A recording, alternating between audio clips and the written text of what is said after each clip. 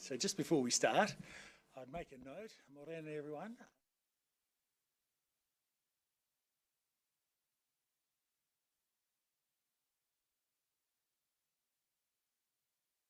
We'll be able to come back tomorrow for that. So that will get the non-public part of the meeting dealt with at 3, and depending how long that takes, we should get through all of that then. So just so that everybody knows, Councillor Winsbach.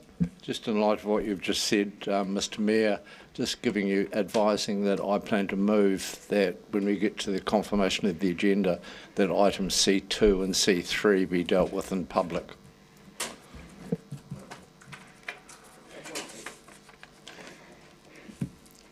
Very good. Thank you for that notification. So we will begin the meeting with Dr. Tony Curtis, Dean of St Paul's Cathedral. We'll open the meeting with a prayer. Tēnā koe, Mr Mayor.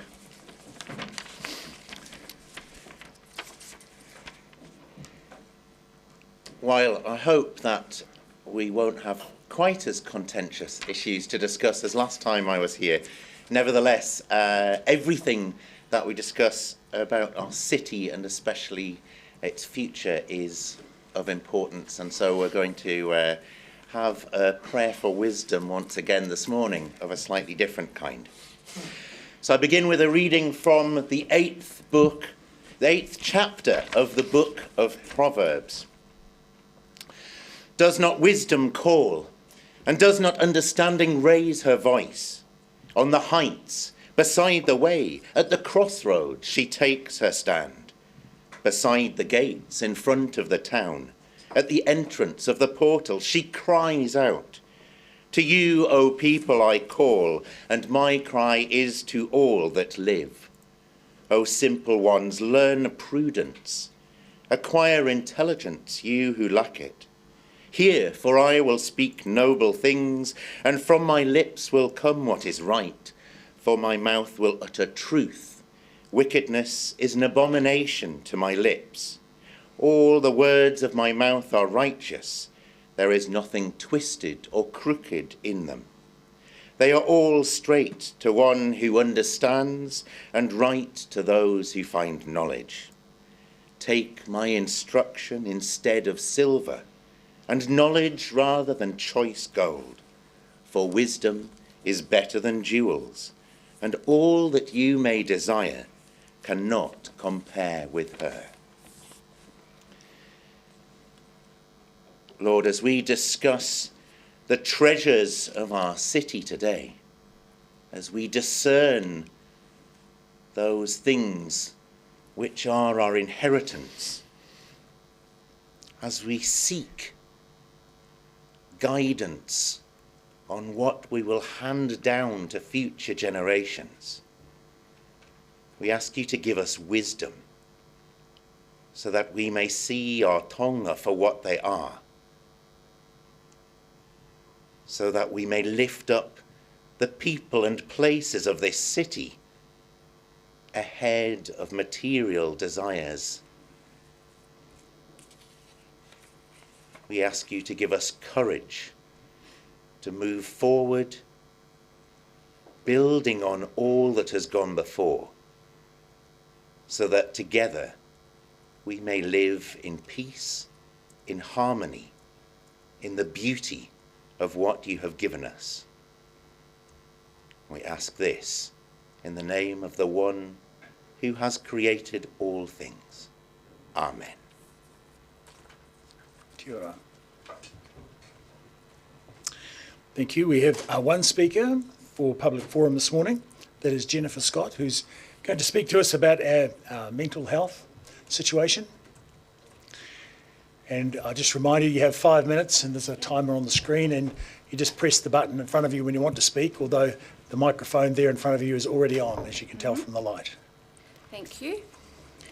This morning I've called this presentation Supporting Our Mental Health. So it is most fitting that I ask of all you councillors, are you all okay? It seems over the last few years that there has been an incredible shift where the people who live in Dunedin are ignored and not listened to. Yes, can you just pull that microphone down towards you? As the end of the revamp of the main street of Dunedin draws to a close, we, the people of Dunedin, are left with less car parks and parts that are only one way. Once a vibrant and busy street has become dull and harder to access, well on the way to the 15-minute city. A reminder to you all that those living here did not ask for the main street to be made one way. In fact, there was a petition done that held over 6,000 signatures against it. Are you all okay? The next venture of the DCC is to spend a further $50 million on a revamp of the Octagon. Really? Is that what we asked for? Our historic and beautiful tree-laden Octagon you want to dig up and replace with concrete, and more concrete. Why the rush? Why the haste? Weren't we all in a deadly pandemic where our lives were being threatened day in and day out with tyrannical government policies, and then we are to fear the global warming taxes which are looming over all of us? The only people that profited from the illegal lockdowns were corporations, while the local home-owned businesses were left out to dry. We even had a moment when some forgot what a woman was. Why was a $60,000 coloured circle paint job going down the main street approved during a pandemic? Why are historic buildings left to decay while the city is being thrown roundabouts everywhere? Some aren't even round. Are you all okay? I'm not in objection to cycleways. However, I will point out some very obvious flaws in your sustainability scheme. Dunedin, if you hadn't noticed, is surrounded by hills. We also have a very large, long peninsula and harbour. I know for a fact that it is unreasonable to cut car parks and access to the city for vehicles, expecting people to ride a bike everywhere. As I have travelled extensively in many places of Europe, I can state very clearly that Dunedin is not going to be an up-and-coming Amsterdam. Cyclists thrive in flat areas, not so much on hills. I personally will not bike for 2 hours to go to a job that I can drive to in 20 minutes. I have an idea to replace the tram that goes up High Street, connecting central Dunedin to Mornington and a large top of the hill area. That service would be used and also a great tourist attraction. Are you all okay? We consult you, you say. No, you host meetings at 5:15 p.m. on random weeknights to tell local residents what you are planning to do, and any voices who object, you shut down. Your data collectors then go away and say, "We conducted a community meeting," and you tick that box. Your data is corrupted by unpractical, highly paid consultants who only pick your preferred selected category groups. Recently, I also became aware that you want to give everyone a green waste compost bin to put our food scraps into. Again, look around you. Dunedin is not an apartment-laden city. It has homes and backyards with gardens. Your aim is to support resilience by encouraging people to compost in their own backyards, the Kiwi way. You also want to build electric car charging stations. However, you have not taken note of the cost of these to charge the electric cars, or the known reality of the flammability of the electric batteries. The best we can hope for in Dunedin and surrounds is a sufficient bus service and a reinstated train service. Are you all okay? Can you just stop over the Christmas period and ask yourself some questions about why you follow orders from central government through LGNZ, not listen to the people of the city? We do not consent to an upgrade to the Octagon. We don't need more cycleways. We don't need an upgrade of the parks. We do need is healthy drinking water and subsidised rainwater tanks. Alongside this, the toxic fluoride to be removed, as I have the court report stating that it is not legal for it to be added into our water supply. We need buildings restored. Sorry, excuse me. That's it. Hello. Sorry, Ms. Scott. Ms. Scott. Ms. Scott. Ms. Scott. Ms. Scott. Sorry, Ms. Scott. I'm afraid it's problematic. Sorry. Okay.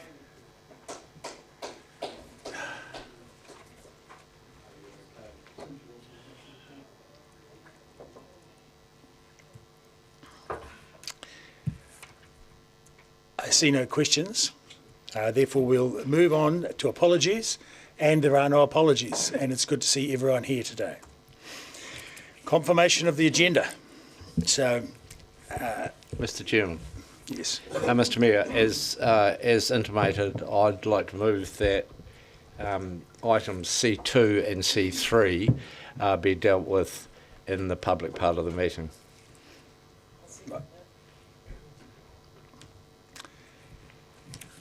Well, I think is it in order to take that motion? If you want to take that motion, it should be taken when we are in non-public.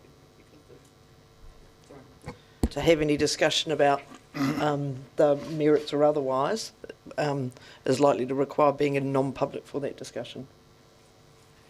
So, well, as you've heard the advice, we won't take that motion at this point, but we will take it when we get to the non-public portion at 3 o'clock. In the meantime, I move that Council confirms the agenda with that following alteration that I signalled in advance, that we'll move to non-public at 3 o'clock, and the Mayor will vacate the floor, the Chair, and Deputy Mayor Lucas will assume the Chair for the non-public section of the meeting. Seconded, Councillor Walker. Is there any discussion? Therefore, I'll put the motion. All those in favour say aye. Against? Carried. Item number 5. Declarations of interest. Members are reminded of the need to stand aside from decision-making when a conflict might arise from their role in any other private or external interest they might have. Are there any changes or updates? I hear none. Therefore, I move that Council notes the elected members' interest register as attached, attachment A, and confirms the proposed management plan for elected members' interests. Seconded, Deputy Mayor Lucas. Is there any comment? Therefore, I'll put the motion. All those in favour say aye. Aye. Against? Carried. Item 6, confirmation of the minutes from the ordinary council meeting 5 December 2023. I wasn't here, so this is moved by Deputy Mayor Lucas, seconded by Councillor Gilbert. Would anyone like to speak to that? I see not. Therefore, I'll put the motion. All those in favour say aye. Aye. Against? Carried. Item 7, reports. The 10-year plan, 2024 to 34, review of the significance and engagement policy.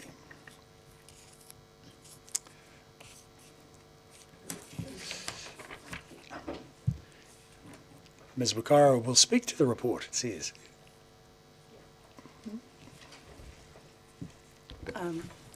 Happy for questions. Okay. As per page 19 of our agendas, are there any questions? Deputy Mayor Lucas. Thank you. In the schedule of the Strategic Council owned assets, I was intrigued that Logan Park was specifically mentioned, but not the Caledonian, for example. I just thought of all the park, we've got it, there's a general parks, recreation and open space network, but Logan Park itself was specifically mentioned, which I thought was interesting, but not the Caledonian. Is that just?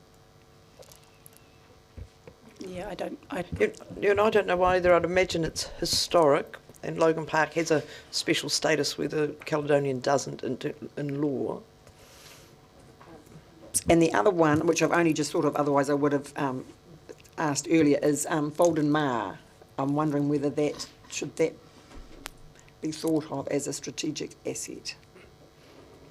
And I'm sorry that I literally only just thought of it. I would need to consider that and what the implications for that are. Yeah, sorry, I can't do that on the fly because that's fine. We could potentially move as part of the recommendations, ask that council that you approves of noting that staff will provide advice on whether Fulton Mar, on the inclusion or otherwise of Fulton Mar. We could do that. Yeah, but I would be loath to say we could add it without considering. So if council would like, we can add a resolution that we investigate the inclusion. How about that? Yes. Can I ask, what is our procedure for adding or subtracting assets as we go from that strategic asset register? Well, it's for council to do. If you take something off, we will have to consult on it. That's the deal. Adding something in, I imagine, also requires consultation. Right. So, but that's part of the process, right? We are developing the documents for consultation. Okay. We have some other questions. Councillor Walker. Yeah, thank you, Mr. Mayor. The obvious glaring change for me and others is probably the removal of Fortune Theatre in preparation for a potential sale of that asset. Is there any thinking as to the timeline around that? And We'd have to go through the consultation process first, but and council will consider what options they want, and it's likely that sale would be one of them, noting that the building is, the physical features of the building are well protected. Councillor Barker. Thank you, Mr. Mayor. Just to check, we are not consulting on the significance and engagement policy. That's our policy that we put out, and we don't consult on the policy. It's about consultation itself. The significance and engagement policy forms part of the 10-year plan, and so it is part of the consultation technically. So does that mean that if the public thought that things were or weren't important strategic assets, that they could actually have input into that? Yep, that's part of the process, but in the consultation document, if you are proposing changes, then they will be highlighted in some way in the consultation document. My next question is just around the shares in Dunedin International Airport. I was just trying to look up the definition of strategic assets in section 5B and C, which is referred to in the report, but it's actually not in the consultation document. So this is a legal framework that talks about how, is it a legal framework that talks about how we define our strategic assets? There are, in the law, there are two assets that are required to be strategic, the airport shares and housing, is it? Yeah. Thank you, I just can't find it on the LGO, thank you.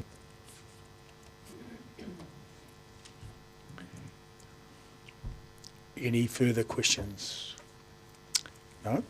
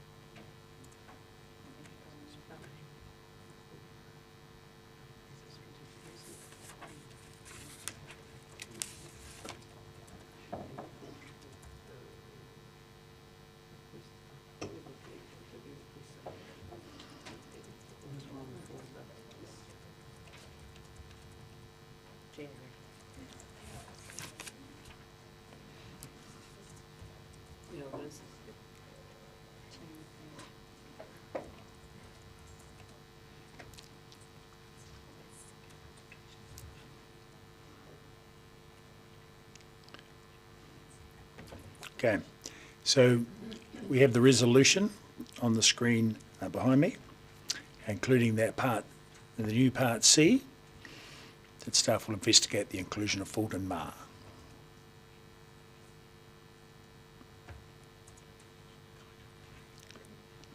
So,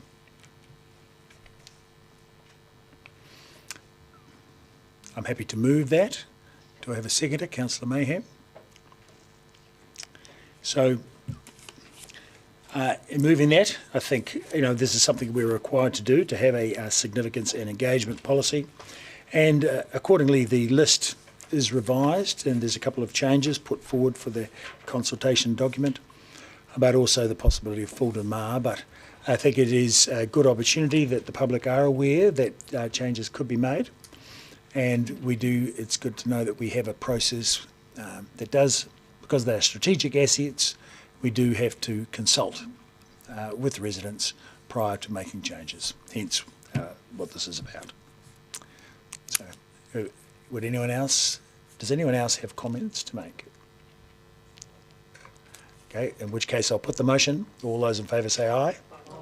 Against? Carried. Item number 8. This is the 10-year plan community outcomes.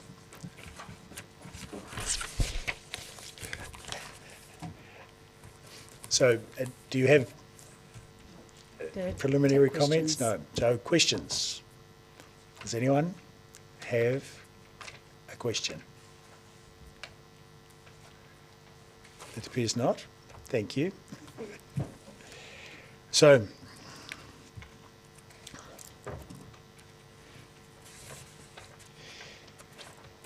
I think that being the case, I'll move that Council approves the community outcomes for the purposes of developing the 10-year plan and consulting with the community. Seconded, Councillor Walker. Similar to the previous item, this is a requirement under the LGA 2002, and we have we'll have a range of statements of the desired community outcomes, and that will be clear for the public when it comes to engagement on the 10-year plan, on the long-term plan, and they of course are welcome to submit on that. So we'll see if we've got no changes at this point, so we'll see what changes the public bring to our attention. Would anyone else have a comment? Councillor Mahan. I love our community outcomes. A supportive city, healthy, compact, successful, creative, connected, sustainable and active. That's the oti-poti that we'd all like to see, and that's what we're working on for all of our residents.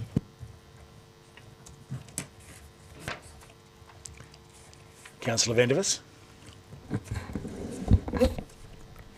I would love to agree with Councillor Mayhem, and on most issues probably could do.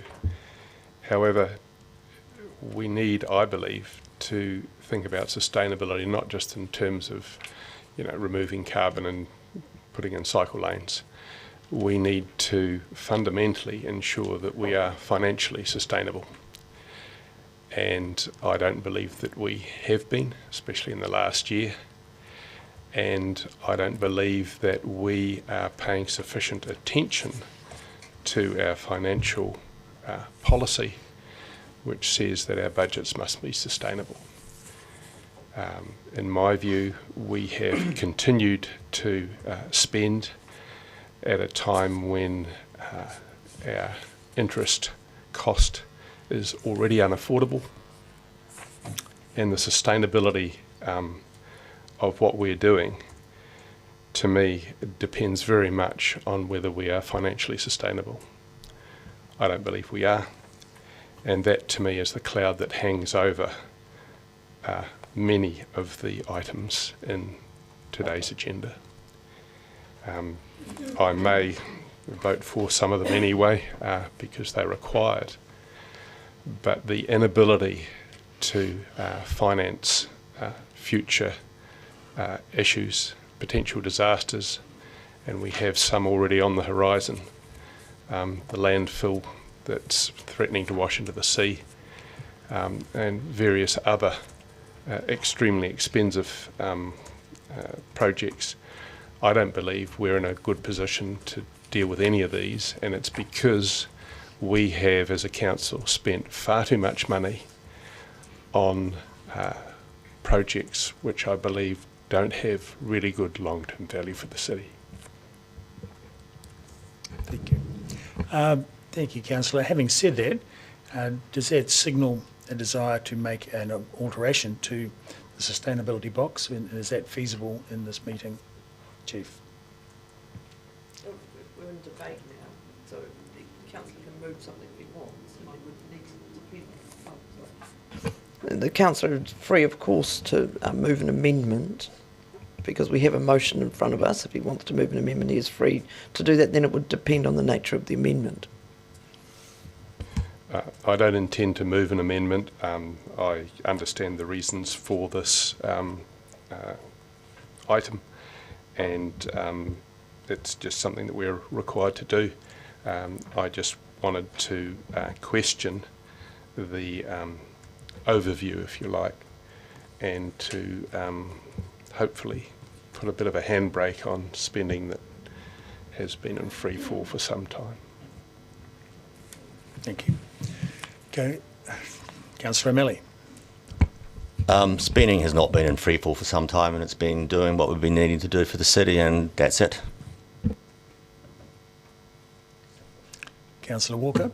Yeah, just also on top of that, I mean, the councillor is aware of the fact that our last long-term plan, the $1.5 billion long-term plan, almost $1 billion of that was for underground repairs to our ageing and corrupting infrastructure. And I don't think anyone in the city would object to that. Thank you. Did you mean corroding? Very good. Thank you. There being no further speakers, I'll now put the motion as written. All those in favour say aye. Aye. Against? Carried. Item 9, Coastal Plan Update.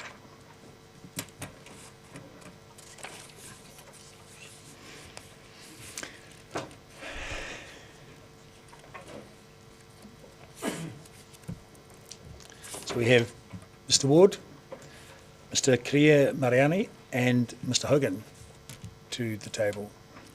Do we have any opening comments? Kia ora, Mr Mayor. Good morning. No, take the report as read, please. Questions from councillors. Councillor Benson-Pope. Thank you, Mr Mayor. I read about the various options that are going to be part of this consideration, and I'm familiar with the base plan. I'm also mindful, though, of the work in the past century of the Ocean Beach Domain Board. And one of the successful initiatives that board, which was comprised of the various local authorities in the immediate area, was involved in was the dune replenishment that was quite successful and has shown its success at the northern end of the Ocean Beach. Are there any plans, either through voluntary organisations or through our own efforts, to begin similar restoration projects to encourage the formation of four dunes in the threatened areas? So not at that stage. We actually looking at it's part of the options that we have on the table, and we're looking at it now. And I think the item after this one is about Kettle Park, and that will hardly influence how we can implement this type of options. For instance, we need to know the volume and the content and extent of the landfill before we go down that path.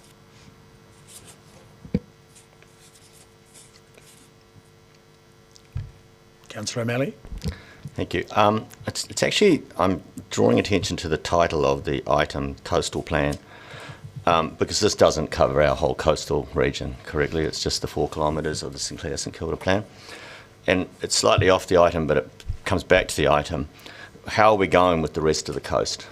Specifically, I'm looking at point 14 where you said Mana Whenua have been involved in the development of this coastal plan. Can I ask where the resolutions from the Tapai Maori meeting 2 meetings ago for developing management plans for Karatane and Otako sit? So at that stage, we're doing a district-wide coastal hazard screening. so we can identify the areas that need and develop a plan for these places. As you might be aware, we've been quite busy around St. Clair, St. Kilda, but I agree completely with you that we need to look at the rest of the coastline, and that's what we're doing now. But we need to identify the hazards so we can respond to different hazards particularly and have a plan for each one of them, because we can't really copy and paste what we're doing here. Because I just want to draw attention to an email that I received yesterday from the chair of the community board at Waikawaiti, and I'm not going to identify the staff member, but in it is the statement that it's talking about the wharf at Karatani. The history of this building is interesting and has posed a few questions around legal ownership. At this stage, I'm unable to confirm to you who is responsible for the upkeep of the building. However, I can advise the DCC Parks team are planning to undertake an investigation into all aspects of demolition. Now, we don't have a plan there at all, and the word demolition has appeared as an outcome, as an incredible surprise to the local community. And I believe in a follow-up email that is not necessarily the correct word that was used. But would you agree that we don't appear to have an internally consistent communication system around some of the coastal assets that the communities are asking about? I don't think that's a fair question to put to staff, and the parks team are working alongside the transport team on coming up with information on this topic, as you know. It's interesting to hear that email and to say that the word demolition was used incorrectly. If you want, I will get Mr. McLean over here and he can provide answer your questions directly, because I don't think it's fair to put the non-park staff. It was tangential to the item and that particularly doesn't need any further. It's more that I'm wanting to get to the point where we are paying a lot of attention to the St Kilda coastal plan, and a lot of the rest of the coast has been waiting for a couple of years for the answer to some of these questions. Councillor, as you're aware, the new arrangement of the executive structure attempts to remedy that by putting together some of the departments that need to work more closely together, and that is will be in effect just after Christmas. Thank you. So just continuing sort of to where we are with coastal plans in general, the previous head of infrastructure, Mr. Drew, had informed me for at least 18 months that the coastal plan is under development, like the grand coastal plan is under development. And I know that's before you were hired. So this is not not by any means a criticism of staff, but it is from the government's perspective asking when the timetable can be met. When will we get from Brighton to Waikawaiti coastal plan assessment? When do we think we'll be able to get that?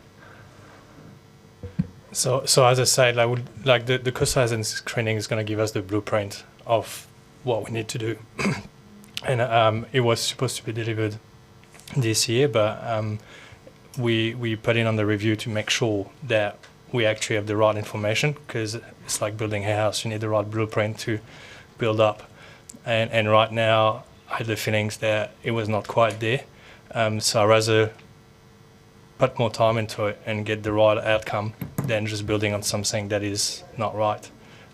So right now, we just had a meeting yesterday about this, and we had the review process yesterday, the outcome of the review process, and I'm catching up with the consultant on this week. And unfortunately, I don't have the timeline now. I'll have it tomorrow, but yeah. Be nice when you get it. If we can get it, it'd be great. Thank you. And then I'm just looking at. I'm going back to some stuff that happened last year where assumptions about the stability of the foreshore and the dunes were made to say that they were substantially more stable than now we're making the statements. Or at least the next item indicates we're making a statement that they are less stable than we were told a year ago. So are we at the point where effectively we're actually saying that we really are not at all sure about the stability of that beach area and the dunes, or do we have a rough idea of stability? Well, in terms of coastal processes, purely in coastal processes, that dune is over steep. It's always been. So on that basis, you get a critical threshold of steepness that leads to instability. And that's notably due to marine grass and erosion. And basically, yes, it's over steep and it's unstable. And the coastal plan is divided in 3 sections: St Clair, Meadows, and St Kilda. And from my understanding, we're going to have to prioritise areas that are critically unstable and to meet us Meadows Beach at that stage. And then just one last question, and I'll give it to the floor after that. Those dunes used to be substantially bigger. They're about the same size as the Tomahawk dunes in their day. Does size and height affect, when you're facing the Southern Ocean like that, the stability of the dune? So that's absolutely right. We want enough distance to create like an angle that allows the wind to build the sand back with sand transport, and also like the wave to run up and down naturally. So it creates a buffer system. The more you've got, like the wider the dune, the more buffer you have. And also, if it's very big, it's got a lot of mass to it. I'm sure that affects the ability to absorb impact. I assume then, in part of the plan would we be exploring that we would actually bring in sand from external sites rather than wait on the wind to build it up, given it was mined out of the area in the first place? That's absolutely right. Councillor Gary. Thank you. Welcome, Mr. Mariani and gentlemen. 2 questions, one on coastal assets, and this is probably for the Chief. Is it correct that 1989 amalgamation, the ownership of harbour-edged assets, there's some greyness to that, and that is a complicating factor and a challenging factor? For Mr. Ward, perhaps? Yes, it is a complicating factor, but it's not a factor that's in any way constraining this process. Thank you for that. And my second question is around coastal processes. I was interested to hear your comment. Could you comment on the importance of research, or the role of research, scientific evidence monitoring? Who does the monitoring of the erosion, and what is the role of research in terms of this plan? So it's been, in the past, University of Otago has done quite a bit of work on this, and we've got our own monitoring program as well that was developed in parallel with University of Otago. And the aim is basically to give us information on the impact of storms, for instance, how much sand volume we're losing every storm and so on, and also like to identify what we'll call erosional hotspots along that beach, because the coastal processes are quite complex, and the erosion is not uniform along the beach. And would it be fair to say that it's a dynamic place? Thank you. Councillor Gilbert. Thank you, and thank you, gentlemen. A few questions, some of which are picking up on particularly what Councillor O'Malley was talking about. So there was comment about, I believe you were saying that the report was more or less there, but you felt it wasn't quite right, so sent it back. Was that correct? Yep. So then I'm curious about the time frame, because we've got 20 months then to wait. If it was nearly there and it's still taking 20 months, can you clarify that for me? Could I ask you, are we referring to the coastal hazard screening district-wide or to the coastal plan? Correct, are we? Which of the reports were you referring to before? Because I assumed it was the coastal plan that we're on. I think the question before was around the coastal hazard screening, and that's what we're referring to. So then I'll rephrase the question. Given in the next item there's the use of the phrase immediate risk, I'm merely curious. My definition of immediate is a lot quicker than 20 months to get a report on direction and pathway. I'm just curious as to how it is that it is 20 months. Can it be any quicker, or is that the absolute minimum it can be? So that's right. And I'm going to kind of come back to that priority areas between the three different zones. Basically, we've been prioritising Kiddo Park, so we will have further information on how you interact with. Trying not to go too much in details here because like it gets. I don't want to fall into that rabbit hole, but either we can interact in front of the dunes, or we can interact directly on the dune. So interacting directly on the dune is treating the problem at its source, while interacting in front of the dune take more time, and you're dealing with coastal processes, which is way more complex. So that could be implemented later on, and we're working on this. So this is our time frame for the other options. Right now, in terms of immediate response, we're looking at options interacting directly on the dune. And if you see the landfill as a cancer, for instance, we're trying to remove the tumour.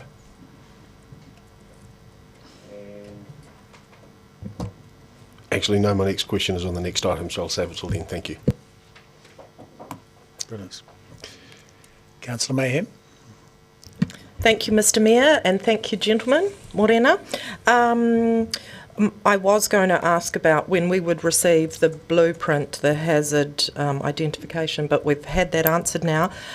Would you say, Mr. Mariani, that our coastal communities have very differing needs by way of their hazards? Absolutely.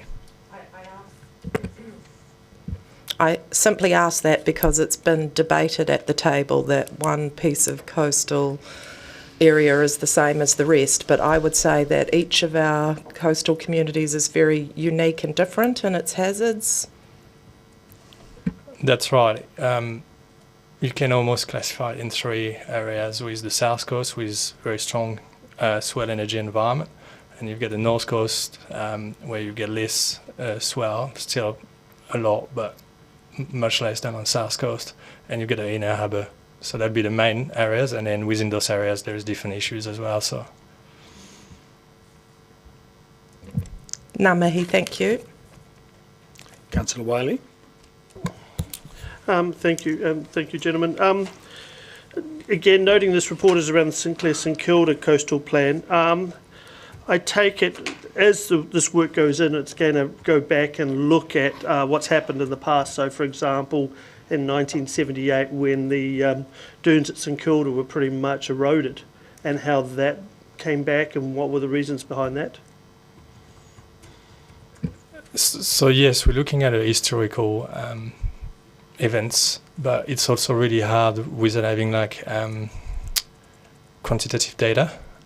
So that's why we're trying to implement as well a monitoring program, because that help us to put numbers on what is actually going on. Yes, so as far as I think 2003, that's where we started the proper monitoring program after the 2003 to 2006 storms, and that's what we're trying to use. Okay, and then obviously Associate Professor Mike Hilton has done quite a lot of space, and so just touching on Councillor Gary's question, I don't see any sort of in this paper talking about work with the university and the research they've done in the past. And obviously in 2017 Mr. Simon Smith did the work on the notching at St Kilda. Is there any reason why that wasn't included? So the data that Professor Hilton collected are used in that technical program. Okay, and then are they still capturing? And again, I remember when the cameras went up on John Wilson Drive. Are they still in action, or have they ceased operating? So those cameras stopped operating when Mike Hilton finished his study. We're looking at putting some upgraded system, providing us more detailed information.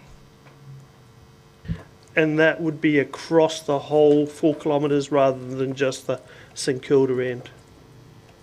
That's right, and we also have cameras with called CoastNap, so it's a scientific community-based science, so where people can take photos as well to provide us data, and it gets the community involved as well in the data collection. Councillor Houlihan. Thank you, Mr. Mayor. I've got a question around the sand sausages. They've obviously been used in the past. How successful have they been? Well, in terms of stabilising the dune, it has been successful.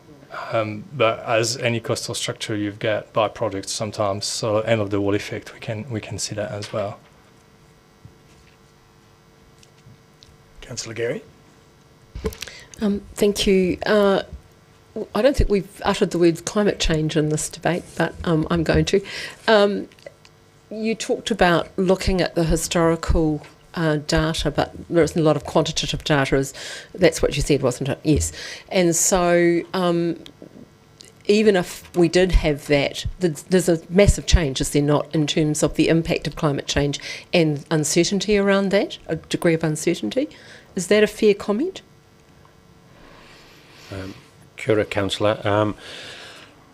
For us, the technical investigation, which is the building of the mathematical model and then coupling that with the monitoring information, that's what will help us extrapolate and scenario test a whole range of conditions, and you know, allow us to build an envelope of predictions. So it's the reason why we need the rigour around building the mathematical models to help us with those scenarios to test. And is it fair to say, I mean, COP28's occurring as we speak, and the wording debates, that there will be changes depending on how the world responds to climate change. We'll need to be nimble, I guess, is what I'm asking. Will we not, in what we plan? Correct.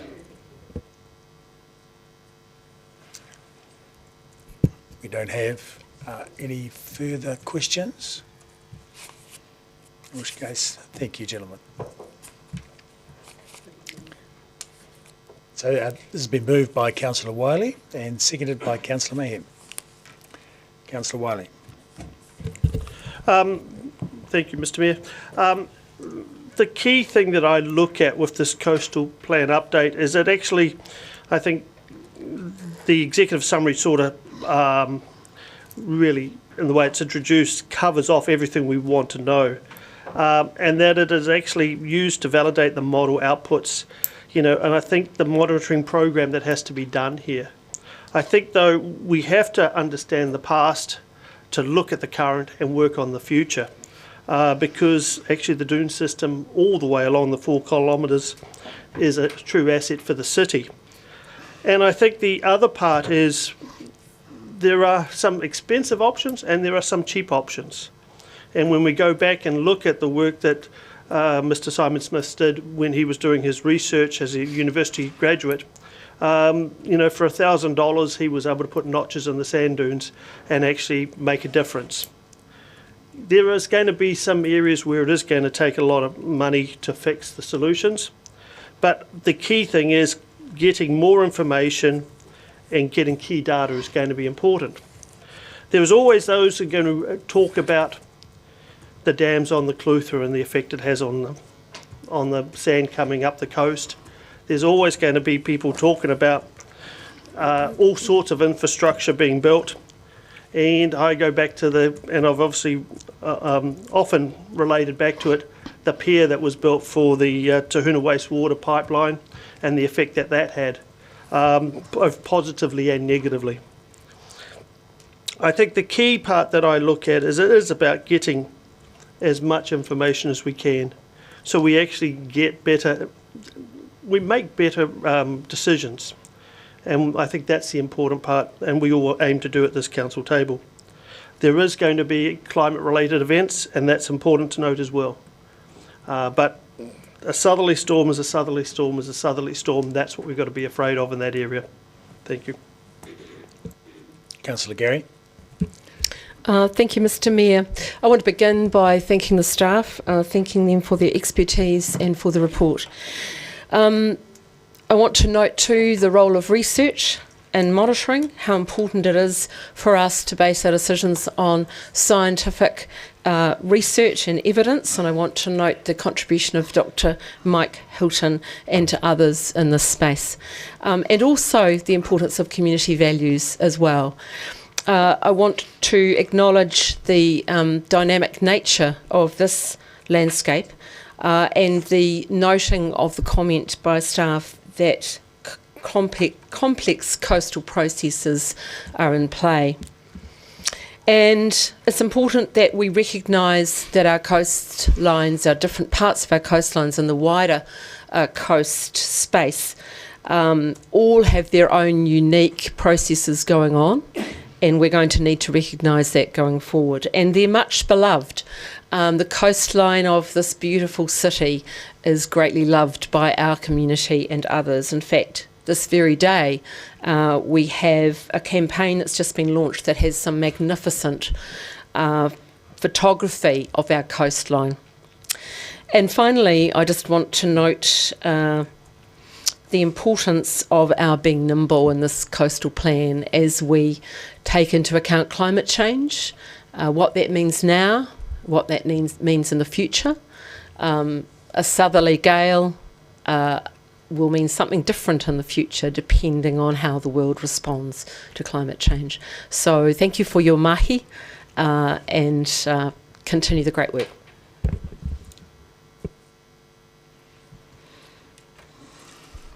Councillor O'Malley. Thank you, Mr. Mayor. Thank staff for this report and acknowledge that the movement forward is a positive one. But I also want to remind everybody that in science, and I'm quite familiar with this, human bias has an incredible component in the terms of expertise. And when Mr. Simon Smith was running doing a good job at the council, his human bias was towards airborne sand movement in the dunes and cutting the notches. And Professor Hilton came to this council and told us in public forum, because I remember the words, they struck me so strongly, because I didn't really think there was evidence to support them, which was that these dunes are not in any immediate danger. So we are getting a report in the next item to say these dunes are in immediate danger. And this is the nature of science in a dynamic research environment. And that is that you have opinion that's based on training and the knowledge you have, but your opinion is not anything other than an opinion. It is not actual fact. We need to then look at what's in front of us and use what we look at the probability and the likelihood and the sensibility of what we're looking at, and then go forward on that. We run the risk, and I guess that's why I push staff, we run the risk of something which I think happens quite often in large institutions, and this one is certainly not exempt of planning without action. And we plan and we plan and we plan.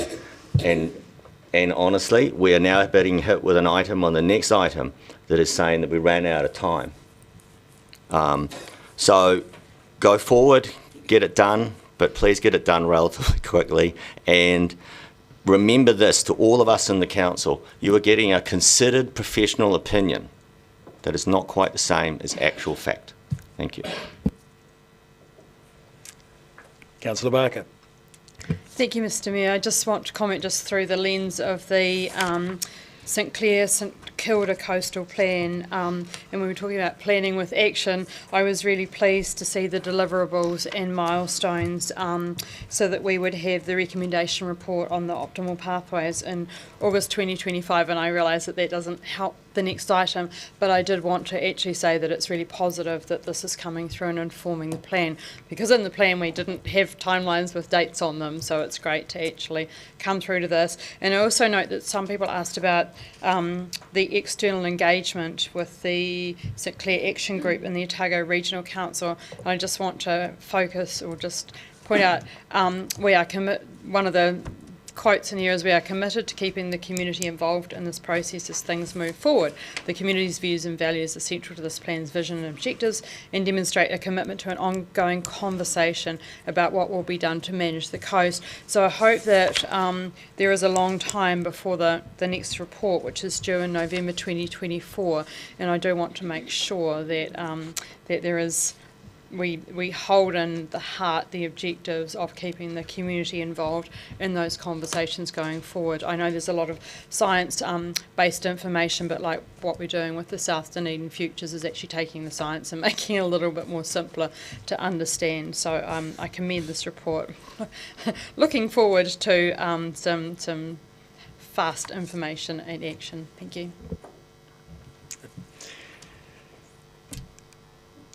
Right. Look, I've got a couple of comments on this because I think it is really good to have some data and have some observation.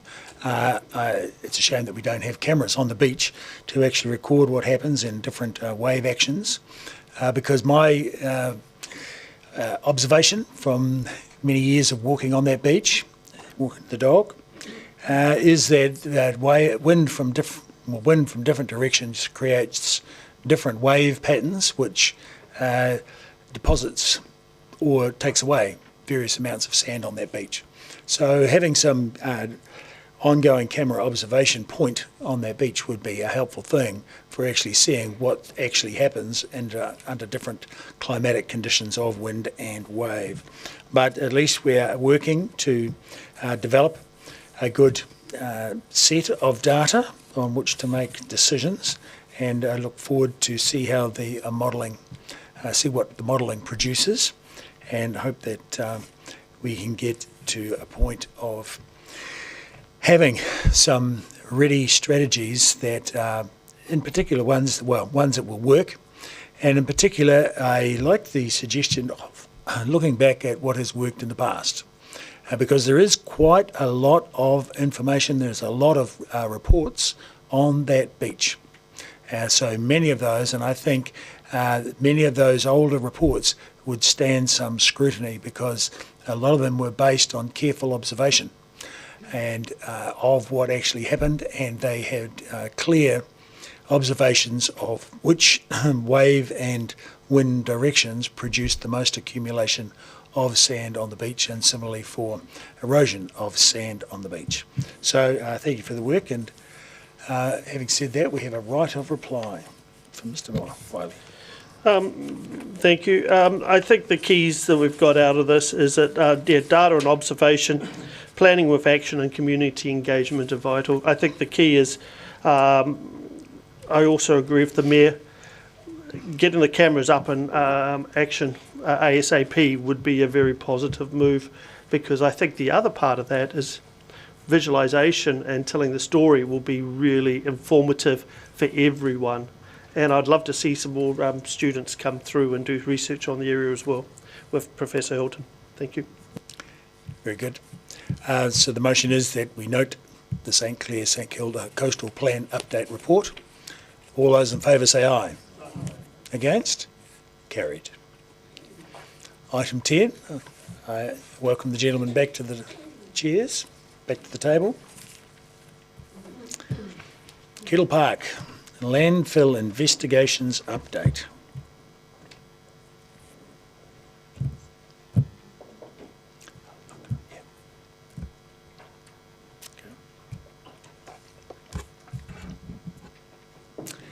So do you have any preliminary comments?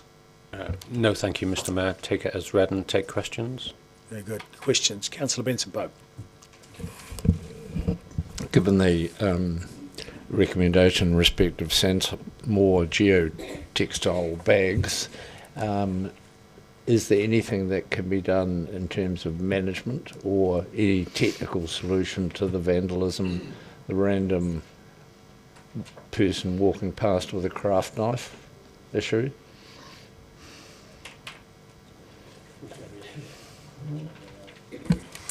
Yeah, obviously the original sand sausages suffered that fate. The more recent ones haven't been targeted as much or at all, really. So I mean, you can't do much to protect against them. I just do know that the newer bags is of a different style where it's cross woven, so effectively it doesn't rip or cut very easily. But yeah, and short of fencing it off, which isn't very practical, it will be susceptible potentially. Okay, so the style being used currently are different from the ones that were vandalised historically. Correct. Councillor Barker. Thank you, Mr. Mayor. I'm just trying to figure out my question. So I just want to understand if the overspend of up to $5 million is CapEx or OpEx. It's CapEx. So there is implications on the interest that we'd have to pay to service that as well. Debt and interest. So there's a mentions in paragraph 12A that the rough estimate to implement the option for the entire length of Kettle Park is $6 million, and that $5 million is considered sufficient to prioritise high-risk areas. And I just kind of want to tease out the difference between the $5 million and $6 million so that we're not, I guess, shortchanging ourselves, because this is obviously to deal with a high-risk situation in the short term. But if we chose to do $5 million, are we putting ourselves at risk rather than doing $6 million? So can you just please explain the difference? So the $6 million were calculated over 1.5 kilometers, which is pretty much extending from the western end of the seawall or the existing geobags all the way across or along Kettle Park.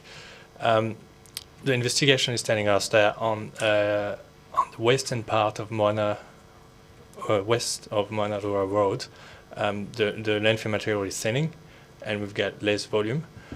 So basically, we're working at the moment to do a longshore risk profile to prioritise the areas with the highest volumes and reducing that 1.5 kilometres to try to avoid overspend too much. What is the risk of, I mean, I see that it's about avoiding overspend. However, if we made a decision to approve up to $5 million, is that putting us at risk at you coming back perhaps in another month, or a few more months asking for another $1 million? So the $5 million is perfectly adequate for what we need, and bearing in mind that if there's a further work required, we'll be in a different budget cycle. So this is to allow immediate works over the period where, over the next few weeks. Yeah. Yeah. So my next question is just around paragraph point 11, stage 2 of the investigation. I just want to understand the erosion potential at Kettle Park can reach up to 24 metres. So is it 24 metres inland or 24 cubic metres? I just didn't quite, I'm trying to, because there's no map, I'm just trying to visualise this. So sorry, yeah, so that's 24 metres from the dune though, inland. And then I just would like to ask a question just around paragraph 16 about the risk of contaminant discharge within the coastal environment will have implications for the Oro Marine Reserve, which is expected to be implemented in mid-2024. So I just want to understand the risk there, because it also talks about that, about the and the risks. Does it talk about that in the risks, legal and safety, that's not carried through? So I just wanted to understand the risks a bit more. Would that be a risk of getting fined, or what are the implications of that risk? You go. I'm not entirely sure about the legal implications. Maybe Cindy would have a better idea. The trick is, and I'm not sure either what the difference is between having contaminated material go into the ocean environment or to a new marine reserve, but because essentially they're both contaminating the ocean, right? The reserve hasn't been formally approved yet, but there may be different sanctions, because I'd imagine, but again we don't know, there'll be different protections in place because it's a marine reserve. Councillor Gilbert. Thank you. A couple of questions, sort of picking up a little bit on some of that as well. So the distance, the 5 million, works out roughly to just under $3,500 per metre. I can't be the only one in the city who kind of goes, well, I can do that for less than that. What makes that just under $3,500 per metre, if you like, worthwhile, given it's still, as we've found out, susceptible to a muppet with a Stanley knife wandering down and slashing it, albeit not as successfully as in the past? This is probably the cheapest fix we can offer you. I guess if we will choose the cheapest contractor in town if there is, if there is one. But our information is based on the recent work we did to renew a few of the sand sausages already. So we know we have good pricing information on how much one big sand sausage costs. So 20 metre long one is roughly $9,000, and about $17,000 to install. So yeah, it just depends on the length, and I think it even might be higher per metre to be fair. But this is stacked too high and retainers. So there are very few engineering options that will be cheaper, I would suggest. Thank you. And the last one is still on the bags themselves. They must erode. They must break down. So, what's the impact of them breaking down on the environment? Are we going to get microplastics in it? Is there anything we need to worry about these bags breaking down and ending up in the ocean? So those bags are made of geotextile. They are not nocive for the environment. So basically that's why we're choosing that options rather than having like kind of plastic bags that you just fill up with sand. So that's why we're trying to get that in place. Councillor Walker. Thank you, Mr Mayor, Mr Hogan, Mr Ward, and welcome Mr Mariani. This paper was both depressing but slightly encouraging. My first question goes, although this paper is about mitigating risk, my question is around something that Councillor O'Malley, I think, has raised previously, and that's about using our money wisely rather than mitigating but removing. And I asked this question in the context of what happened in 2019 in the Fox River instance, which you'll all be aware of. We have 33,000 square metres, I think, imminent risk, of 68,000 square metres there. And it took 3 years, I think, for the Fox River mess to be cleared. I'm glad you're nodding. And that cost $3 million. Have we any estimates of what it'll cost us to do what they did? I know it's going to be a lot. Not at this point, because we need to understand the full nature of the material and how it would be excavated and disposed of. Assuming we're not all stupid around here, but it's obviously going to be way more than 5 million. And substantially more than 5 million. We can't speculate about costs, but the extent of the landfill that which we've mapped, is significant. So again, just reiterating my question then, after having done the work you've done, you've come to the conclusion that 5 million is better spent on the mitigation rather than trying to remove the immediate problem at the beachhead. Oh, absolutely. I ask that because I think that's a question we'll get asked by the public, and I can see Councillor O'Malley nodding. Yep. Councillor Vandervis. Have you looked at any temporary measures? For instance, have you looked at encasing the exposed toe of the landfill in concrete? And have you looked at rebuilding the sand ahead of it simply by getting a dredge and pumping sea sand up onto the dune? So those are two options we're looking at as well. So we're looking at a backstop wall, which would be kind of a casing in that sense, and also sand pumping. The issue with the backstop wall is at some stage it will be exposed, and it creates reflection of the waves, and it lowers the beach in front of it, making it more vulnerable to erosion.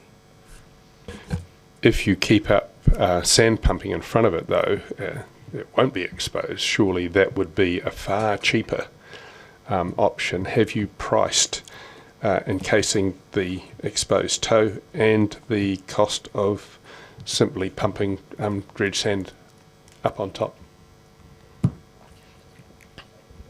At a high level, yes, and they do exceed the current estimate for the measure that we have proposed. And it's the ongoing nature, the length of time you'd have to continue with the pumping operation. So you're saying that the cost of pumping sand up onto a concrete encased toe would exceed $5 million. For the length of protection that we're offering, yes.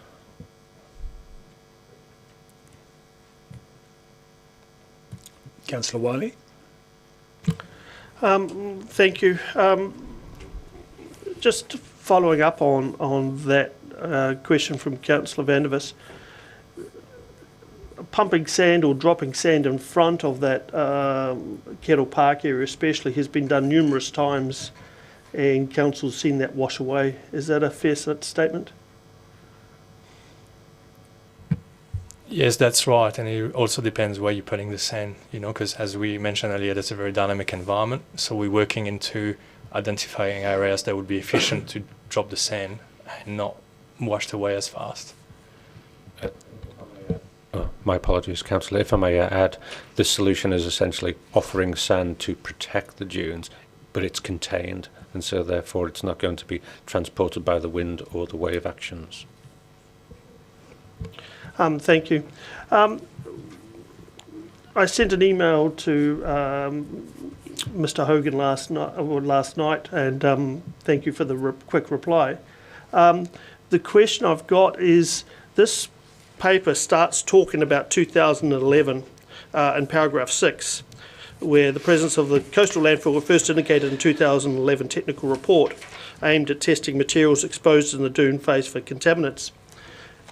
But yet there's reference to it back, for example, in 2008. Obviously the 2007 storm that really exposed the area.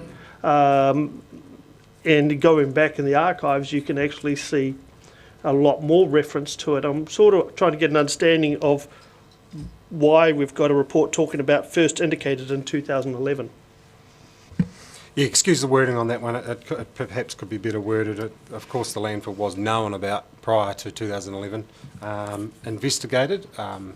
That's probably more what the comment relates to, is the investigations in terms of the makeup and size and material of the landfill was sort of first investigated then. So then I was surprised there's no reference to the Tonkin and Taylor report. That was very much quoted time and time again back in 2012, and actually council at the time voted a recommendation from that report to spend something like, the discussion came as councillors endorsed recommendations contained in the report, beginning with the holding pattern over the next decade costing up to $8 million. I've got a feeling not much was done from that recommendation. Would that be a fair assessment? It's difficult to go back that far, Councillor, and I think really we can't change what's happened in the past. What we're now looking to do is move forward, and none of these gentlemen were here then.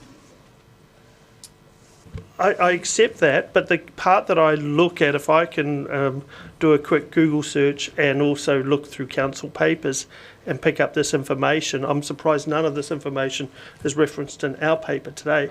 And I'm also conscious of, for example, in 2008, then Councillor Hudson chaired a committee with, then Councillor Cole and Councillor Weatherall, that actually had 30 submitters come and talk about the beach area, but also with a very key focus on Kettle Park and what should be done. And things like Manuka poles to be retained in front to trap sand and things like that were raised and presented as options. But I get frustrated when I don't see a lot of the history even referenced.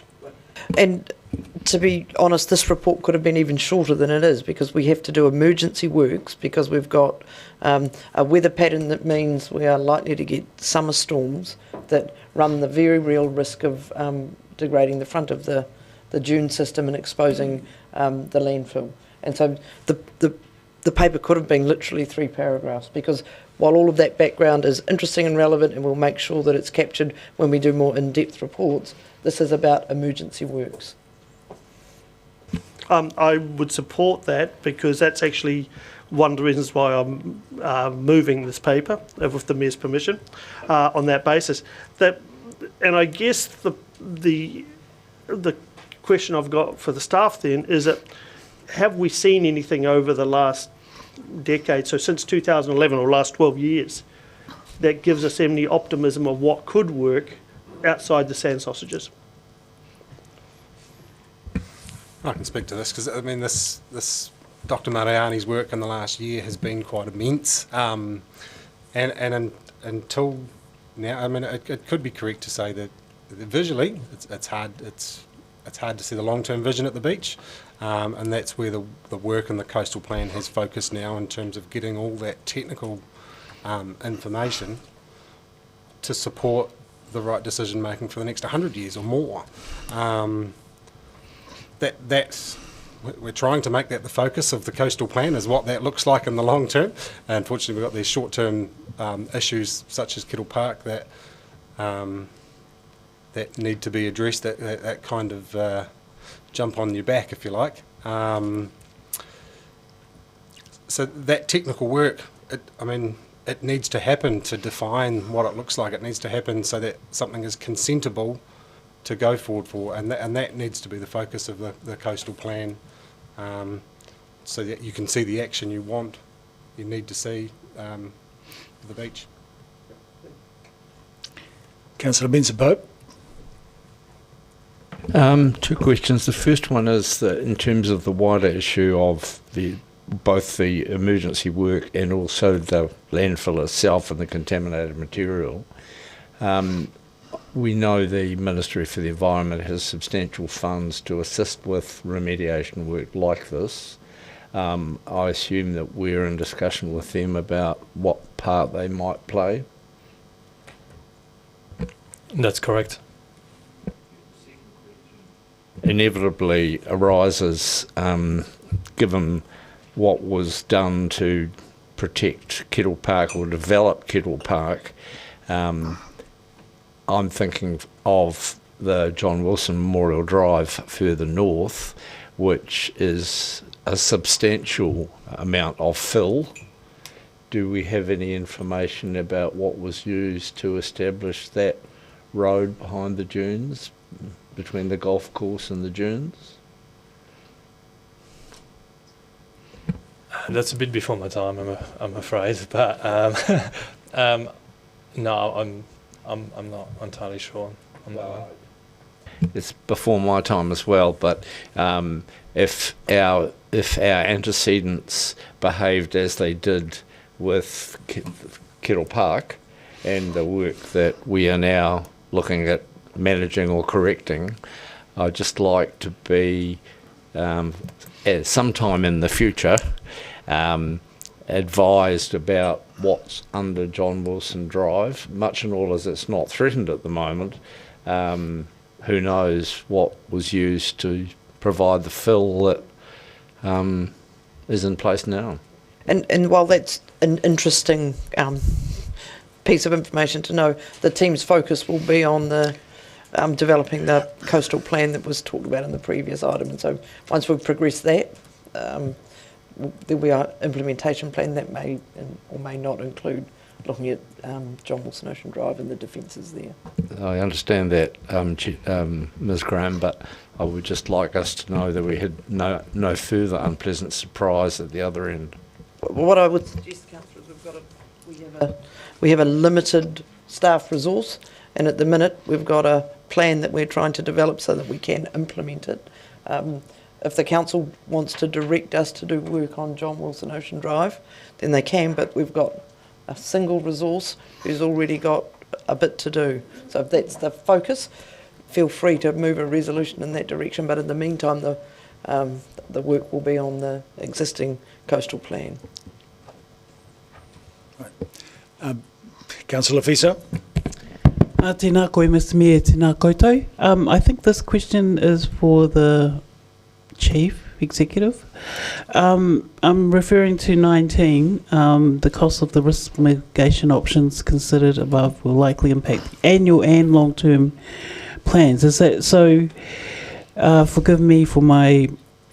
I just want to connect up the dots. So when we say that is more than a $6 million overspend or $5 million overspend for the long-term plan budgets, or? No, so in the pre-engagement material for this 10-year plan, we highlighted that Kettle Park was an issue.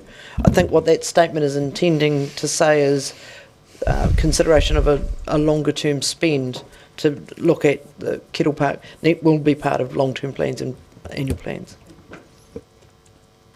So I have a couple of questions.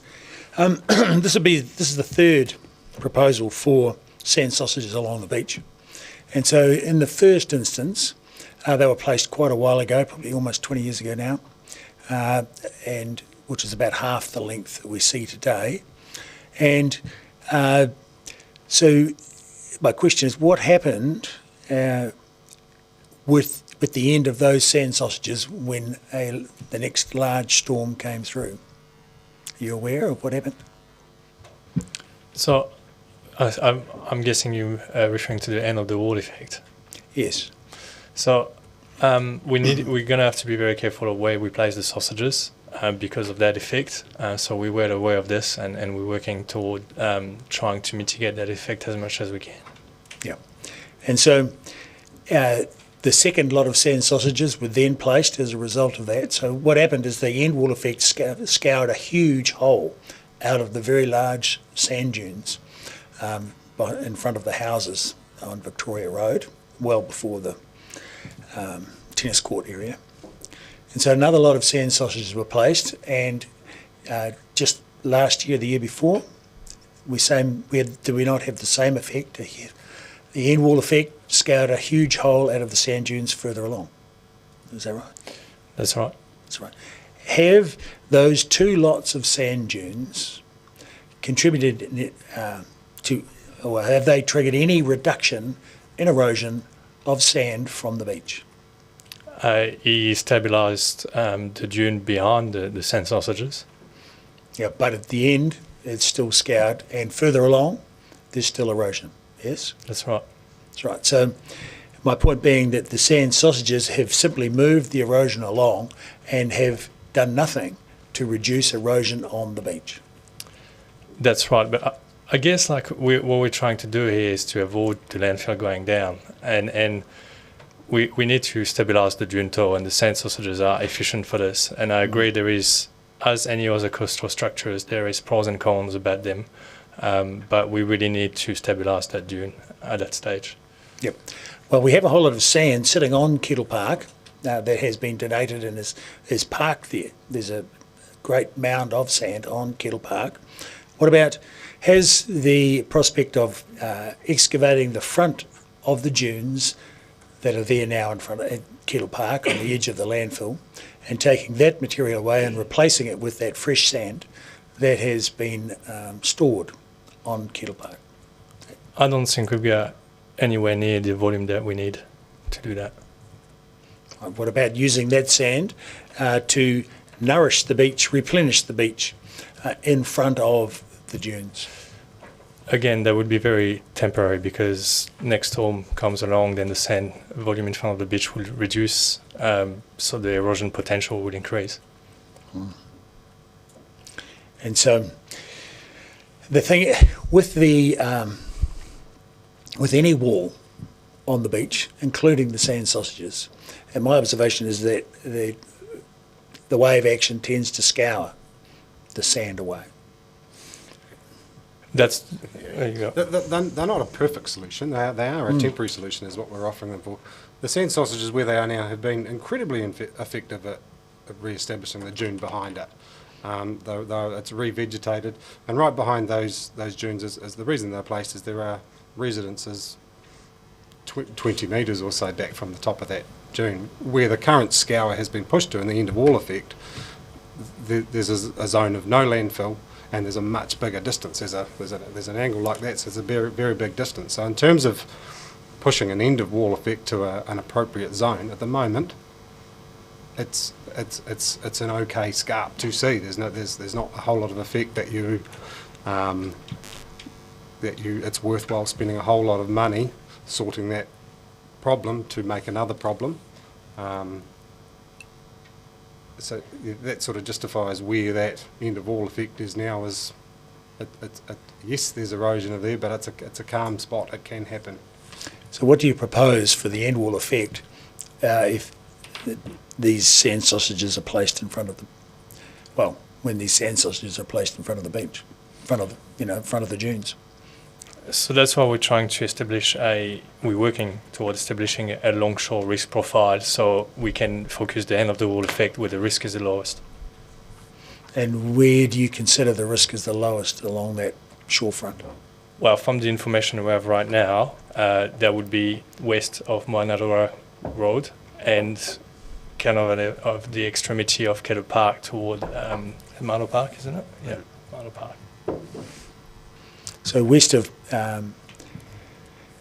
well, interestingly, just west of Moanarua Road, at the end of Moanarua Road, there is actually corrugated iron falling out of the dunes right now. And at the end of Moanarua Road was a Renault mattress placed some years ago, which did very little to protect Moanarua Road. When Dr. Mariani says west, yeah, there is a zone slightly west of Moanarua Road that is included in the higher risk zone, but roughly halfway down the first sports field, you're beyond high risk. There's less presence of landfill material.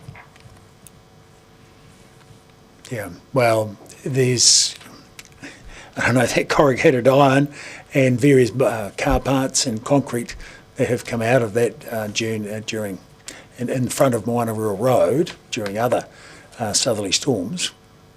It does look like landfill material to me.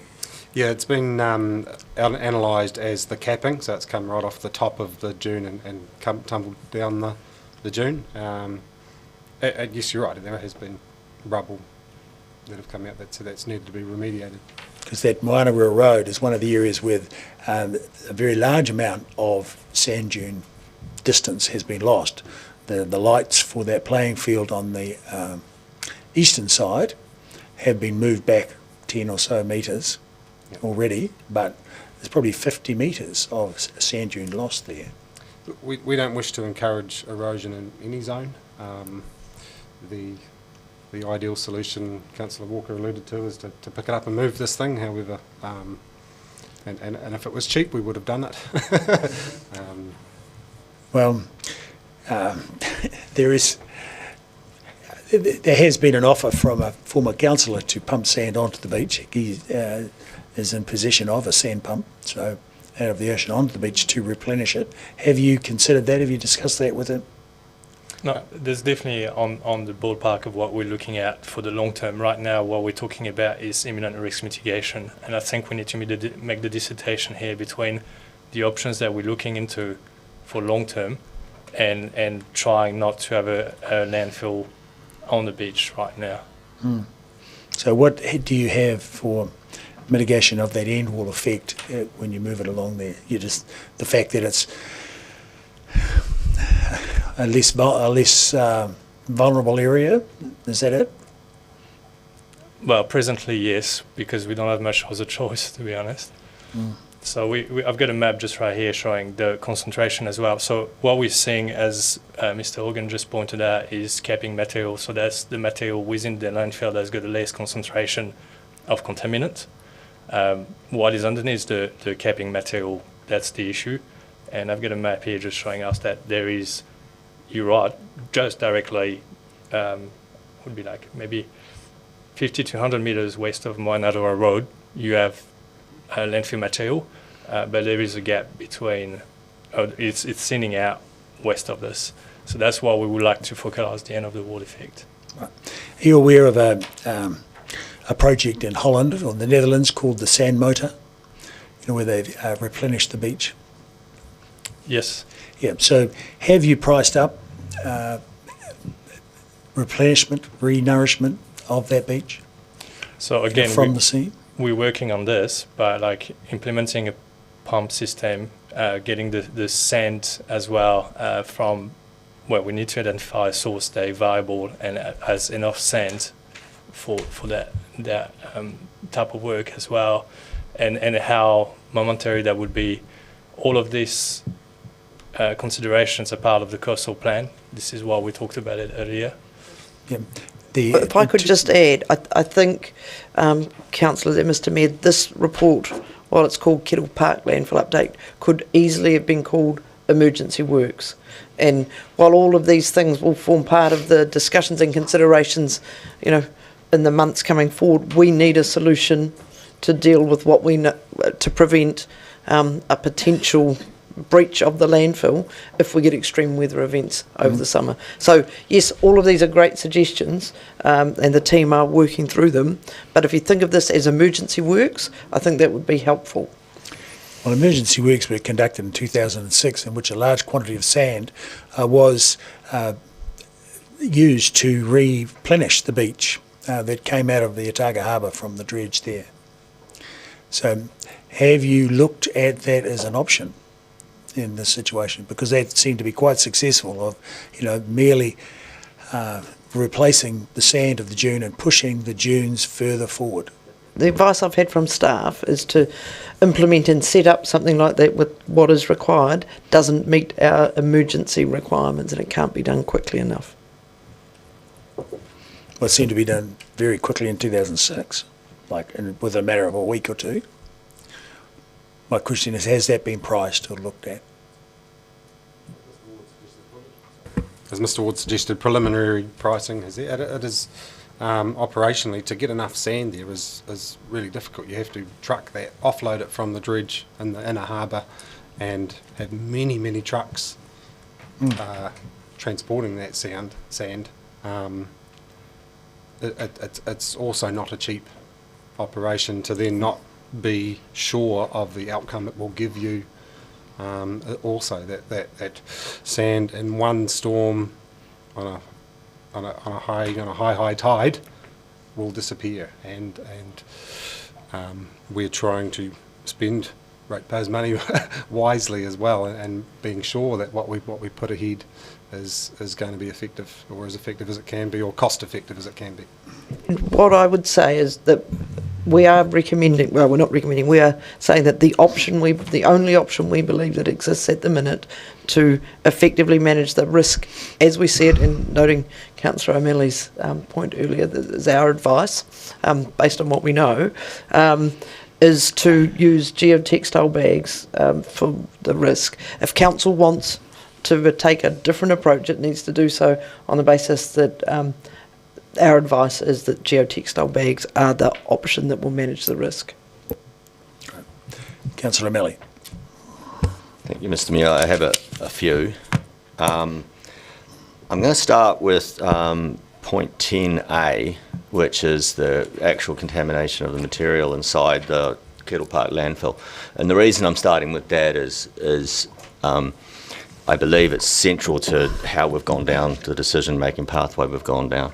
So in that, I assume that's the contaminations of metals that was identified in the report, which I think that map you just indicated to came from, that we saw back in, was it March, earlier on in the year? I guess I'm at odds with that, because this is actually a conclusion statement that those concentrations are too great to be able to go into a standard landfill. Yet my take on what I remember from those core samples was that there were components of the core sample that were sometimes as many as 30 to 100 times higher than that cut-off list, but then there were other components of cores that had zero values for those contaminants in it.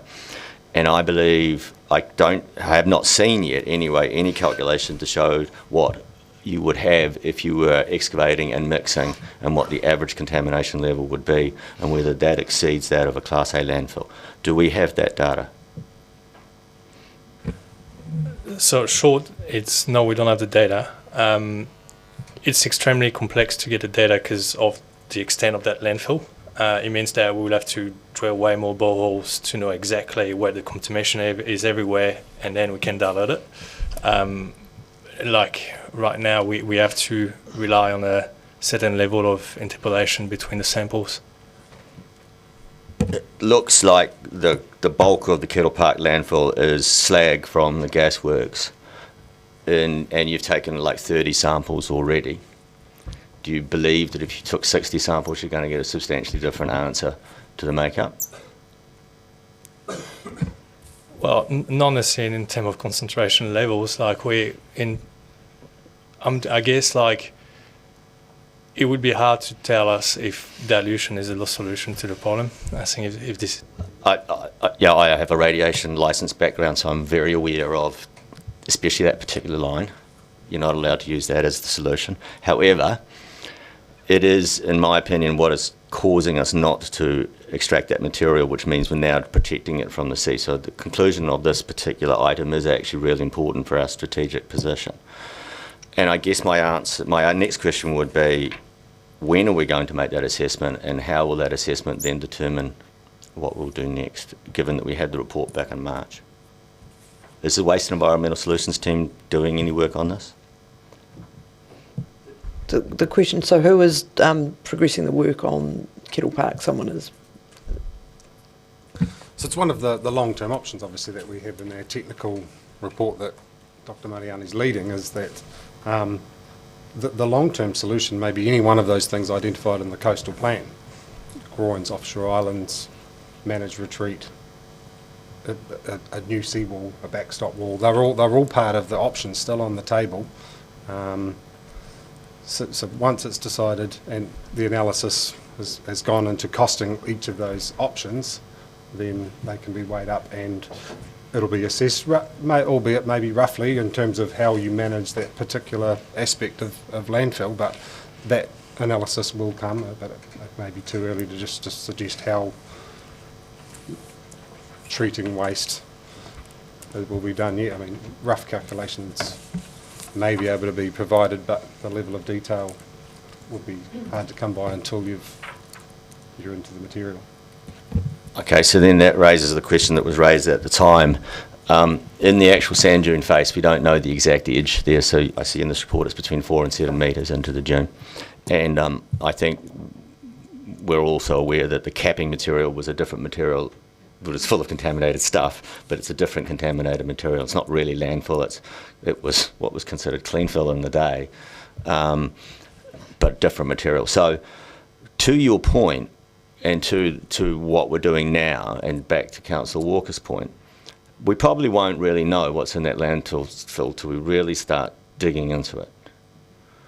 And I'm looking at, why are we not using remediating the seaward face of the landfill as an opportunity to both do, let's say, 5 or 10 metres in strip, allowing us to both do the remediation and actually get a proper assessment of what we believe is in there, and get a cubic unit metre estimate of what we think the contamination is.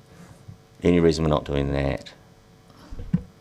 I think it's because it will take a lot of time, and as well we need to think about resource consent of managing like contaminated land, and like right now we're trying to stabilise the juntos so we don't have something going into the coastal environment. But I agree on that point. Like one of my preferred options is to actually do that type of work. But right now I'm looking at the winter storms coming up, and I would like to sleep at night knowing that we've got something to stop it going down on the beach. Yeah, remediating 10 metres into, where there's 4 to 7 metres of dune face, largely take out your sand and your protection we've got for our landfill at the moment. A strip across the front face would be, if you were to go down the path of long-term options of removing Kettle Park, you would likely do that as a strip. Given that we can see up to 24 metres of erosion, we would be suggesting perhaps 30 metres or something would be the thing. But the reason why we haven't done that, back to your question, very expensive option to look at, and that will need to be assessed against the other expensive options. And if I can add, please, Councillor, our strong desire is to come forward with certainty in terms of costs, outcomes, and timescales. Okay, then, thank you. So I'll move on because I could be here all day. The 11A, the 24 metres potential at risk of inland, is there?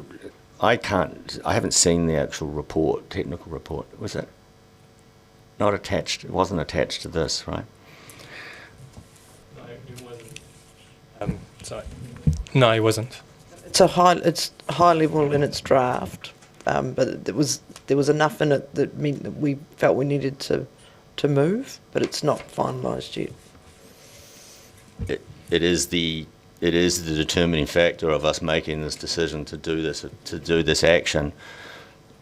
are we now working on a, I mean, to be honest, 18 months ago when we were talking about groins, we were not talking about 24 metres of inward movement of the sea in one storm cycle, which apparently is what we're now facing.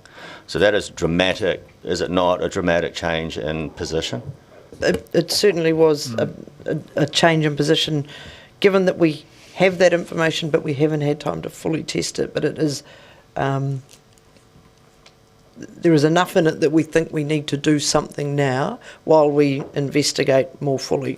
And so we will provide that report once it's been checked to councillors.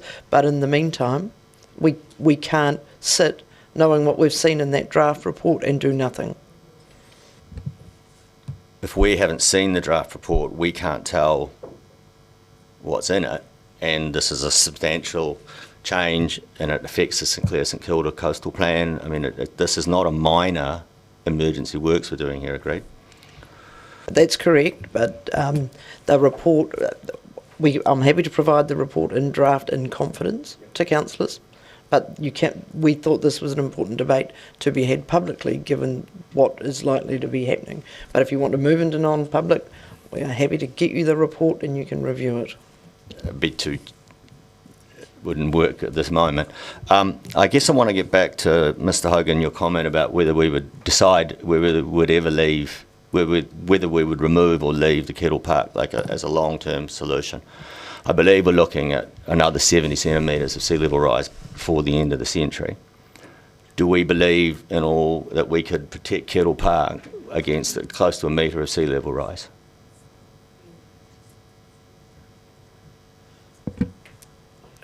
Protecting might not be the sustainable option. Like, it's like putting a band strap again on a cancer. Like, we need to get to the source and get it done, because we're not taking the risk away. We just, kind of. I figured that was the answer, but I needed to actually get the answer out. Because if we are effectively then knowing that at some point or another the council will effectively have to remove the contaminated material at Kettle Park, then the issue of efficient use of spending and sitting with our existing plans depends a lot on that 24 metres.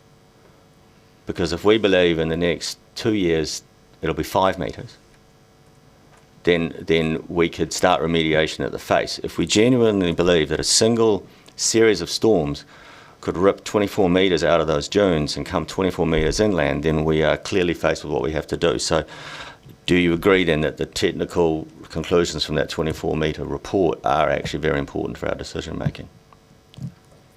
They're important, but the staff have reviewed them in draft and are sufficiently concerned that we have brought this paper to you. There is still more work to be done on them, and so that's why we haven't put the report in the public domain, because it still needs to be tested. And yes, I agree that that is a changed position, but when staff saw that and reviewed it, our best advice to you is we need to do something now to, given the winter storms that we know are likely, and then while we test the information that we've had from the consultants to check, because it is a change. And so that is the thing that we need to test further.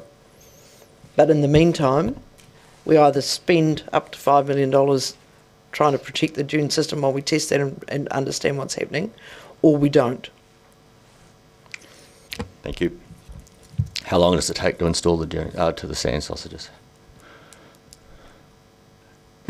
The lead time on procuring the sand sausages, they're manufactured in Australia, I think Melbourne, that they may take up to 3 months to arrive, which is palatable given that pre-winter is when we'd like to install them. So the construction, there's enough time prior to winter to install them, but they can be done at about 1 or 2 per day, these bags.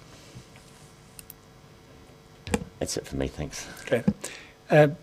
The 24 metres, has there ever been an example of a 24 metre scour of the sand dunes here on that beach? So this is based on a range of observation and modelling.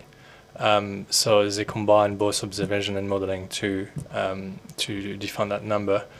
So I think we put a lot of importance into that 24 meters, and it's understandable. Another number I would like to point out is that that material is 4 meters away from the dune face, and that can definitely happen in a single storm. Yeah. So why wouldn't we dig into that, as Councillor O'Malley talks about, remediate the front face of that landfill, and so that we'd actually hit the a physical sample across the whole length of that landfill, because replace it with the sand that's on top.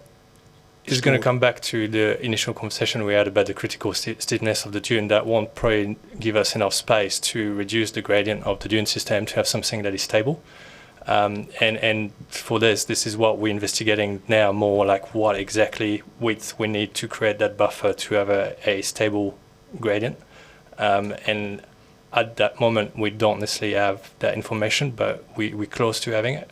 And yes, that's pretty much it. We need to get something stable. If we take 4 meters away, we're still within that critical threshold of steepness, and it won't be efficient as well because the dune will still be eroded.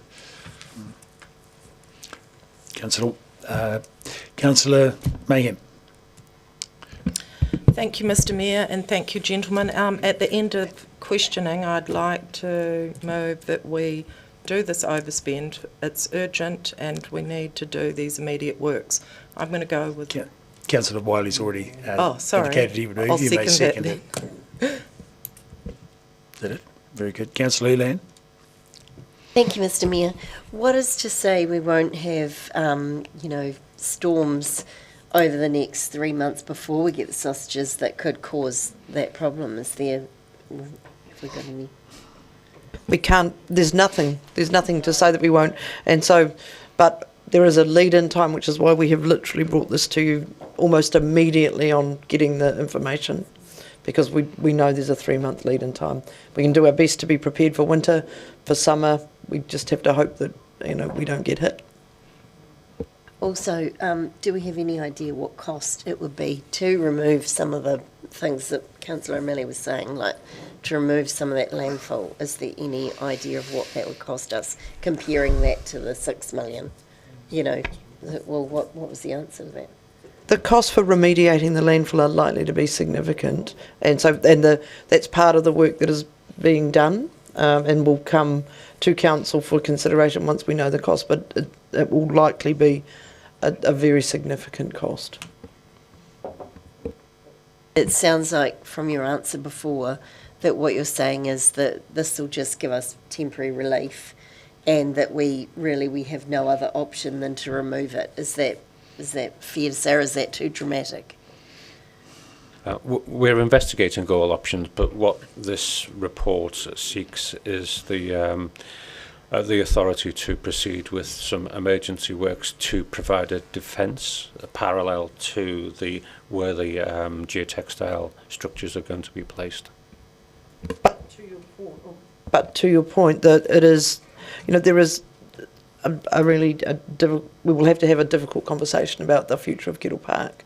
And the coastal plan identifies, if you look at the plan for the next 70 years for the coast, where we manage that coastal environment is likely to require significant changes in that Kettle Park area.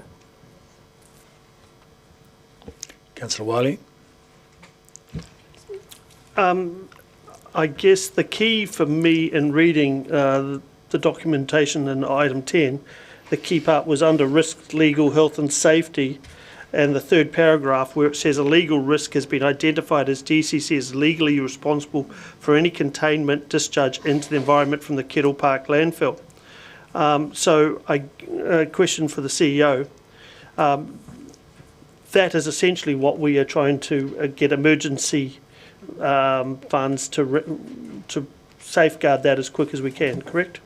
This is about risk mitigation. It is not an ideal solution, but it gives us, our advice is the best opportunity of managing the risk of the landfill being exposed to the marine environment while we work on a longer term solution. And the second, third and fourth steps, and as many others, can be about what is in the landfill and doing other work around it, correct? Correct, but some of the suggestions here around starting to move back in strips from the face are absolutely things that will be considered, but that we just don't believe, by way of an emergency work, they can be done to manage the risks that we've identified. Right. Councillor Fisa. Tēnā koe, Mr Mayor. This is a process question. Would it be possible to lay the paper on the report on the table until we do see the draft technical report? Yes, you could lay the paper on the table at this meeting, if that is what council would like to do, and then we would provide you the. I'd have to check on how draft the draft report is. Is it? Yeah, I would check, but we could do that in confidence. Could we also get a report on the cost of replenishment of the beach? So no, we wouldn't be able to do another report in time for the conclusion of this meeting by the end of tomorrow. So we can't do that. We can provide the background report, but in terms of properly, adequately costing something else, we can't do it. And the staff have already said to manage the emergency situation, geotextile bags are the best option. Councillor O'Malley. It was just to follow Councillor Fisa. So we'd see it tonight and look at it in confidence tomorrow. Is that if we were to do the lay it on the table? We could adjourn for morning tea, and I could just confirm the correct process, so that we don't get ourselves in a procedural nightmare, because sometimes laying an item on the table at the same meeting is challenging, so we just have to check. No, that would be fine. That would be fine. But it would need those who wanted to read it would need the night to read it. Okay, thank you. Okay. Thank you. We'll carry on with any other questions. Councillor Walker. Yeah, just on this, and I appreciate the question and inquiry from Councillor Lofiso, but I mean, all I've heard around the table today is immediate risk, immediate risk, immediate risk. So us seeing this background report for 20 minutes during a break is going to do absolutely nothing to negate what's been said. Look, if it would give councillors comfort that the information that's been provided is supported by a technical assessment, then there's no issue with that, because the meeting is scheduled to go for 2 days, and so and the debate in public has been useful. If council want to discuss remembering we won't be able to discuss much of the content of the technical report, but happy to provide it. Councillor O'Malley. With that technical report and the 23 metres inland, is that the whole of the beach? Is it the whole of St Kilda Beach is under risk? Or? So at that stage, we really focused on Kettle Park, because we knew that we were 4 metres away from being eroded. So the report, the scope of work for that report stopped within that area, because we decided, to prioritise that area. If we do the idea of looking at the report, I guess we ask that question. So we're going to. So the suggestion is we'll take a morning tea now, and the chief will sort out what the deal is with the report. So I'll move that we adjourn for 20 minutes. Seconded, Councillor O'Malley. I should go with. I know your head was up, but it was a suggestion. So all those in favour say aye. Aye. Against? Carried. So there we go. Come back at 1:15.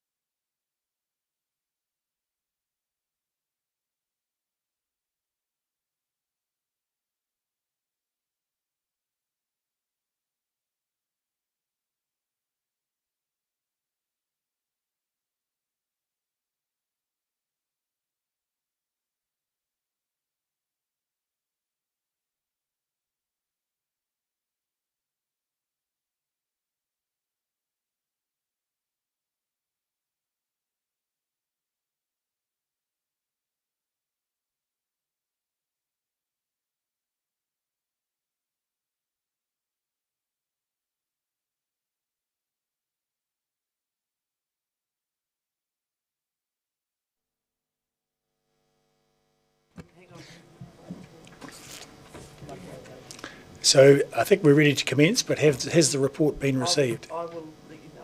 Yes. So, councillors, as you're aware, we've got a problem with the internet. So we're not able to circulate the report at the moment. We've got one printed copy that Councillor O'Malley has.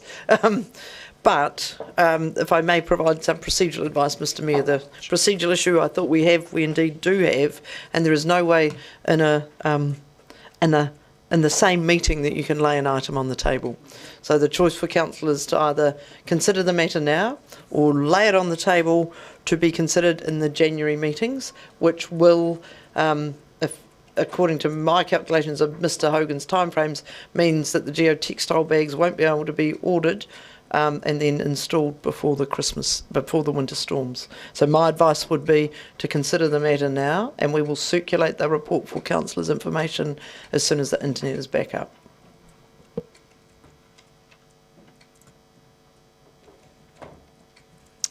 Righto. So I think, have we finished with questions? It looks like, but we may not have any more questions. Do we not? It does appear we have no more questions, so we're not going to leave it on the table. We're going to press on. That's for council to determine.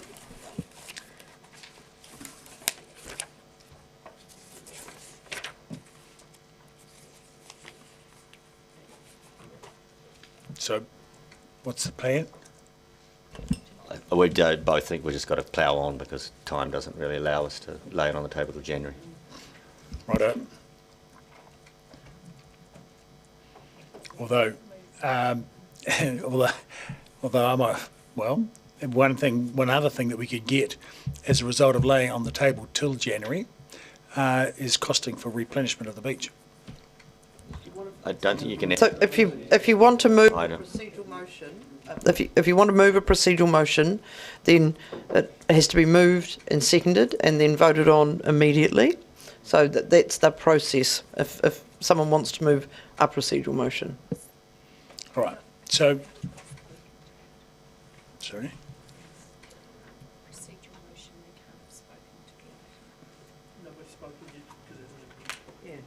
Yeah, no, it hasn't been put. Yeah. Okay, so, so I'll move that we leave this on the table until January and call for a report on pricing for replenishing the beach. So as part of that, so we'll get a chance to consider the report on the landfill and look at a replenishment option. Seconded Councillor Vandevers. Sorry? You need to put it then. I understood that if we laid a report on the table that it had to come back exactly the same as it was. Oh. Yes. So normally, what the procedural motion is that the item lies on the table until the council meeting on January the 30th. That's the procedural motion. If you want to move a motion requesting an additional report, then that would need to be done differently, but it's not a procedural motion. Right. Okay, so I can't make that motion then. Because leaving it on the table for the purposes of the landfill analysis is not desired by those who want it. It's not. They don't want to hold up the process. So therefore, we shouldn't do that.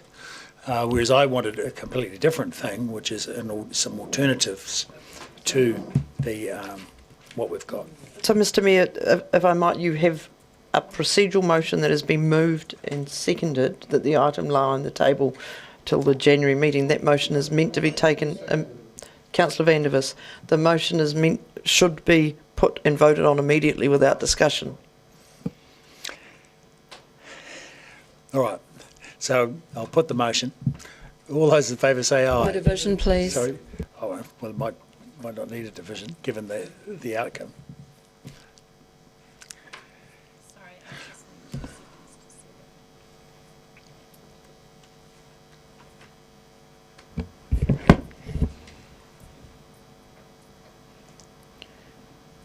Councillor Ackland. No. Councillor Barker. No. Councillor Benson Pope. Councillor Gary. No. Councillor Gilbert. No. Councillor Houlihan. Councillor Lafiso. Councillor Lucas. No. Councillor Mayhem. No. Councillor O'Malley. No. Councillor Vandervis. Yes. Councillor Walker. No. Councillor Weatherall. No. Councillor Wiley. No. Mayor Raddick. No. No. Because I Lost took the seconder 14-1. too soon, you know. It's you know, it's a procedural thing. So, moving right along. God. So here's the motion. And Councillor Wiley will speak to it. I moved it. Councillor Wiley. Yeah. It's been, and seconded Councillor Mayhem. So I think the key thing being is we're improving an overspend of up to 5 million, and it's up to 5 million to complete the immediate works to mitigate the risk of landfill discharge. So I think the key words you have to look at in that is actually to immediate works to mitigate the risk, and I think that's the important part. Doing nothing is not an option, and action needs to be taken. We need emergency works to build a defence, and because a legal risk has been identified as DCC being legally responsible for any containment discharge into the environment from the Kettle Park landfill. So I think it's vital that we actually action this work, get it underway, get the sand sausages in place very quickly. But I think the other part is we can talk about winter storms and all those sort of things, but actually, as we saw with Hurricane Gabriel and even the Wahine storm that was in April 1968, storms can take place at any time, so we need to action this. Looking back in the archives, I did note that the fact that the 2008 hearings panel went through that process and talked about what needed to be done, and this was, they highlighted the fact that actually the 4 June system needed to be improved. Then the 2011-2012 Tonkin and Taylor report clearly articulated what needed to be done, and as I referenced earlier, Council at that time recommended an $8 million spend over 10 years to ensure the security of the Kettle Park region of Middle Beach. The rest of the research, the study, everything else to be done can be done once this work is in place. I totally respect the fact that there is going to be an end wall effect, and I hope that in putting in the sand sausages, that work can be done to mitigate any fallout from that. And I say that because I've been one of the biggest proponents of actually extending the sausages over the years. And Bill Brown came and spoke to us many times in council over the last probably 10, 11 years around the fact of what was happening down the Sinclair end at the end of the sand sausages. But it is about doing this work immediately, getting it done, and guess what? The rest of the work can flow on from there. But let's approve this up to $5 million overspend to get the work done. Thank you. Councillor Mayhem. Thank you, Mr Mayor. I agree completely with Mr Wiley. We are battling Mother Nature with very little defences. It's complex and we don't have all the data about what is under Kettle Park, but if the bulk of it is gasworks slag, then we're in a lot of trouble, and we need a robust plan about how and where this contaminant needs to go, and there's no argument that it does need to go. We can't extract it right now because the only option we have immediately is to protect. And Mr Mariani has told us what we need to do is stabilise, defend and create a buffer. This is urgent. Any level of contamination to a marine reserve will be catastrophic. And that is not who we are. And while we're dealing with decisions of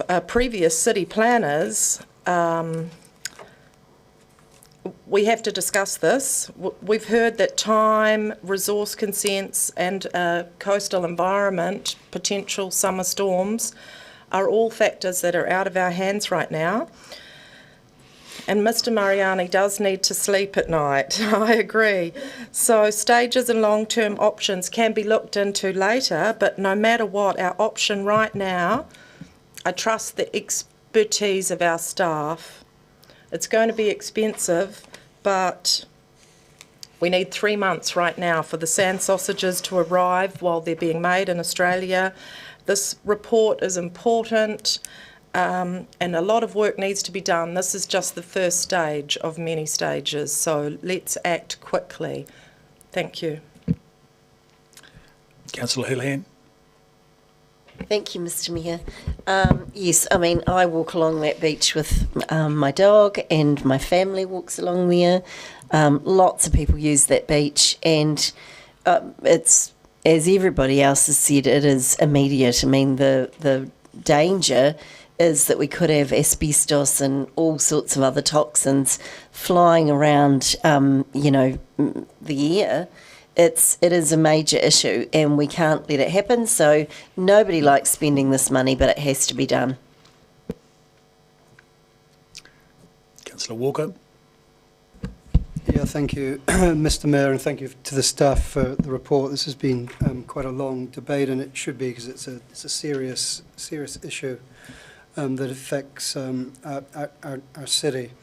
And I don't know how many times staff and the CEO during the questions repeated one thing that stuck here, and I wrote it down, and that was that this what we decide here now is about risk mitigation. It's not a solution. I think that was made clear time and time again, so we shouldn't conflate those two things. And I guess put it to everyone here that imagine us not doing this work now. A severe storm hits, millions of tons of rubbish is released out into our fragile coastal environment. To me, that's analogous to us not doing a Three Waters work upgrade, and then having to face the public who will quite rightly ask after a sewage pipe corrupts and stuff spews out onto the streets. So this is facing us, and it's vital. And to be fair on us, we are here today, and we have been for a while, paying the price of the bad decisions of past generations, or the bad habits of previous generations. And it's not just us.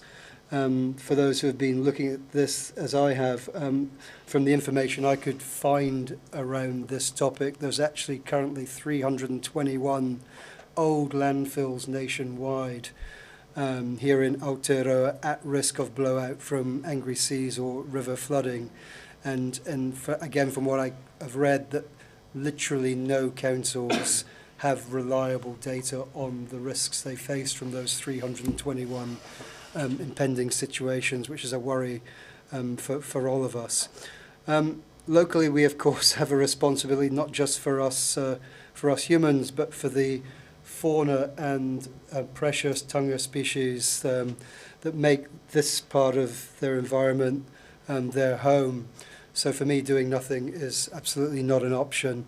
Not to mention, as we roll out today, our wonderful advertising campaign about the environmental beauty of Otapoti, Dunedin, the potential reputational risk that would accrue if this stuff was to let itself free and spill out into the oceans. The 2019 Fox River dump, which I guess we all watched with horror as it unfolded, is well documented, and thousands of kilograms of rubbish were washed out into the ocean environment. You probably remember the scenes of volunteers with bags on the beaches for weeks on weeks, collecting hundreds of tons of rubbish then. And one of my questions, in the 3 years following that spill, the council spent $3 million cleaning their problem to mitigate the risk. We have we have 33,000 square metres at risk of being exposed and up to 64,000 square metres lying there ominously underground. And I don't know how much was moved in the Fox River clean-up, but I suspect less than we have. The ideal approach obviously consists of developing a long-term removal programme, but in the short term we need to mitigate the immediate risk of exposure using the proposed geobags as detailed in the report, while developing that long-term risk elimination strategy that I'm confident will happen. And it is a bit of a catch-22 here, as Mr. Crea Mariani has pointed out. He'd like to remove some landfill to better assess the contents, but as he also mentioned, he wants to have a good snooze at night in the knowledge that next winter will likely see large storm cycles. Therefore, I absolutely support this because it is urgent in the context of an ongoing El Nino weather pattern and the evidence I currently had to hand. The one thing for me is, sure, we absolutely do not want to be the next Fox River. Thank you. Councillor Barker. Thank you, Mr. Mayor. I support this option as well. I did ask questions about what it would cost and what the implications would be, but I also think we have to look at what would it cost if we didn't do it. And that's one of the key things. It's not only about the finances, it's also the risks which have been identified, especially that for human health. We've talked about the wildlife, we've talked about the marine environment, but we also have to consider all of the beach users, all of those people who are strolling up and down the beach. I would also like Dr. Crea Mariani, who said, because I wrote this down, this is the most important thing, I think, I would like to sleep at night. And if the experts are saying they would like to sleep at night, I think the CEO would like to sleep at night, and the rest of the councillors would like to sleep at night. So this leads us to also look at the options where it says immediate works are needed to mitigate the risk of landfill exposure from erosion associated with the El Nino Southern Oscillation. Therefore, there are no options, and I think that's the key part of the report. There was also, Councillor Wood just brought up the new campaigns, and I think there was mention about the sea lions there, and it was interesting earlier that earlier this year there was sea lions being attracted to the sandbags, so perhaps it might increase the wildlife while also protecting them. The key thing here, I think, is it's 4 metres away from being eroded, is one of the other things that I noted down as well. We've got the risk assessed. We've found a short-term solution. We all want a long-term solution, but that is going to take time. So I support the motion in front of us. Thank you, Councillor Vandervis. I think Councillor Walker was quite right when he points out that this risk mitigation is not a solution. The idea that it's a solution that we basically decide on right now and we get immediate action is misleading in my view. It's going to be at least 3 months before these sand sausages arrive. That is not, in my view, an immediate risk mitigation. What I think we should be looking at, far more cost effectively, is simply encasing the exposed toe of the landfill in concrete, which we could do next week. Wouldn't have to wait 3 months, wouldn't have to worry about sleepless nights for the next 3 months. And we would then dump whatever amount of sand in front of it is required, 24 metres if you want, at a fraction of the cost of this $5 million not a solution. If we can get some more information, and I think we do need some, putting some concrete on the toe and dumping some sand in front of it would give us the next 3 months to do that. Then we could come back in January with the information that Mayor Raddick, I think, has quite sensibly called for. And we could also get some other alternative ways of dealing with this issue that don't involve essentially a bucket of $5 million sleeping pills. Either we do something right now if it's that desperate and that urgent, and some concrete and some sand would do that. Or we get proper information for something that is a solution and we deal with it next year. To me, that would be the way of going about it.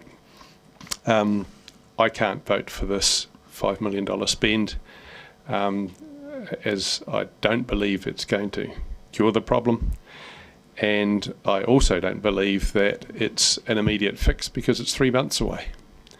To me, there's much quicker, much cheaper, much more obvious ways of dealing with an exposed landfill tow. Councillor Witherall. Thank you, Mr. Mayor. This is a short-term engineering option spend of $5 million. I have heard concerns today that this city is at risk of not being financially sustainable, and I agree. The new highlighted situation at Kettle Park needs to be elevated to a crisis. Central Government, Mana Whenua, ORC and DCC need to work together to fast-track permanent sand retention initiatives along the St Clair-St Kilda coastline to prevent DCC spending $5 million on a band-aid approach. I certainly hope it's not going to take a breach into the remnants of the landfill to finally get swift action from all parties to eventually get some go forward in reinstating sand along the best beach in the country. In my view, groins would be a great start. I will not be supporting this proposed $5 million overspend for a temporary patch-up spend on a few sand sausages. Thank you. Councillor Gary. Thank you, Mr. Mayor. The spectre of Fox River is very clear. You only just have to Google it, and Councillor Walker has outlined that for us very clearly. We don't want a Fox River here. I am not a geomorphologist, but we hire our staff for their expertise, and I thank Dr. Mariani for his very clear description of what was required, and Mr. Ward and Mr. Hogan, and for the Chief with her sound advice. The clue, colleagues, is in the word emergency work to protect Kettle Park. None of us are happy to spend an extra overspend by $5 million. $5 million in terms of our community is an awful lot of money. However, what we face is if we don't spend that money, we face the risk of a much larger bill. And we know that we will have that at some point in the future once we decide on the long-term options around Kettle Park. It would be wise of us to spend that carefully and with good advice. Those long-term options, and that was told to us by staff and the Chief over and over again in our question time, and it's good to question these things and probe and interrogate the comments and the information in the report, but those long-term options are being developed and will be developed and brought to us. And really the conversations, the debate that we've been having this morning is around those long-term options. That is not necessarily for today. We don't have all that information. We're looking at a short-term risk mitigation, noting that we still have risk in the period between now and winter. And as if you've ever been in a storm on a boat, or you've been in, for people who've been through Cyclone Gabrielle, every time it rains there's an anxiety that comes with that. We should all be somewhat anxious between now and winter for a weather event, and if that happens, I for one will have a sleepless night around Kettle Park. But this option that's been given to us after staff have looked at all of the short-term possibilities to manage the risk, this is the one they are recommending to us as our only option for now. And identified also was the legal risk. We can't not do this. And so I am prepared to support this recommendation, and I also just refer to, as I did earlier in my questions around, or in the last debate, around the campaign that was just launched today with the beautiful vistas of our coastline, our beloved coastline. And what I don't want to see, and none of us want to see, is the spectre of a landfill arriving into the coast, onto the beach, and into the marine reserve. Thank you. So, Councillor O'Malley. Mr Mayor, I think first of all, I thank Councillor Fiso for bringing up the concept of laying it on the table. It was addressing some of the issues I wanted to address, and I thank the CEO for explaining how in standing orders that would mean a delay till January, and I agree that given the timeline that if we are to have these in place by winter, we have to get the order in before Christmas. So in that regard, I'm happy enough not to have laid it on the table. I still think that what we are doing here in terms of the level of risk that we believe we are facing is a combination of how much we believe in points 10A, which is that the material cannot go to a standard Class A landfill, and how much we believe in 11A, which is a single storm event could cause a 24-metre movement of the foreshore. The secondary part, for us to make a good and sound decision, I think we needed to be surer on. I'm still, knowing that this is passing, I'm pretty sure it's not going to be anybody voting against it. I am still thinking of potentially abstaining for lack of knowledge to make a good decision. And that is largely because this is very dependent on whether or not the sea could go back 23 metres in a single storm event, because otherwise we're spending $5 million on protecting something that we could have spent $10 million on achieving and already started our movement towards cleaning the Kettle Park up. We don't have the luxury of time. Well, the bottom line is, if this report is 100% correct, then we absolutely do not have time. But with all technical stuff, we have to understand the actual probability, which is the real risk. And we have to be sure that we are not simply doing, and I also do not want to get into another environment where we put a temporary solution up in front, and then that gives us yet a greater opportunity to still not address the obvious fact we have to address, that if we believe there's 70 to 80 centimetres of sea level rise before the end of the century, Kettle Park can't stay. It has to go. So when are we going to address the fact that it has to go? And that's where I go back to point 10A. We've had multiple bores done across that site, and we're hearing the statement that this is too much contamination for Class A land site, yet no one has done the calculation of what is the aggregate contamination level. There are spots and then there's empties, and we don't, and it's a simple calculation, and it obviously may not be the most accurate, but it will always tell you in what ballpark you are in. It will tell you whether you are close to it or whether you are miles away from the contamination level. And that is also very relevant, because then the speed at which you would start moving the stuff on the seaward side would depend entirely on how badly contaminated that material is. So I feel we haven't got really great data around what's inside the landfill, and I think it needs to be improved. The fact that we think it's somewhere between 4 and 7 metres, also, we need to get into that sand dune quickly and establish the edge of that landfill, and I believe the easiest way to do it is to also then extract it at the same time. As I said, I'm probably going to abstain from this because I just want to send a message back that even if a report is in its early form, if we're using its conclusion for decision-making purposes, then we need to understand what's in that report, because we are assuming that that is correct without having read it. And that is a great faith to put in staff when only 18 months ago we had an academic from the University of Otago quite literally say these dunes are not eroding.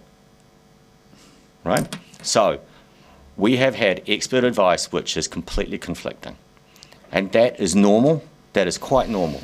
When you're in a new and emerging environment, it is quite often that people will find something and they'll tell you what they believe. And then someone else will find something and they'll tell you what they believe. And over time, it coalesces. But at the start, it can be quite dynamic in terms of what is acceptable or not. So I just want to say to all those who say we accept the advice of experts blindly, that is a blind statement. you need to accept it in the context of the fact that they are human and they are coming from a particular position and they have a certain set of knowledge. They are experts and it is informed position, but it's not necessarily truth. So we have no option but to go ahead with this work. I do want to push back to say 10A, what's made up inside of that inside of that landfill, we should have had a much better answer on that by now because that report came in March. Thank you. Right, well, I can't support this because what this does is perpetuate the problem that we have with St Clair Beach. If you look at Tomahawk Beach, there is no erosion. You know, the sand dunes get eaten away in winter storms, but they get replaced in the summer. It's an endless cycle. Not only that, the extra sand thrown up on the west end or the south end, whichever way you look at it, of that beach is actually taken off and sold. So there's extra sand being put up on that beach. And it would be the same on St Clair, but for the seawall, the Esplanade seawall, that is the problem with St Clair. So that reflects the waves and scours sand, and it keeps the level of the beach low. Now, moving at the end wall effect, so at the east or north end of that wall, whichever way you think of the beach, it's actually east-west, but that's where the end wall effect took place when there was just a seawall there, and the mitigation for that was to put a sand sausage. The net result of that is the end wall effect, the problem of massive erosion, moved a few, 100 metres or so further along the beach and scoured into those large sand dunes behind the houses on Victoria Road. But the general level of the beach lowered because the wall, the seawall of St Clair, was extended further to the east. And then the next thing what happened after that big erosion of the sand dune, more sand sausages were placed, and so the end wall effect moved along some more and has scoured very deeply in the last few years into the sand dunes behind the end of the sand sausages. And now we propose to do it again. We propose kicking the can down the road, kicking the problem along the beach, and so that we'll get further erosion right there at Moanarua where there has been great erosion in the past. And the net effect of putting another sand sausage on that beach will be to lower the beach level even further, because when the waves get high enough to hit the sand sausages, they scour more sand away. And so the sand sausages that are there are lowering into the sand, and they need maintenance every year. This is not a sustainable course of action. Every year, the sand sausages get damaged by winter storms, and so sand has to be replaced. You have to have trucks and diggers and loaders onto the beach and fill in the gaps in the sand sausages. And when there's a really big storm, the water goes behind the sand sausages and does erode the sand dunes, and that happened last year. And is very likely to happen in the future because the net effect of putting these sand sausages in will be to lower the beach. And so it might create the illusion of protection of the sand dunes, but the net effect will be to generally reduce sand on the beach. So the answer to that is that we must be looking at ways to retain sand on the beach, to build up sand on the beach and have a larger beach, a broader, wider beach, just as we had in the past. And the proven way to do that is with groins. And you can see here a photo from the Delta report, which has been used as a reference document by council staff as we talk about the coastal plan and South Dunedin plan. And there's a bunch of groins in Holland. And Holland, of course, the Netherlands uses sand to protect their hinterland by building up the beaches. And the sand motor, which I asked Dr. Kriya Mariani about, is simply dumping sand on the beach at one end, which spreads itself along the beach over a period of time. But of course, that's a vast amount of sand. To me, it's really important that we get the sand on the beach and build the beach up again just as it was in the past, because in the past that beach was much higher than it is today, and that was achieved through the use of groins. So that is something that can be done, and replenishing, renourishing that beach can also be done. We have an offer from a local contractor who has a sand pump capable of moving 1,000 tonnes a day. And we could be putting that sand on the beach and it would be a fraction of 5 million.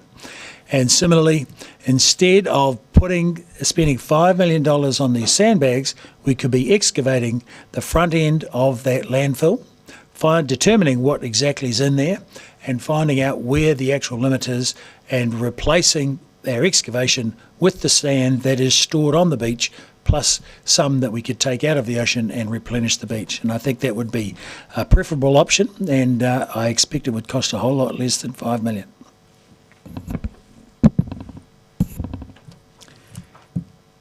Councillor Fiso. Tēnā koe, Mr Mayor. Tēnā koutou to Chief Executive Ms Graham and Dr. Kriya Mariani and Mr Hogan and Mr Ward and their teams for this mahi and for the sense of urgency. I think what this debate, as all debates are really a test of our values.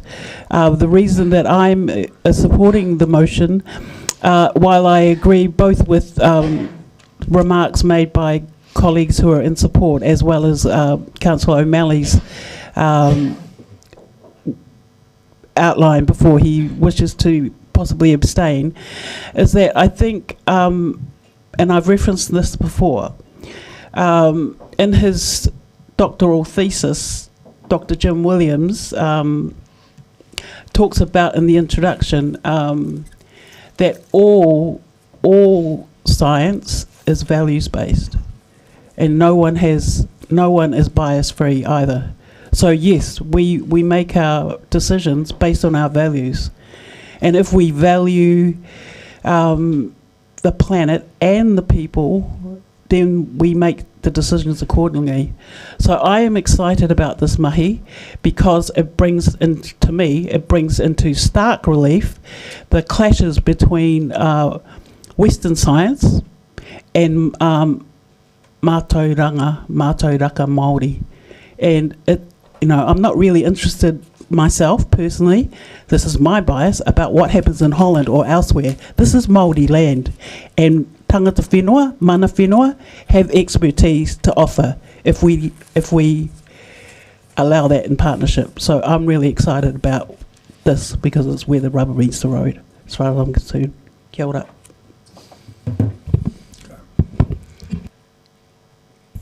I think we're there. Your right of reply, Councillor Wiley. Thank you, Mr Mayor. Just touching on a few of the comments, I think actually Councillor Walker said it quite appropriately, risk mitigation, not a solution. And I think that's really the key that we have to look at. This is not the only work we're going to do with Kettle Park. This is the beginning. This is the first stage of actually doing something constructively. We need to acknowledge there's going to be importance of continued funding and doing additional work on that basis. And if you can't support the first stage, then I'm sorry, I would struggle how you would support the second stage and the third stage. And we'll have those debates at long-term plan. But there's a lot of work to be done here, and we've had some serious numbers bandied around previously of what that cost would be. But I guess I go back and I struggle when I read the report again and I look over it. In the executive summary, paragraph 3, short-term engineering options for immediate risk mitigation. Paragraph 4, the preferred short-term engineering option consists of mitigating the risk of exposure using geotextile bags. Paragraph 5, the long-term solutions for Kettle Park landfill are being developed and must be compared for a greater suite of options. And then we go into the approving. It's up to $5 million. But I go through and I then look at next steps. Paragraph 21, implement a dune tow stabilisation option to reduce the risk of landfill exposure from winter storms. Exactly. Develop a remediation strategy in collaboration with ORC and mana whenua. Really important. Again, next steps. But I want to go back, and again, it was touched on by many. A legal risk has been identified as DCC is legally responsible for any containment discharge into the environment from the Kettle Park landfill. Anybody who's going to abstain or vote against this needs to factor that paragraph or that sentence into their decision making. A legal risk has been identified as DCC is legally responsible for any containment discharge into the environment from the Kettle Park landfill. When I hear those words, when I listen and read the staff report, I will support what the staff are telling us. We need to act. We need to act with urgency, and I think this is the appropriate way to do that. And I thank you all for supporting this. We'll take it by division. Councillor Ackland. No. Councillor Barker. Aye. Councillor Benson Pope.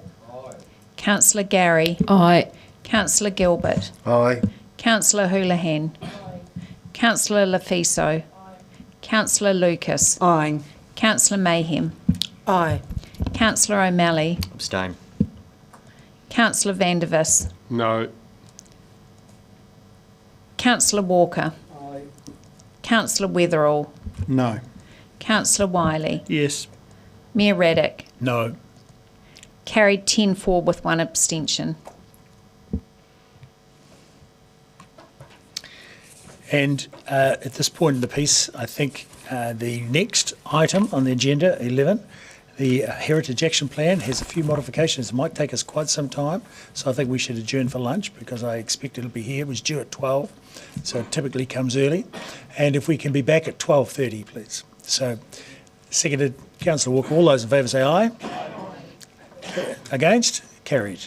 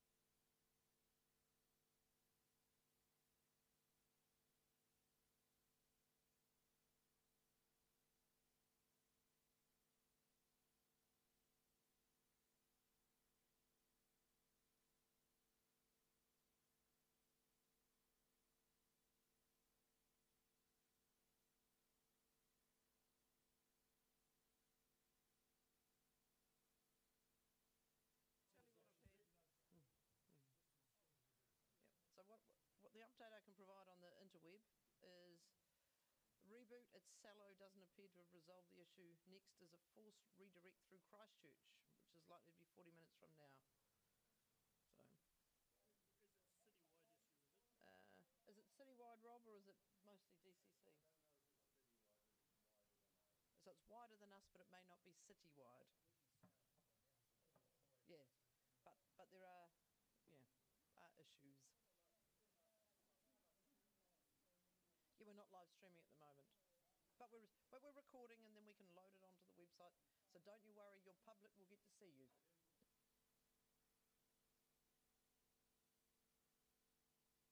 YouTube is back up. We're not live. Oh, fine.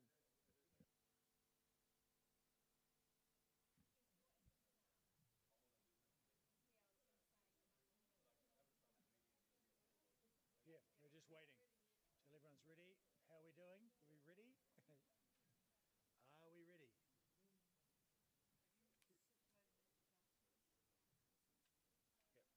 Yep. So, oh yeah, but it's on the wall. I'll talk about that. Yep. I'll just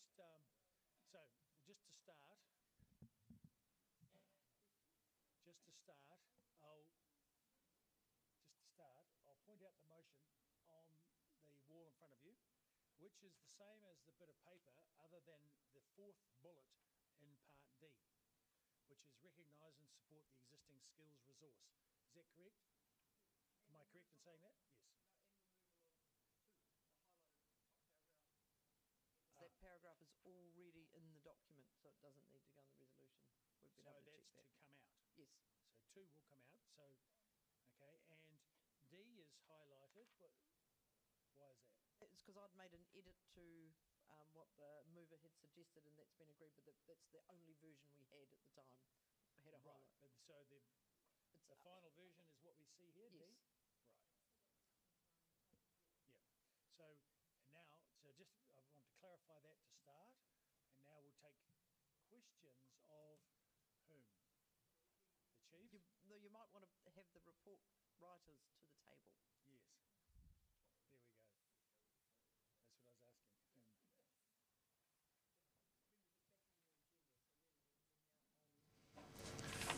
I was asking. You're on agenda.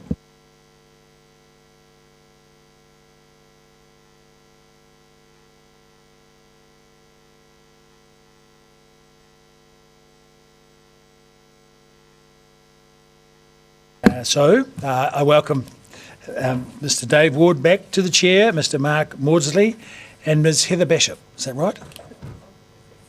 Bockup. Very good. That's why I asked, is that right? to get the pronunciation. Thank you. So do you have any prefacing comments? Kia ora, Mr. Mayor. No, thank you. We'll take the report as read and happy to take any questions. Thank you. Very good. Councillor Benson-Pope. Thank you, Mr. Mayor. Just in terms of the the sheet that's gone around with the changes, I'm wondering about F, because it seems to me that that's what council committees are for, and so I don't understand why you would want to make the sort of statements that are contained in paragraph F. I know, and at the risk of answering for the mover, but I think council at the moment are considering a framework they wish to adopt for the oversight of various of their plans and policies. It may well be that once that is agreed, that a committee is the appropriate oversight for this, but as it says here, will follow approval by council of a governance framework. So this is just saying that until that framework is in place, the governance has not yet been determined.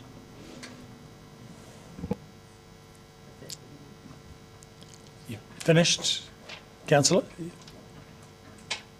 Very good. Councillor Gary, then Councillor Hulan, then Councillor Gilbert. Yes, I had a question on page 88, which is page 18 of the report, and it's around the it's outcome 8. Ōtepoti Dunedin builds a strong and resilient body of trained and experienced heritage trades and professionals. And I noted that the second point under potential actions is around an immigration pathway for residency visas. And in the points that are made, it's quite short up on the previous report, it doesn't recognise the skills that are here already. What work has been done to connect with people who already have the skills, bearing in mind that there aren't always formal qualifications in this day and age for some of those heritage skills? Yes, certainly. So we maintain a database that we share with property owners when we get inquiries about particular trades. So we're able to share out contact details for people that are appropriately experienced with the work that is required for building owners. And we're always seeking feedback from property owners when they've found someone or we've made connection with someone so that we can continually build that database. And so we have that as a resource to be able to share. We don't recommend trades, but we do provide contact details for property owners to make their own inquiries.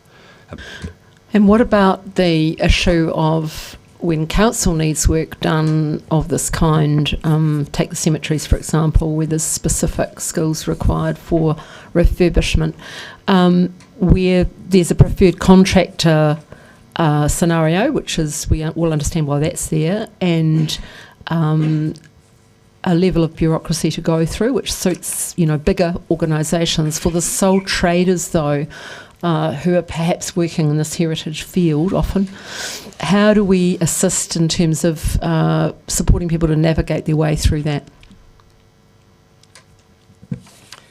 Yes, I understand the question.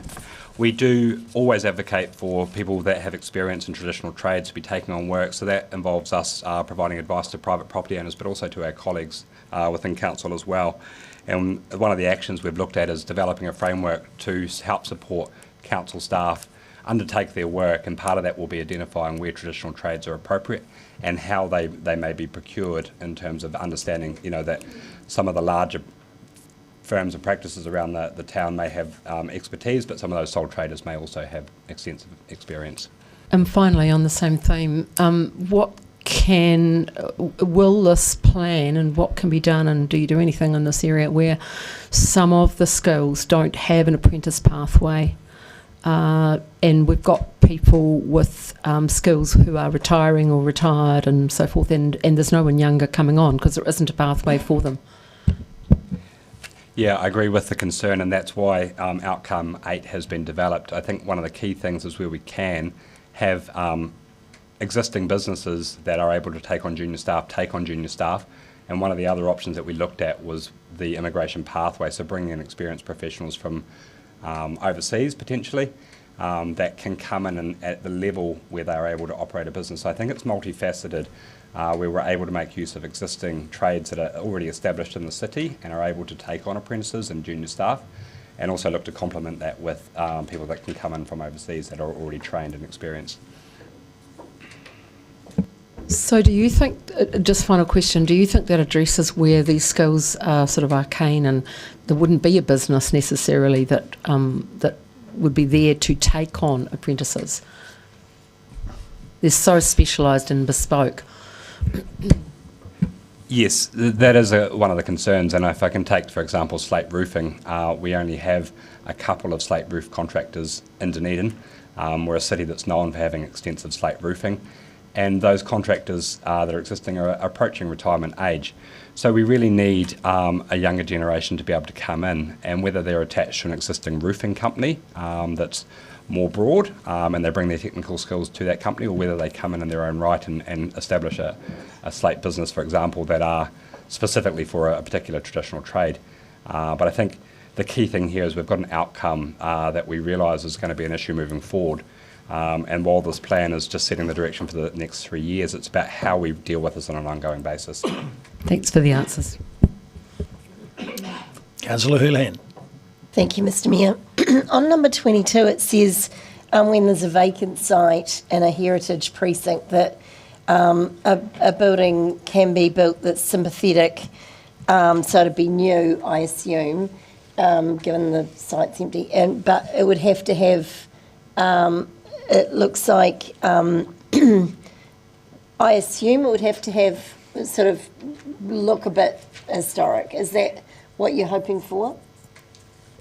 Not exactly, no. When we talk about a sympathetic building, we're looking for something that fits the context, but may be contemporary, but it may follow some of the large sort of movements of the street, so it may be a similar scale or form to buildings along the street, so it may pick up on some of those high-level factors, but it may be detailed in a contemporary manner. But the key thing there is actually being able to explain to designers what a sympathetic building may entail, and setting out the goals and outcomes that are to be achieved in a scenario like that. That's what I wondered, but we've got that detail somewhere, have we? The idea is to develop a set of guidelines that would help. There's a lot of work that's been done around the sphere already, and it's about trying to take that existing knowledge and apply it to a Dunedin context. And then it goes further and says that including supporting mana whenua and making visible Indigenous design and stories in the built environment. Is that going to be a requirement that people have to do, or it's just if they want to? Where do we sit with that? It's an opportunity that we thought exists there, and I think the ACC building is a good example of how that has been a Ngāi Tahu-led project, and they really have prioritised the presentation of that building to represent the values, Ngāi Tahu values, in the exterior presentation of the building. That sits within a heritage precinct. So really what this point was about is allowing an expression of mana whenua and Māori design, Indigenous design, to sit within a context of primarily colonial buildings, and to really celebrate and express those differences in the architecture. So rather than residential homes, do you see that more as a thing for commercial properties? Yes, potentially, and it's always going to be led by the designer. I think the key thing is that we need an authentic Indigenous design to lead that process. It just can't be someone picking up the ideas, and it needs to come from mana whenua themselves and really embody the values that they wish to impart on that place. Councillor Gilbert. Thank you. Hi, nice to see you. Few questions. Starting again on number 22 on page 65. Outcome 3, demolition by neglect is reduced. And I know this is of particular concern with many, and I know we had lots of discussions about it in the advisory group. Is it possible to be more emphatic and perhaps head towards elimination rather than reduction? Because a reduction by 1 is still a reduction. So is it possible to be a little bit more emphatic in its implementation? I'd love to. I think that's a great goal, and I think what we're setting out is the direction that we want to head in.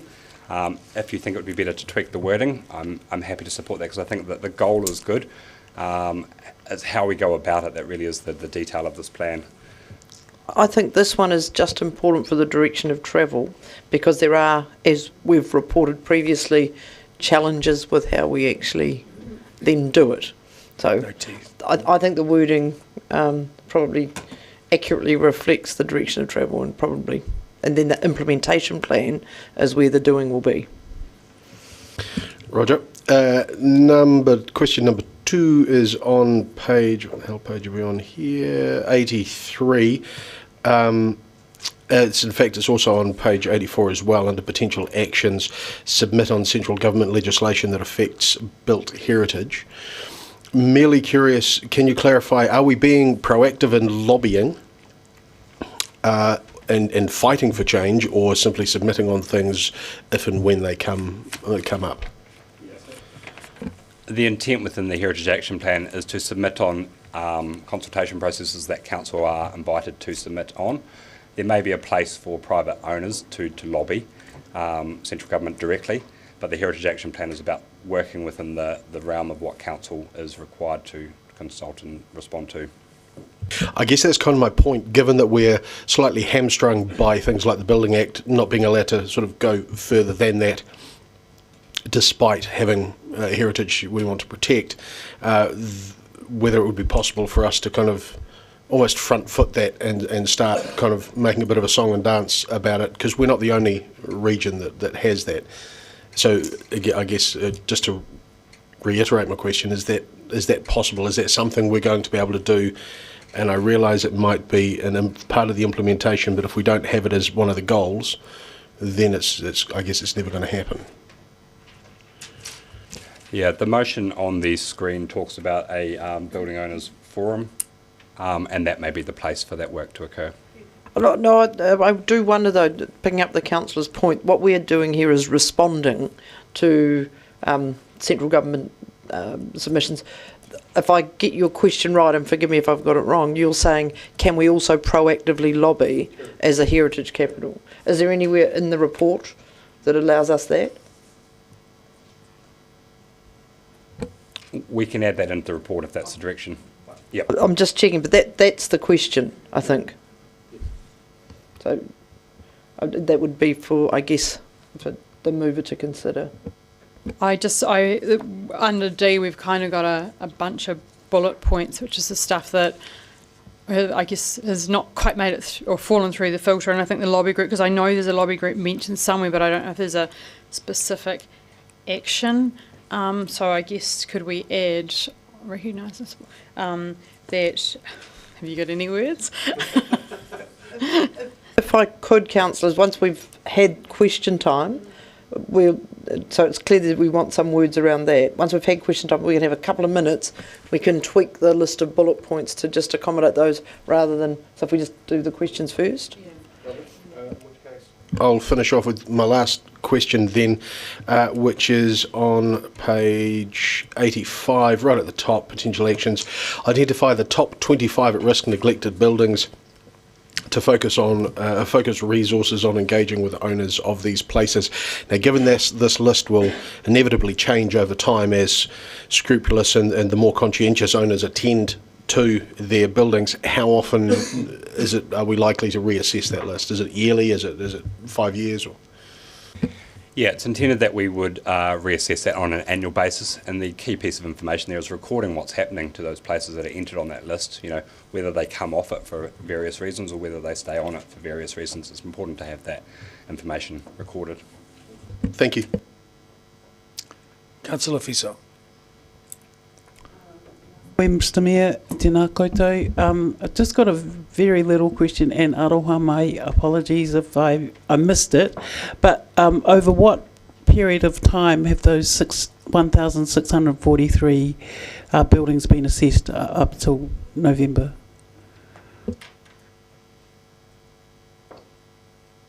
The legislation is dated 2017, so I assume without knowing the exact date that it's happened between 2017 and the present day. And my second question, final question, is following up on Councillor Benson Pope's question. In terms of Part F, why, and if we look at the delegations committee, wouldn't it go straight to strategy, planning and engagement? Look, it might, but part of the report that council will consider looked at how you set up governance oversight, and it said when plans are adopted by council that the appropriate governance and reporting will be determined. That was a recommendation.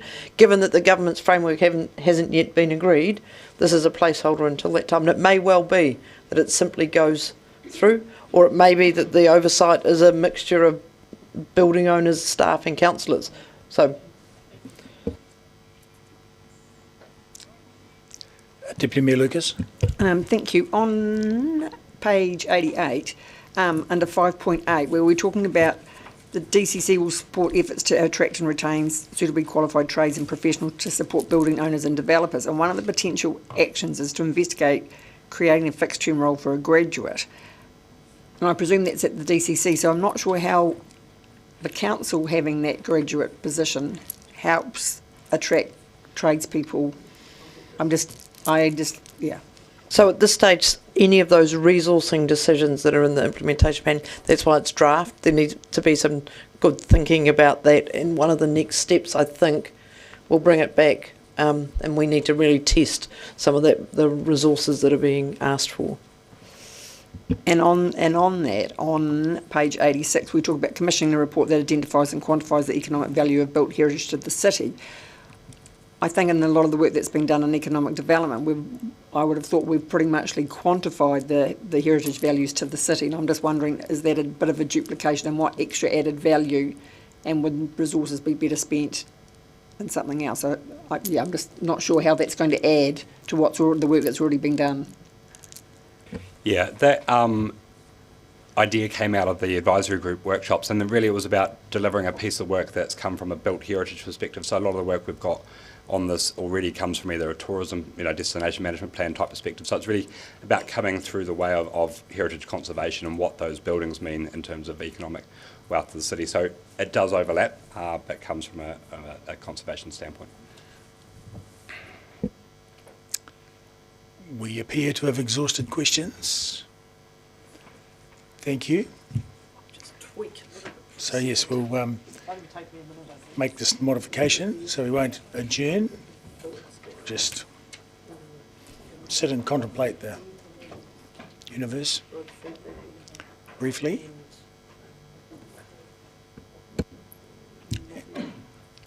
You're going to...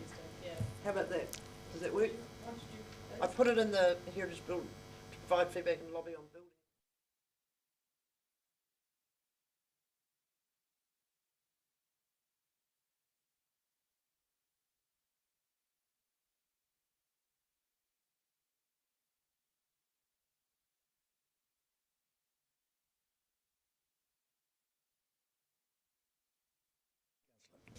I'm sure. Thank you, Mr. Mayor, and thank you to the team for the incredible work on this plan. We moved that we would put the plan together in February, and it's a pleasure and a delight to actually have it delivered in December.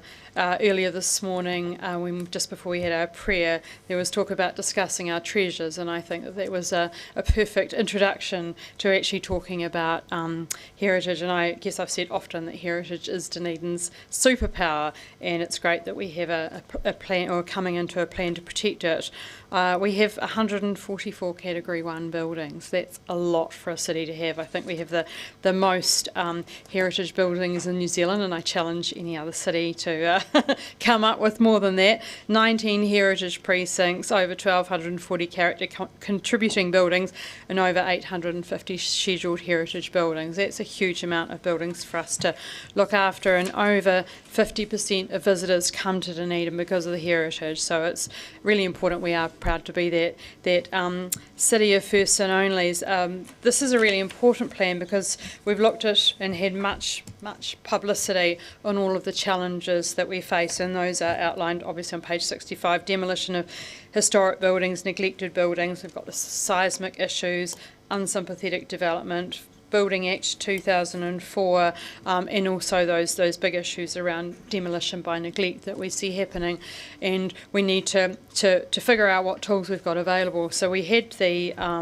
very well facilitated 4 sessions with building owners and Heritage New Zealand were there, Southern Heritage Trust. So it was great to have all of those people around the table, including some people that represent the skills as well. Great to have them all around the table, open up to the discussions, and then look at the ideas that people came up with. So it's good to see the ideas that people came up with, the issues, the ideas, and then them translated through. And the reason that we've got all of the little additions or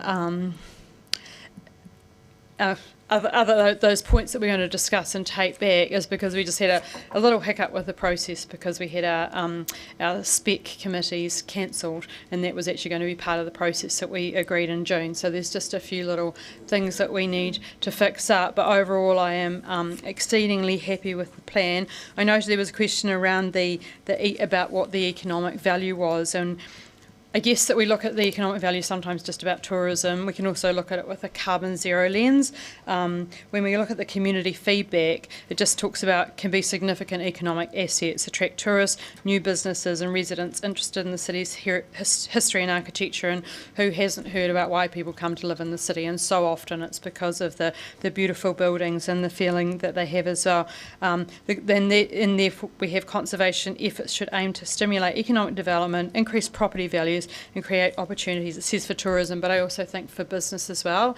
And to Councillor Lucas's question, I don't actually think we've done economic impacts around tourism, but not necessarily about the value of heritage to the city. And I think that part of the implementation plan was looking at, well, if it's going to cost this much money to do the report, we go, okay, I think we know that, not predetermining anything, but looking at that as well. And I think when we did what Councillor Gary brought up about the skills and pathways, and that is a really, really hard thing throughout New Zealand to find those skills that are available for those heritage buildings, and that's why it's great also that the DCC itself has committed to doing up a lot of our buildings, including the railway station. And I was on an aeroplane yesterday, and there's a big picture, 4-page picture of the railway station talking about Dunedin's values. So isn't it great that we spent all that money doing it up, and now it's not quite a cover girl, but getting there. So these are some of the things that have been picked out that are issues, and I think the plan goes a long way to actually making sure that we do keep our crown as the heritage capital of New Zealand. Thank you. The next speaker. Any other speakers? Councillor Gary. Thank you, Mr. Mayor. It's Just Dunedin, the campaign launched today, which I just love, shows beautifully the built heritage of our city in some splendid photography. I asked for the addition of the sentence recognise and support the existing skills resource, because I was not satisfied that in the plan, as it was, there was talk of immigration pathways, talk of a fixed term role for a graduate of Victoria University and conservation program, and that's all well and good. But what was missing for me was written into here an acknowledgement of the skills that already exist, and I would like to acknowledge the staff, Mr. Morsley and Ms. Bishop, around knowing that they do have a database and they do connect people up, but what was missing for me was it wasn't in here. And why is that important? Well, let me just go back into the past a little bit. You could be an internationally recognised craftsperson of heritage skills, and yet working in this city and working for this organisation was very difficult, because our preferred contractor process is really designed around larger organisations, and many of the people with these heritage skills are sole traders, and their skill is in the creative, not navigating those bureaucratic pathways, which I acknowledge are necessary. And yes, Mr. Morsley talked about some of the specialist and bespoke skills, people retiring or nearing retiring age. That is true. And the importance of pathways for young people, and I can speak from experience of having seen great interest from young people in some of the heritage skills, but there not being a formal pathway because there aren't any apprenticeships and there aren't any big businesses or even small businesses to employ them. And I just want to give an example of something that we lost, sadly, which was, and you probably don't even remember it, there was a beautiful forged and cast iron gate, which was located on the Cadbury site opposite the railway station, on the back side of the Cadbury site before Cadbury's closed. It was commented on by Francis Whitaker, who was a master blacksmith from the United States who visited Dunedin 27 years ago but had visited previously. And there are many examples of beautiful ironwork around this city. It requires deep knowledge of metallurgy to do the refurbishment, and also requires those skills. And there are no pathways for young people, despite the interest that I have witnessed. And so that's just one example. Others are stained glass work. I was really pleased to hear that Marcus Wainwright, a stonemason with great bespoke skills, was on the advisory group. But what I would the reason I put this in was to recognise the skills we have here, provide the pathways before you go to the immigration side. And I just remind you, I think I've mentioned this before, I came across a migrant who didn't have a lot of English but had 40 years as a blacksmith in his home country. That is extraordinary depth of skill, totally unrecognised in our city. Nobody had known, and I just happened to ask for a translation of what he said. And so we do have the skills here. Let's recognise, let's keep on working, and thank you to the staff for that ongoing mahi. Thank you. Councillor Gilbert. Thank you. And again, thank you for the team who, oh, there they are. The reason I asked about the lobbying thing is that, in my opinion, until the central government realise that there is heritage around the country that is valuable and worth our respect and protection, we are somewhat hamstrung. So I look forward to the opportunity for Dunedin to lead the charge in calling for the government to allow councils and TAs a few teeth, some form of usable tools that we're allowed to wield, because until they do so, as I say, we hamstrung. All the work that we might get done around this issue will arguably be for little if the costs of losing our heritage aren't recognised by Wellington. We can see the results of periods where in the past we have allowed heritage buildings with style and character to be torn down and be replaced with tilt slabs, which the argument for character and charm might be a little bit more complicated to argue. So again, I'm happy to be second to this. I look forward to seeing the implementation plan and getting a little bit more bolshy as things go on. Your right of reply, Councillor. Councillor Bishop. Thank you. I'd like to also add my thanks to Mark and Heather, who I suspect did most of the writing. But in general terms, I think it's important to acknowledge that the DCC has been very good at looking after the heritage buildings for which we are responsible, and that has helped change attitudes within the city, and not just looking after buildings like the municipal chambers is fairly topical at the moment. The railway station has already been mentioned, but also putting a lot of effort into encouraging and ensuring that other owners, such as the Ministry of Justice, for example, also come to the party. And the fact is that the High Court wouldn't have been restored the way it has been but for the efforts of this authority. So that's good, and that challenge will continue, and as will our support for developers in various ways, including through the Heritage Fund, developers and private owners and public owners for that matter. And I think we need to acknowledge, in addition to the work of our own staff, the fact that we have got to this point a unique set of values in New Zealand,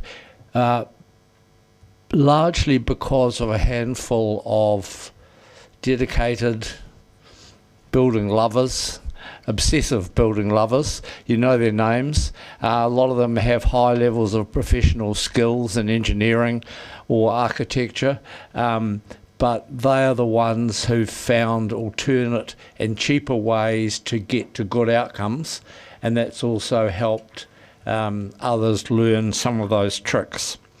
A plan, though, is only one thing without implementation and action, and so I don't think we should congratulate ourselves too much on a very good plan until we, as part of the 10-year plan process, make sure that the funding is in place to get these actions done. So I'm looking forward to that conversation happening in January.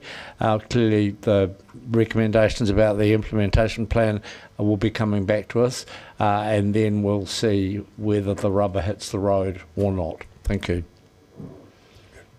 Councillor Barker.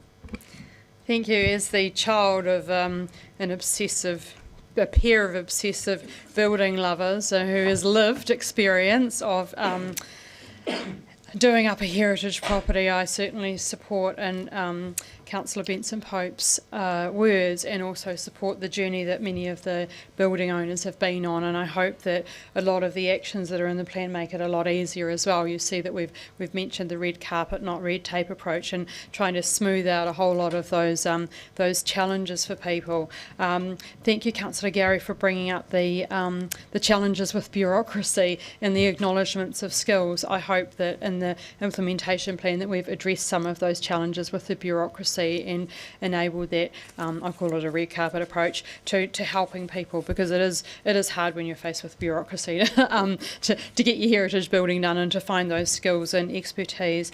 And Councillor Gilbert, I absolutely agree with the change that lobbying can make when we look at saving the Arthur Street School, for example. That was certainly led by the Southern Heritage Trust and putting pressure on the Ministry of Education, and they changed their plans and retained that school. And I know there's pressure going on railways as well to keep a building down in South Dunedin, and that's what we as a group can do, is actually, and the Ministry of Justice as well, is protect and save those buildings, and that's part of the lobbying. There's also important lobbying. I wrote down teeth for usable tools to enable bolshiness. Now, I don't think we're going to put that in the implementation plan. However, I completely get what you mean, and I think that the noting points in there will help the team understand where we're going with that.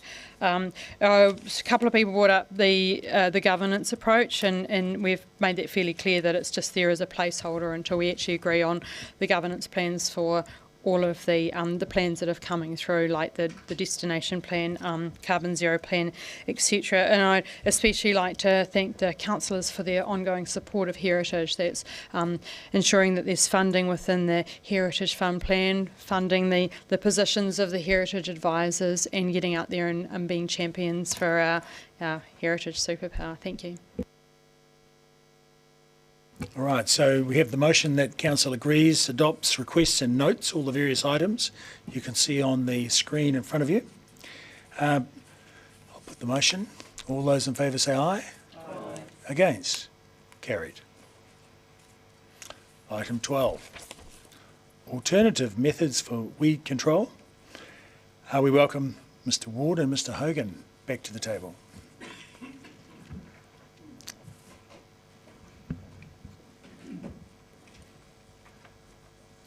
Do we have any opening comments? Sorry. Kia ora. Just a button there. I will just preface slightly, if that's okay.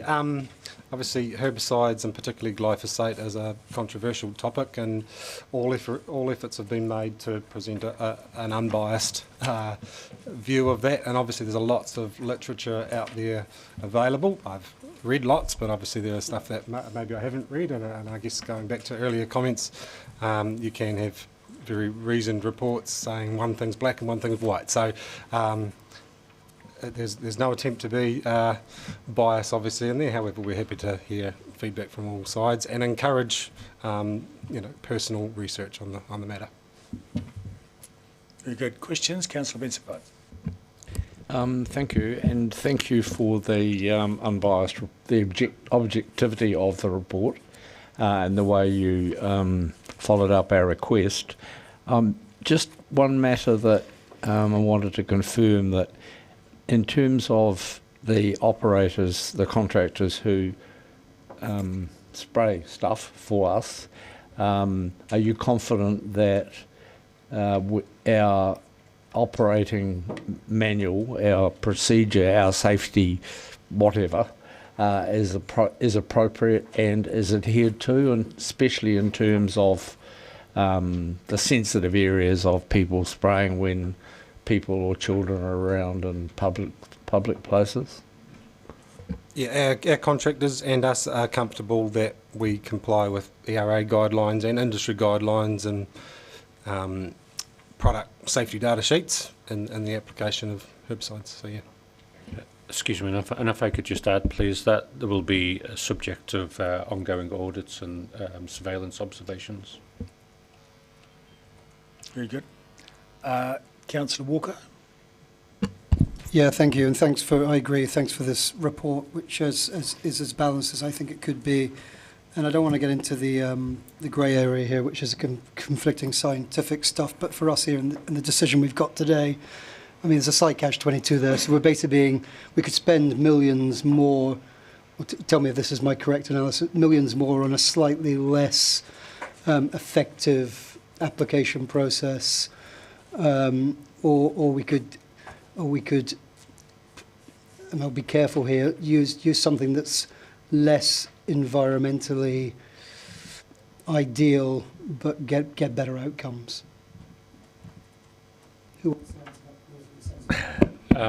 In terms of effectiveness of the method and the materials used, that's what we've tried to outline in the report itself, and hopefully that has come through.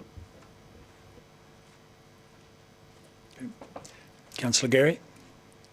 Thank you, Mr. Mayor. And if you'll just indulge me for context, because it's relevant. So I recently had an experience of spraying from a helicopter, which turned out to be quite legal, but was exceptionally alarming because I harvest my water supply off the roof. Obviously, that's an ORC matter, not a council matter, but it brought to mind, I discovered there was no requirement to inform. And so what I want to ask you is that, yes, we follow we're subject to audits and we follow the practices. How do we communicate with our community? And I imagine even this report, and depending on how it's reported in the media, could be alarming to some folk. How do we communicate with our community about spraying? So we do advertise that we could be spraying anywhere in the city at any time, and it is very difficult because it's an activity that's so reliant on the weather to do that, to provide a firm guidance of we're going to be here on this date and here on this date and here. It's ideal, and we have tried it in the past to notify areas through various means in the past, and it's always very difficult to get it right. Appreciate that. So my second question is, and this is often where things fall down, do we equip our contractors to be able to answer questions in the community? Because often what happens is the community will approach our contractors and that doesn't always go well. Do we equip them to answer community questions at the time? Their guidance from us is to leave, is to get out of there. There's often quite a bit of aggression, as you may be aware. So they do receive that. So if they do engage, and it's on a level that they're happy to engage, the public are guided to contact DCC to discuss, as opposed to have the conversation with the contractor. And they're not encouraged to give their personal opinion, one would hope. No. Good. Very good. Councillor O'Malley. Thank you, Mr. Mayor. Thanks for this. My first question is on the organic herbicide. Can you tell me what it was?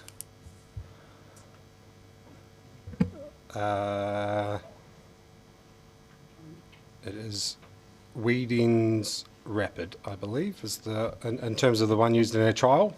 What do you know? What's the chemical and the mechanism of action?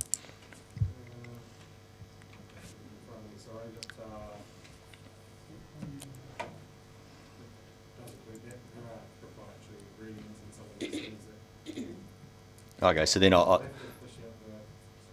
have to find the product safety data sheet to give you the chemicals. Too big a deal, but it gets to the question of the photograph of the roadway that was treated and the commentary on it. Is the mechanism of action, do you think that the glyphosate's worked because it's killed the plants outright and then the other one has come back green because those plants weren't actually killed, they were knocked back? Is that why it's come back? Or is the glyphosate resident in the ground for longer? The experiential guidance is that the glyphosate works to kill the plants through the roots as well, where other treatments tend to kill the surface weeds, but the roots remain and are able to regenerate fairly quickly. And there's been probably very little work done on what would 4 rapid sprays in a row do with a plant, with a herbicide that kills only the top. I'm getting back to the numbers now in terms of the impact on us. And on point 38, you say 250 to 300% increase, which is 4.1 to 5.3 million. So it looks to me like that the baseline number is about 1.5 million we spend at the moment, based on those being the outcome.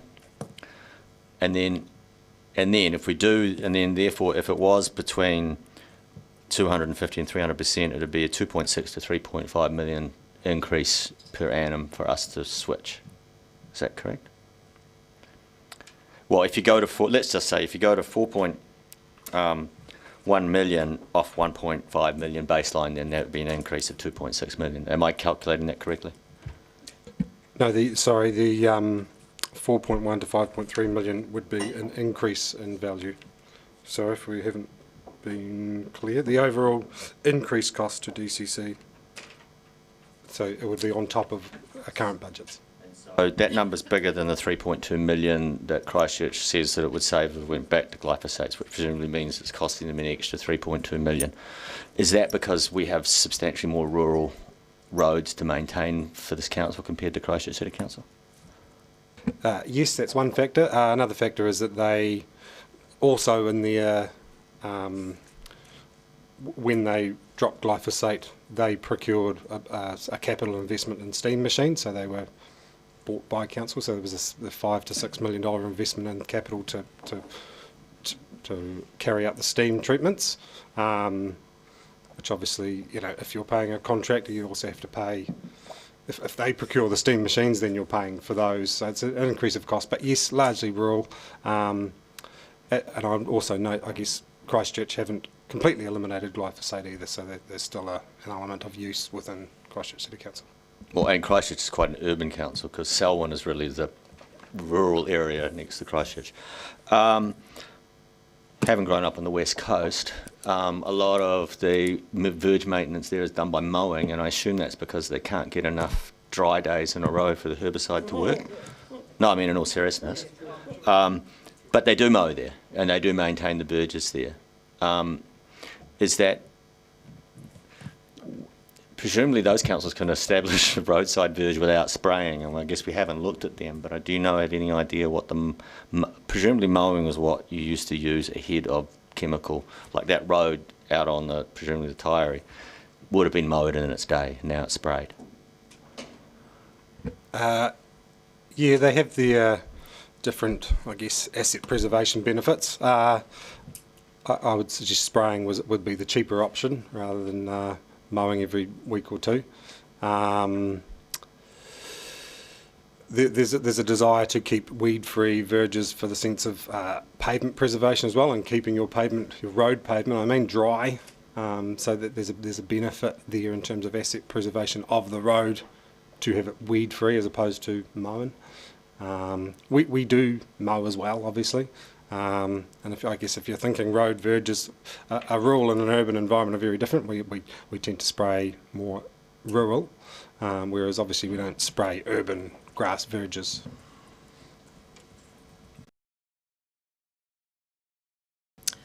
Thank you. There were some trials with steam done many years ago, I'll say many, at DCC. To be honest, there's limited information I've been able to use from those earlier trials, and particularly cost information's been hard to come by. And is one of our options just encouraging individuals or homeowners to be responsible for their own verge maintenance? Yeah, we encourage it. We advertised in the FYI magazine in July and last month about how to become on the no spray register, so we absolutely invite that. I've had a few emails recently about moss in the Pine Hill, Liberton and Dalmore area, and travelling home I observed an older woman who appeared to be a resident spraying the footpath heading up the hill there. What do we think about that? Do we encourage it? I don't know what she was spraying. So I'm unsure how to respond. I mean, obviously, we if she's on the no spray register and she is maintaining her frontage, then perhaps. She appeared to be working her way up the footpath on the cliffside, so I don't think it was her property. Have we got a particularly effective method for moss eradication? Typically, we would water blast moss off footpaths. It's more of a footpath maintenance issue. There has been some really hard stuff and lichen to get off, so there has been instances of spraying when it's been hard to get off. Does hot water kill moss? I think the comment from the side was temporarily. Somewhat, but it would require many repetitions of treatment. And do we use bleach as a control method ever? No. Not that I'm aware of, sorry. And in part, the use of it requires specialist PPE and dilution to an appropriate level, and then control of the application footprint. I just suggest that for areas, hard areas like concrete or footpath where, you know, there's, I assume, asphalt to the side and we're not likely to have anything toxic leaching into the soil. I just wondered if maybe there was a scope to explore more alternatives. Happy to, if there aren't any alternatives captured in here, happy to explore them, yeah, definitely, and weigh up the hazards and health and environmental risks of all of them. Very good. Councillor Vandervis. I have been here long enough to remember the steam attempts, and that, as well as being reasonably expensive, as you suggested before, they kill off the tops and the roots very rapidly come back with more growth. Personally found the same thing with flamethrowers. You can get quite effective flamethrowers these days in LPG, and it's amazing how quickly the weeds come straight back, having burnt the tops completely to the ground. Regarding moss, iron sulfate is actually fairly benign, and I found that very effective for moss. In many different methods, including the organic sprays, I have had similar experience where they simply aren't effective. What my question is, have you tried salt? Common garden cheap salt, because that's what we have found at home anyway. To be the one thing, as long as you don't put it where the vehicles are going to track, because it rusts your vehicle or something wicked. But running salt round edges and simply doing handwork otherwise has been, after many years and trying everything else, what I've found. So has the DCC done any extensive salt tests? There were previous trials around salt and vinegar as a soluble spray. However, I think you mean granular salt. So no, we haven't done any specific trials of granular salt. Obviously, I think you allude to some of the negative aspects of it, and that it has been used before as a de-icer on roads and found to be highly corrosive. So I guess it hasn't been considered in most of those. I guess the other consideration too is sort of parks and edges, whether these are zones that pets, cats and dogs sniff, play, lick, and that's another consideration about where you apply such a method. Okay, thank you. And also, if we look at the disadvantages on option 1, it says there's potential for considerable cost resources increases to achieve a comparable less level of vegetation control.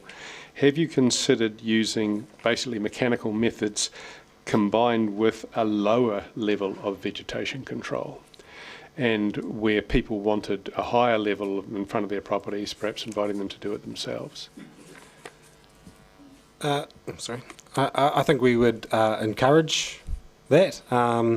Something I perhaps haven't really represented that well is there are a lot of people in the city that care. Probably the majority of calls we get in a road maintenance sense are for vegetation maintenance. So there's a real high emotive state, and we do anecdotally have a higher level of service locally than in other council areas and other countries for vegetation maintenance. So I guess hard to give you the evidence, but anecdotally we have a high requirement for level of service, and we tend to address complaints. So we are open to looking at that operational level of service if that's what the public chooses.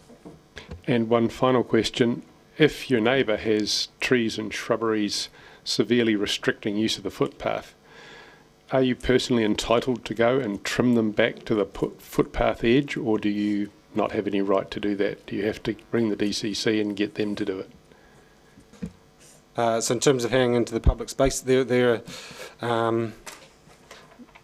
a legal process if we wish to trim back the vegetation. However, our process is that we send those people a letter. It's a very time-consuming task because private vegetation overhanging infrastructure is a big issue that we're trying to address, and it takes a lot of time. So we send a letter asking for people to cut their own vegetation back. We repeat it later, but there is the facility to go and cut it back ourselves and apply the cost to the resident. I'll just add, Councillor, that you should never cut your neighbour's vegetation without having their agreement. Because you don't have any legal right to. Correct, and it's not good for neighbourly relations usually.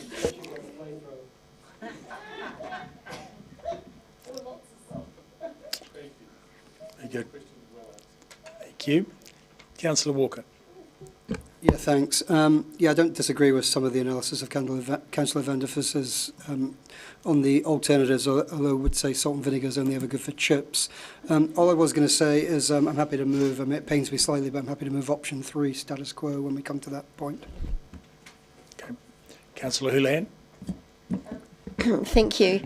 I just wondered, because we're a large organisation, and obviously if we decided to change, you know, the products we're using, we'd be a big customer to the, you know, to the other alternatives.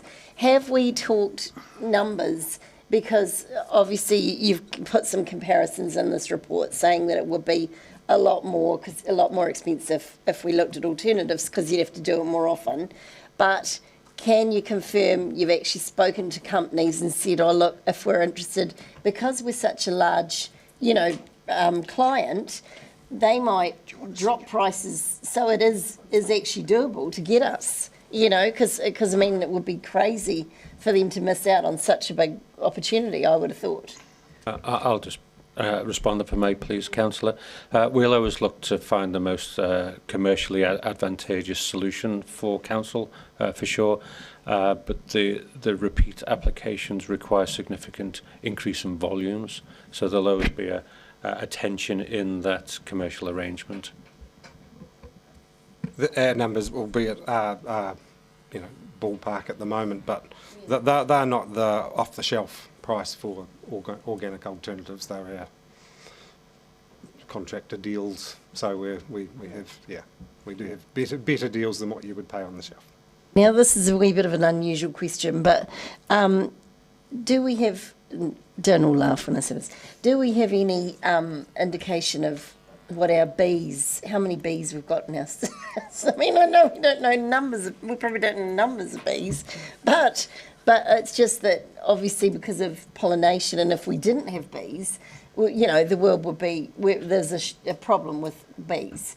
So one of the reasons I initially moved this motion was that I saw people in other cities were putting little gardens on top of bus shelters and things, and it was bringing bees back to the city. Not that we want to be stung, but obviously it's for the purpose of, you know, having more bees for pollination and all the rest that brings us our fruit and vegetables and all that. But do we know if we've got a healthy stock of bees in our city? And because it did say in this report that obviously Roundup and things like that can cut down the number of bees, and so I just wondered if you got any idea of that. With our vegetation control, we'll only apply, we'll only reduce the vegetation where it's absolutely necessary for functional use of pedestrians or for vehicles, so we won't extend the vegetation control footprint beyond where it's functionally necessary.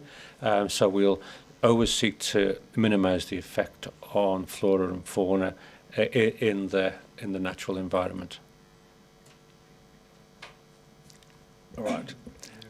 There are other controls as well in terms of not spraying flowering plants and reducing wind blown sprays too. We don't affect desirable areas such, you know, as flower gardens and things like that. So. But I think the answer is no. Okay. Are you finished? Yes? Councillor Gary. Thank you, Mr. Mayor, and mine's a bee question too. Having been the recipient of a beehive and having a beekeeper in the family, I did notice on page 231 it notes that glyphosate may affect bacterial symbionts of animals, including bees, and I certainly know I can't now spray roses, and the helicopter incident I spoke of caused a conniption fit for the beekeeper. So it's a really serious issue, actually. And my question to you is, how aware are you of urban beehives? Because that's quite a hard one, isn't it? Because there is there's quite a wide range you have to take into account in terms of the vicinity around a beehive and the impact that sprays have on it. So that's quite, I'd imagine, quite difficult to traverse within our systems. Yeah, I'm sorry, we don't have information on specific locations of beehives.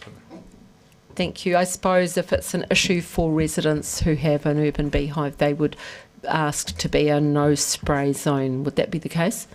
Excellent. Thank you. So next we have Councillor Fiso, then Councillors Mayhem, Barker and O'Malley. Councillor Fiso. Tēnā koe, Mr Mayor, tēnā koutou. Tēnā kōrua, sorry.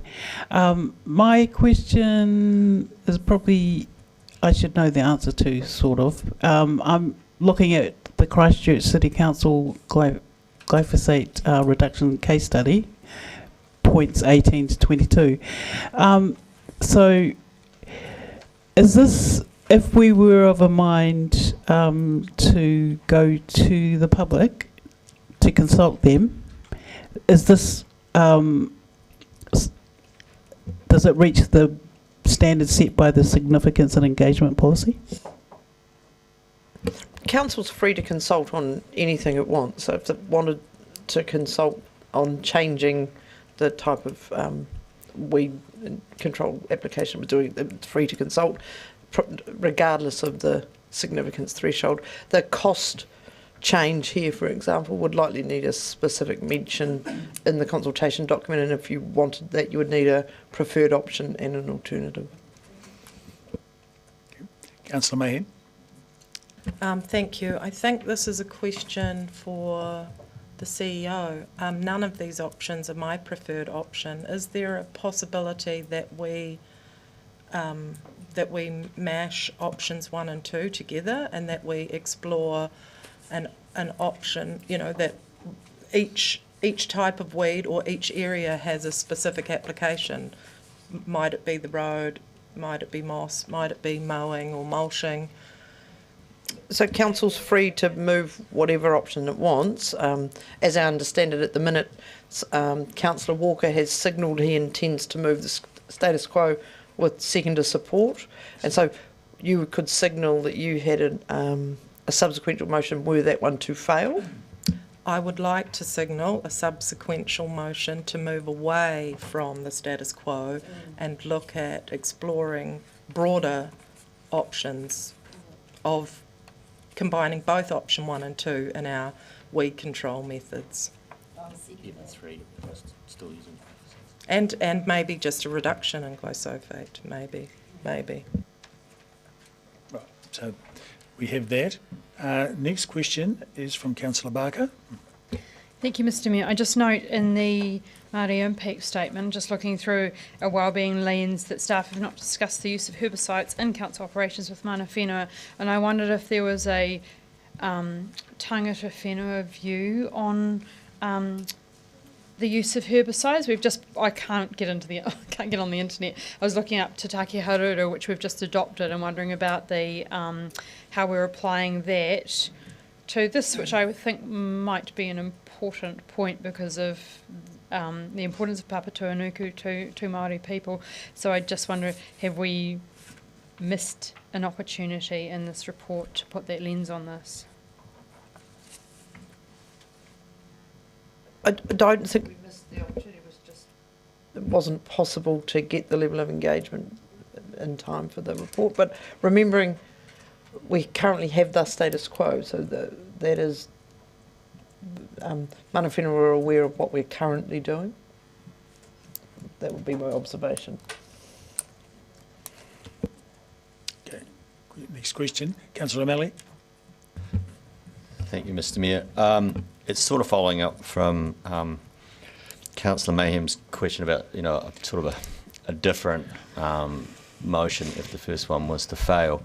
And I'm getting back to the toxicity statement, which I think is number 7. Yeah. It's a fairly brief toxicity statement because toxicity is usually the combination of the activity of the molecule along with its concentration and your time exposure to it. And my question really goes back to something like moss control. And I use sodium hypochlorite, otherwise known as bleach, which is an acute toxin, creates the chlorine then disseminates, and after an hour or so, there's no toxicity remaining at the site of application, whereas a glyphosate will sit around for quite some time and will in fact build up in the environment. So you said that Christchurch has not completely eliminated glyphosate use, but they've moved it, they've reduced it dramatically, and then when it went back to the public in Christchurch, there was a very high proportion of don't go back to the original usage. So I guess I'm foreshadowing that we would probably ask for an adjournment if option 3 fails, to write an option that says that we'd like to explore the reduction of glyphosates and substitution for alternative less toxic processes or something like that. So acute and chronic, would you want to comment on the difference between acute and a chronic exposure to a molecule? I'm not a chemical scientist. No, I have more toxicology in the background than you do, but I mean, I think it's important you say it.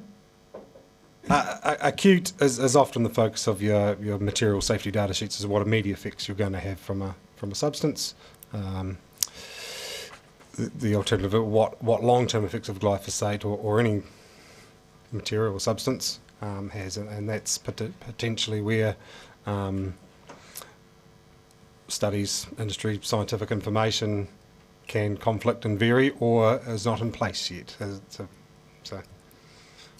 So if we're considering this though and looking at going forward, if a molecule has a relatively high residency time, environmental residency time after being distributed, it can then get in the waterways and disperse and other such things as that, and that is an acceptable. I mean, that is a known issue with glyphosates. Correct, it is. That should be something we would be considering in terms of health and safety of the people of the city versus the amount of money we're spending.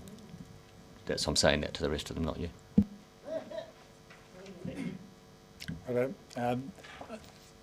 We appear to have no more questions. Therefore, the motion is that we note the alternative methods and go with the status quo. So, Councillor Walker, would you like to speak to that, please?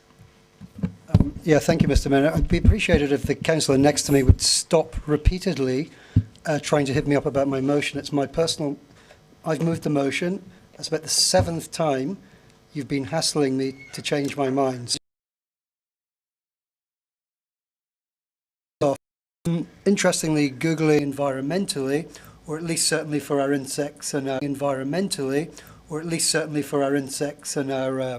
pollinators, that there are in fact implications. And I think we've started to allude to some of those. And I don't disagree with Councillor O'Malley in terms of the stuff he raised regarding toxicity. Roundup, as many as you probably know, emanated from Monsanto and was bought out by Bayer in Germany. And to be honest, I wouldn't trust any of them as far as I could throw them in terms of, and if they're listening, they'll probably sue me, when it comes to their views on the carcinogenic qualities of their chemical products. And let's not forget that there was heavy denial of the effects of DDT and asbestos in the early days of their use. In fact, asbestos was once referred to as the miracle mineral. And despite concerns from the scientific community, the FDA considered DDT safe up to 7 parts per million in food until 1962. And it was in fact the New Yorker and a bunch of articles therein that exposed DDT's toxic effects. And of course, it exposed the large economic incentive to push DDT into the market to sell to farmers, and the rest, of course, is history. And on that note, glyphosate, for those who haven't researched it in the way I have, in 2020, the sales across the world total $10 billion. Projected sales for 2031 are double that, $20 billion. So I'll leave that one there. Using poisons to kill off weeds to me seems perverse, actually. I don't use them on my own land because I simply don't trust them for my own health, and I can't bear killing the important insect life that is the basis of all life on Earth. But I do accept, because I'm a councillor elected by the community, I do accept that at the council level we have other responsibilities. And we all have those responsibilities, such as clear sight lines to prevent potential roading accidents, to keep our drainage infrastructure clear, to reduce fire risk, asset preservation, and of course, actually, on another hand, to appease quite a large cohort of the community who perceive unweeded areas as council actually doing its job. Weed killers for me are a bit like landfills. In an ideal world, we wouldn't need either of them, actually. So it pains me to say, like landfills, although I don't want them, I'll support the status quo because we can't afford not to carry out our statutory safety and infrastructure responsibilities in the most effective way possible, in a way that's affordable for our ratepayers. And I don't do this lightly, and I urge staff to keep a very watchful eye for any potential environmentally friendlier products as they come to market that can do a similar job, but without such a hefty financial implication for Dunedin's ratepayers, so that those options, when they become available, can be quickly considered around this table at the earliest available opportunity. And finally, and I think, I can't remember who raised this one around our own workers and contractors, and I'm sure we do this already, but it's imperative that we're always dotting the I's and crossing the T's in making sure that our frontline staff and contractors are following the safety recommendations to the full when it comes to applying poisons out in the environment. Of course, to protect the public, but more importantly, to protect them. Thank you. Councillor Vandervis. I'm very grateful to Councillor Walker for at least the first 2 minutes of his speech, which I think very strongly damn his own suggestion that we stick with the status quo. If you look at glyphosate use throughout the world, in particular in Europe, they have banned the use of crops that are glyphosate resistant. Awareness of the downsides of glyphosate, given that it's not free either, it's not cheap. I think that we should, following Councillor O'Malley's and Councillor O'Malley's suggestion, look at reducing quite significantly the amount that we use. And I would suggest that even if that meant that our level of weed control was reduced, that we should look at that as well. If people really want their frontages to be absolutely weed-free and want to use glyphosate themselves, well, that's still an option. And I think that that's fair enough if that's what people want in their own properties. If, however, you don't want it at all, I very much appreciate the option the DCC has already given us, which is to get one of the A4 stencils that they'll send you in the post when you ask for it, and I warmly recommend you do that, and simply get a spray can and just, on your pavement, just a little spray at one side, little spray at the other side, make sure the arrows are pointing the right way, and then hopefully your particular property won't be sprayed. That'll save the DCC some money, it'll save you being poisoned, and it's little work usually to get whatever weeds there are in your frontage.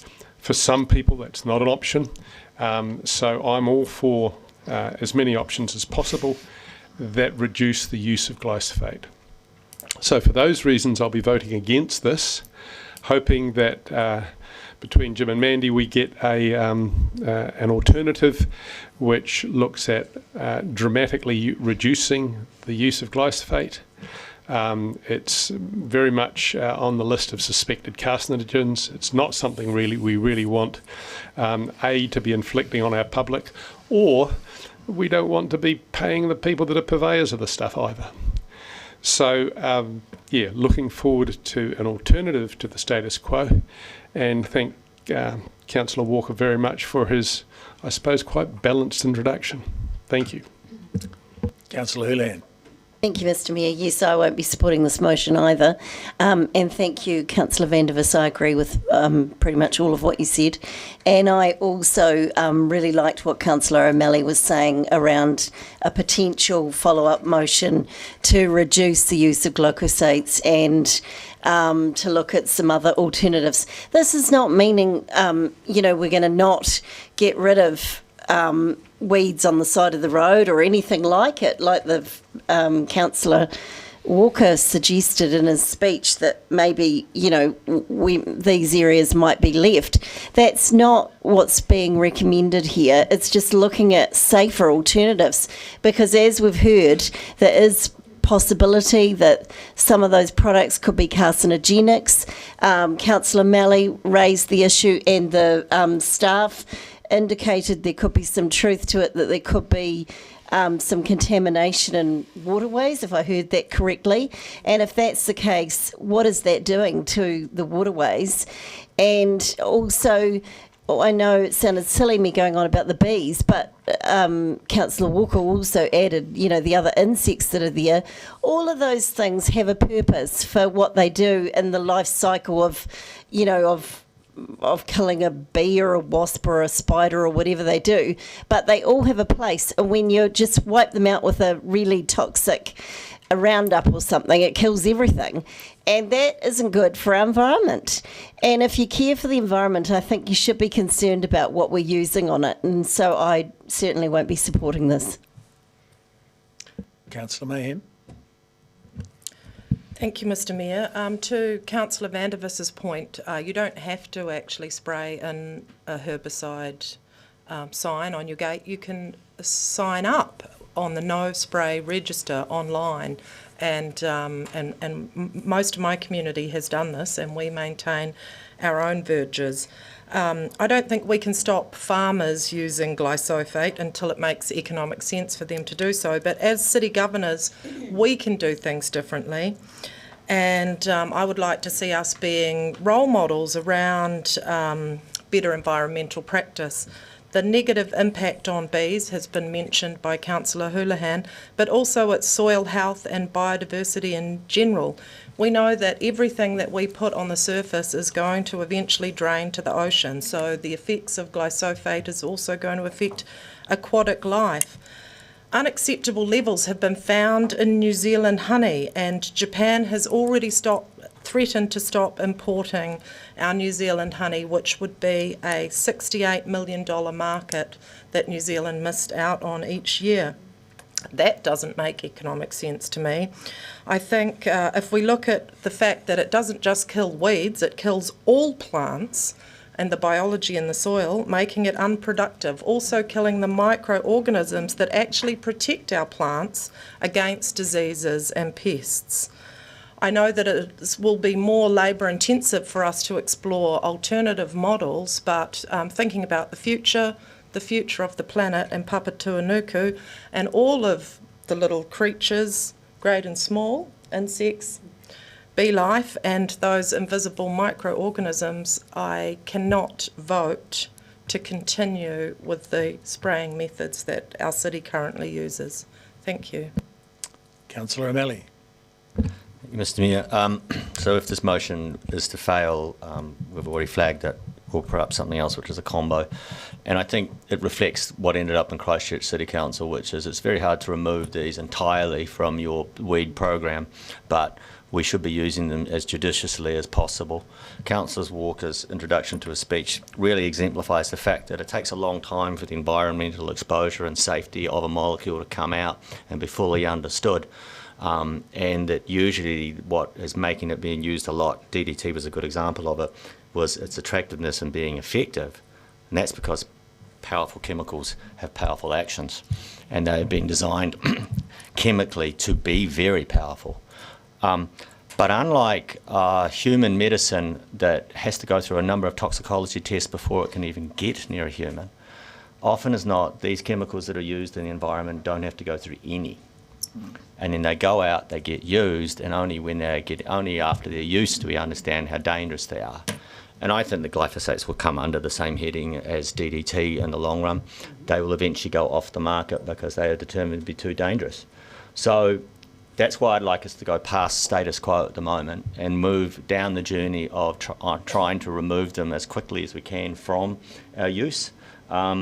And I really especially want to take in, we need to know for a fact that if we're using them to keep waterways clean, we're not just thumping it all through our waterway systems.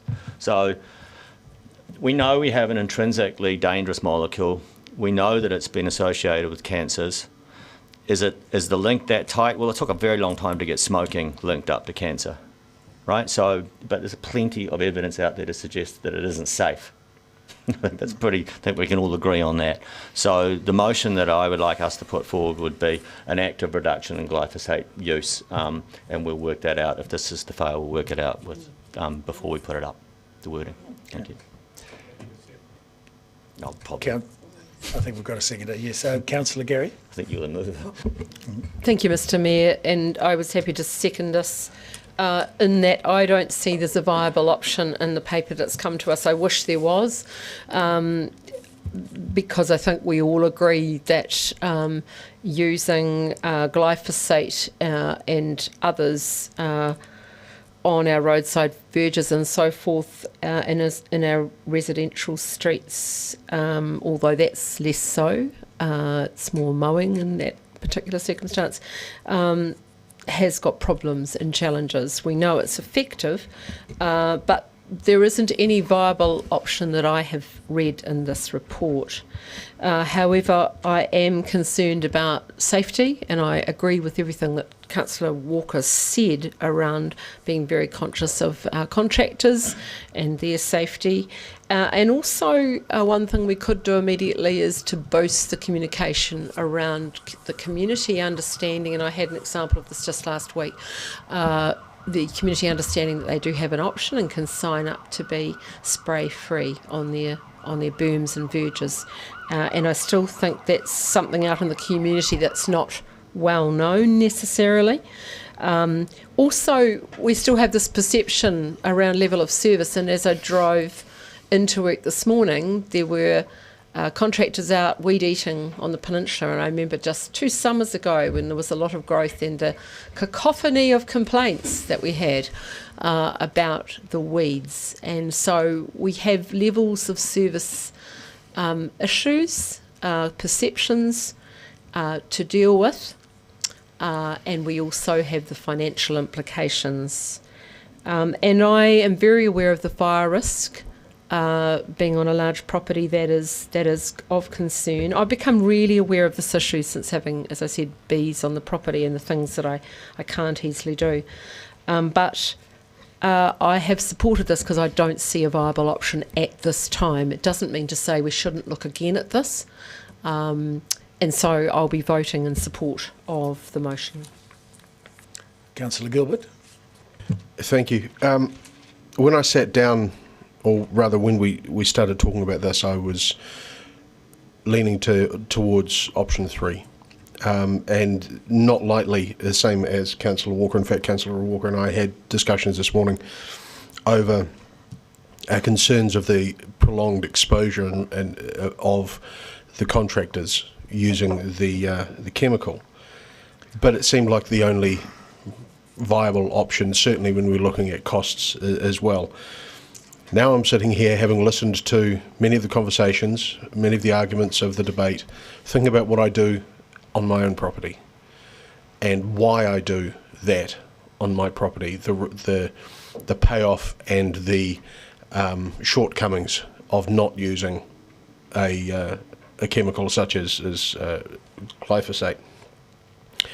And so having a hybrid option dangled in front is something of a carrot, which I presume that the status quo continues until such time as we have another option. So I guess it could be considered a win-win.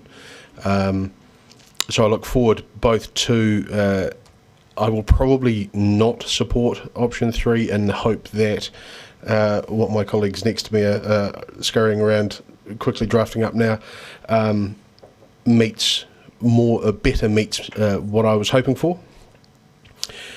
So I look forward to seeing that, and I also look forward to seeing the organisation of a census for bees.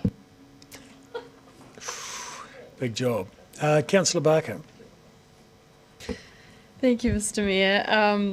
I'm a non-user of glyphosate, having done a lot of research, and I don't use it in my own garden, although other people that I'm related to are very keen users because of the large areas that they have to cover. I certainly agree with Councillor Gary about testing people's appetites for perhaps a lower level of service, and I think that's a really important thing to think about as we are balancing cost versus levels of service. But the key outstanding thing for me is that we are the wildlife capital of New Zealand, and as we've all said today, there's new ads going out which talk about things like that. So I do wonder whether we need to put a stake in the ground around that. When we look at what Christchurch did, they decided, I'm sure that there was lots of challenges around their decision also to not use glyphosate, and it was interesting that actually when their community was surveyed, they decided not to keep it, and to that they didn't want that change. And we look at what Christchurch are doing, they've got amazing urban forest, and we don't want them to be just the wildlife capital of New Zealand's title. I was also talking to someone yesterday about New Zealand honey, and Councillor Vandervis has also just shown me some statistics around that, is about the threat to our export industry. One of my friends is a beekeeper, and she was certainly talking about the impact on bees, and I'm very, very aware of that. The reason that I asked the question about mana whenua and the Māori impact statements was that we haven't put that lens over when we were talking about this, and I think it's a really important lens for our long-term partnerships and going forward. So originally I was looking at option 3 because it's boring stuff like practical, etc., but I think that a hybrid model and a mix of options. So I'm looking forward to a very carefully crafted motion to come up so that we can actually move forward on the way that we treat weeds, and the presentation of our city is what a lot of this is coming down to. I have been the recipient of many calls about we haven't got the grass cut or this or that, but then I also appreciate when we do leave verges uncut about the nature that is enabled to thrive. I also thoroughly appreciate that there are a lot of fire risk, sightlines, drainage, that kind of stuff, but I do think that different treatments for different parts of the city is something that we should be looking at. And here we've got options 1 to 7 or whatever, all very well analysed, but I think that maybe looking at a matrix is probably a interesting way forward. Councillor Benson-Pope. Thank you, Mr. Mayor. I would observe, first of all, that the part B of the motion doesn't actually mention glyphosate.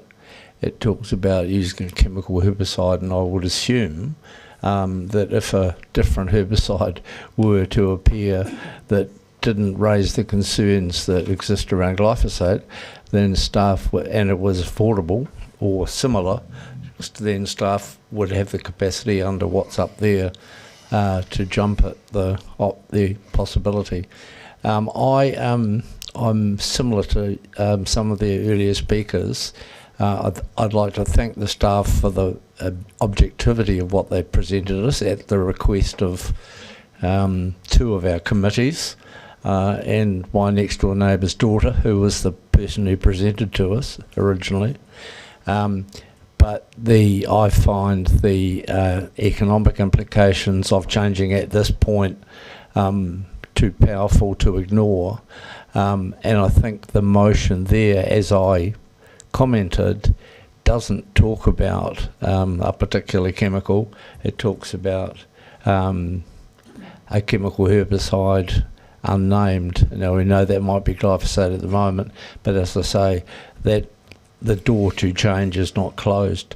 I also suspect that there's very little of it sprayed other than by householders themselves around gardens and verges, and that most of this work is for the country road and others areas where we see where road banks and so on that are not under the oversight of particular owners other than the city, and so I think that's a sensible position, and I'll be supporting this.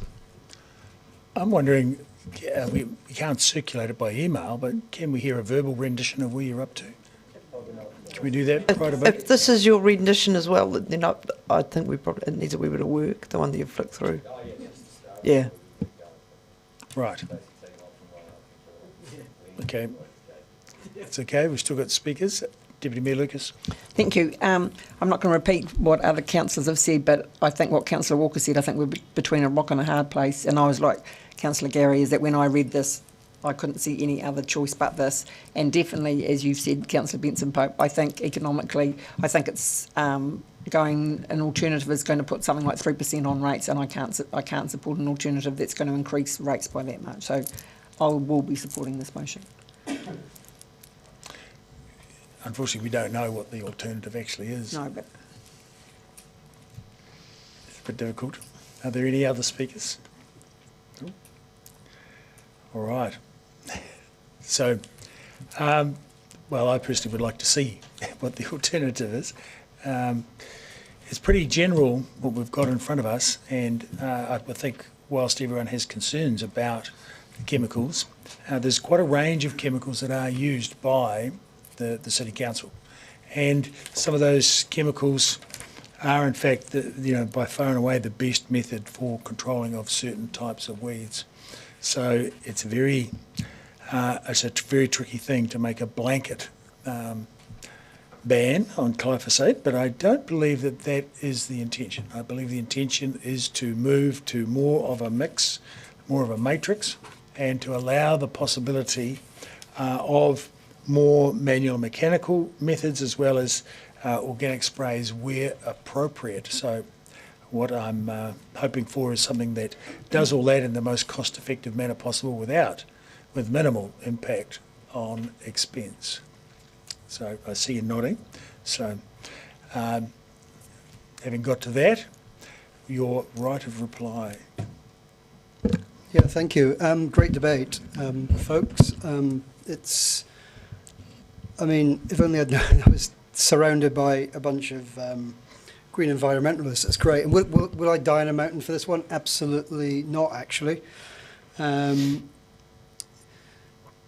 But, I mean, this is probably the only time I've moved a motion. How long have I been an elected member? 15, 16 years. I'd probably be happy to lose. I'll answer some of the replies. Councillor van der Vos, you're right about Europe. I've done a lot of research around glyphosate and Europe, and there's a lot of national regulations in some countries, not all actually. The vast majority of Europe doesn't have any regulations around glyphosate, but those that do, it's primarily in the domestic use rather than in that larger industrial council use. And I think you mentioned that anyway. Councillor Mayhem, you are correct, and I wish all the things, I think we'd probably be in agreement. We probably both don't use chemicals around our land, and we believe in a great environment. And I wish, and I hope one day that we can do all the things that we aspire to do, but that ultimately does come for a large organisation currently at a cost, and I think most people have recognised that. And I don't think, and I think it was embedded in the papers, but we should be a wee bit careful around advocating for the insects via alternatives, because a lot of the alternatives actually also 100% wipe out that fauna, particularly things like steam at 100 degrees kills everything in its path, and a lot of the other chemicals, even the pine needle stuff, has a really detrimental effect on those environmental creatures that like to live in a world of just fresh air and fresh things.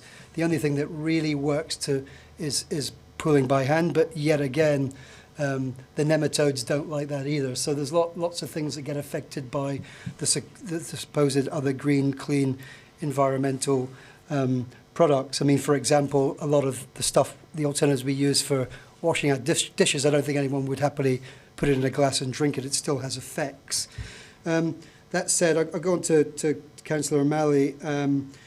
And yeah, I mean, an active reduction in glyphosate would be a good starting point.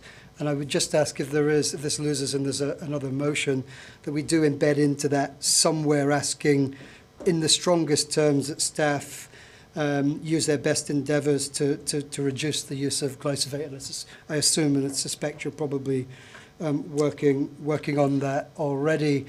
And I mean, and also to others, as we approach the long-term plan process in general, I think this is a good sort of yardstick and indicator of what we're going to face as a council, actually, because this, I think, is going to be the quandary we're going to face between cost and level as a service.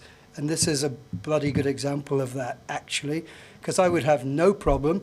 I'm well off, me and my wife, no problem. I'm happy to pay shed loads more in my rates for the whole city to go enviro-friendly on our weed removal. I'd actually spend shed loads more to convert most of our verges into wildflowers and other environments that they have done in Europe. So in Europe, even the UK, that awful place from which I emanate, the motorway sidings now are all covered in wildflowers. We've done nothing like that in this country. So I'm happy to do it, but that's the tension that we face here, is asking our community whether they're willing or not to bear the cost of us doing what we think is the right thing to do based on our philosophical view of the world we want to see. Thank you, and I'm happy to support a subsequent motion, however it looks. All right. Well, we'll take this motion. Sorry. Justine, yes. Councillor Gary. So we'll take this motion by division. Councillor Ackland. No. Councillor Barker. No. Councillor Benson Pope. Councillor Gary. Aye. Councillor Gilbert. No. Councillor Houlihan. Councillor Lafiso. Councillor Lucas. Aye. Councillor Mayhem. No. Councillor O'Malley. No. Councillor Vandervis. Councillor Walker. Councillor Wetherall. Aye. Councillor Wiley. Yes. Mayor Raddick. It's quite a difficult one, but I'm going to go with the status quo. Yes. Carried 8-7.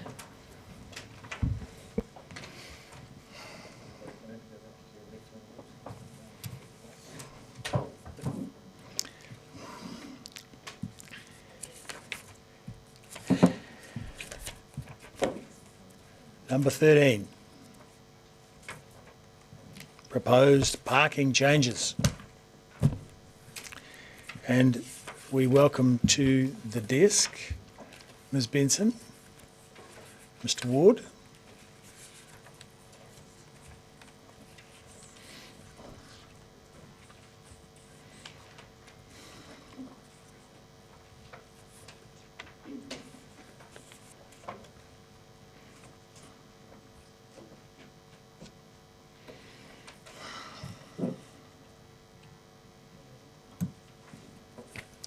Any opening comments?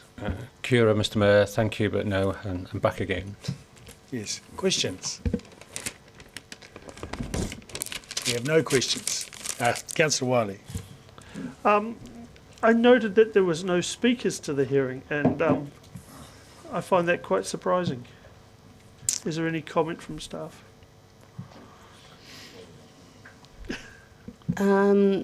No, I think, Councillor, we had a few speakers to the last hearing, Councillor O'Malley, didn't we? But yeah, no, not, yeah. We had a lot of speakers at the one last week, but that's not this report. That's coming in the next one. This report said there was no one presented. This is the September one? Yeah, it was September, not the hearing we had last week. We had a number of speakers last week, but the September one, we didn't have anyone. There's a lot of submissions, though. Yeah, yeah, but no speakers. Would that be a first? I'm just conscious of, or was it that smooth a process? I think there'd be a fair amount of consultation go out ahead of ahead of time, and there'd been a good period of time for that consultation to take place. I'm guessing now that may explain some of it.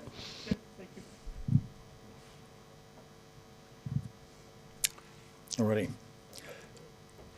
So we have it moved. So we have a mover and a seconder. Councillor Mayhem had a hand up first. So moved by Councillor O'Malley. Would you like to speak to it, please? Just briefly, this was not a particularly controversial one, which is why we got some written submissions and others, but we didn't get any orals, unlike the one that you'll see coming later on at the next council meeting, which was last week, that had quite a number of people come to submit to it. So, this is the statutory requirement that we publicly consult on all parking changes. Sometimes they are relatively minor and don't get much engagement, and sometimes they're quite major and get large engagement. This was one where didn't really get that much engagement. Yes, and speaking of this, I looked through the submissions, and there were a number of submissions, but the critical one I saw was from Disability Action. Joel Marrable was in support of the change of the loss of the Disability Park, which is quite significant in my eyes. And the general tone of submissions were in support, so that's also good. So that's a refreshing change. Councillor Gary. Thank you, Mr Mayor. I just wanted to make comment about the creation of 4 new mobility parks and to thank the staff for their continued mahi in that area. I know you get pushback from businesses. I don't understand that, frankly, but I do understand the difference this makes to the disability community, and I thank you for it. Okay. Do you have any reply to make? Okay. In which case, I'll put the motion. As you can see on the screen before you, we adopt, note and note. So all those in favour say aye. Aye. Against? No. Recorded, please. Thank you. Item 14. And we welcome, who have we got? Mr Davies. And Mr. Let me see anything.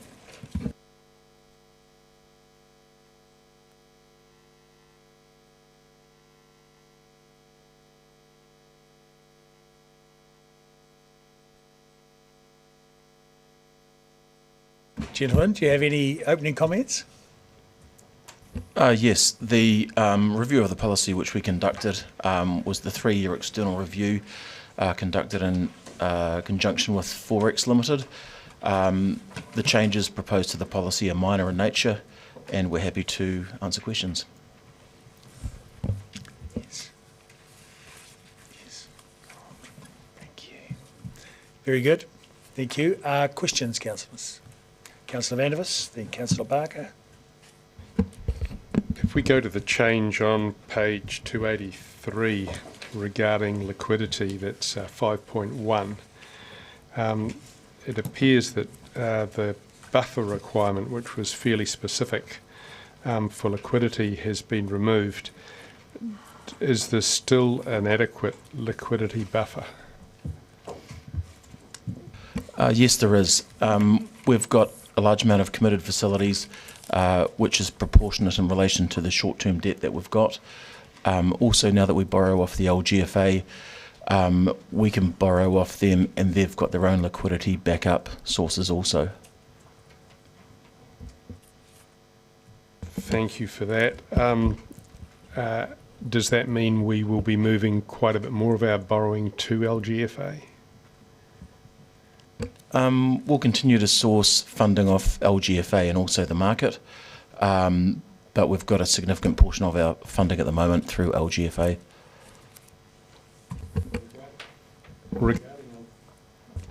Regarding LGFA, on page 306, it says the DCC may contribute additional equity or subordinated debt to the LGFA if required. Is that if the LGFA requires it of us? And what sort of limit might there be on that?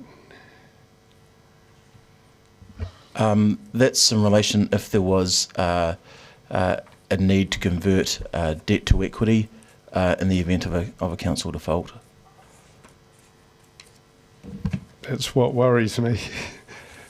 It is a liability that we have as a result of joining the LGFA, is it not? Yes, it is, but a very low risk one. I accept it's a low risk one at this point, but then if we look a wee bit further down the same paragraph, it says that, you know, we have this LGFA obligation with a charge over DCC rates and revenue as per the trust deed. That's the backstop if there is a default in some other council. Is that the situation? Yes, it is, but there are other action items and lock-up provisions of council revenues if there was a default by one council, which would preempt any of those types of actions. Okay, thanks for that. Moving on to page 16 of the report, our page 313, hedging at subsidiary level. It talks about, in the last paragraph there, it talks about ongoing foreign exchange transactional exposure linked to export receipts or import payments. I'm wondering whether this allows entities like city forests basically to hedge by playing the emissions trading scheme market, for instance. Is that what this is about? It's about that if there is any hedging at the subsidiary level that they're required to have their policy to do so. In City Forests example, they hedge their foreign exchange receipts, and it's all transacted through DCTL. Just to add to that, that section is under foreign exchange risk policy, so this just does relate only to foreign exchange. Right, and when you say it goes through DCTL, does that mean that you have all the detail and the reasons for doing this hedging, so it's completely transparent to you? Yes, totally transparent. We transact every single transaction. We also measure policy compliance for them every month, and we also report that policy compliance to their board, and we also arrange all the hedge accounting documentation as well. Right, so my fear that they could perhaps just go off on their own and do things with their overseas funds, it's not the case. That has to go through you guys. Yes, that's totally right. And we also get a report from the counterparty bank confirming the transactions also. Great, that's ideal. Thank you very much. Much obliged. So I have a question. Has there ever been a territorial authority default in New Zealand, to your knowledge?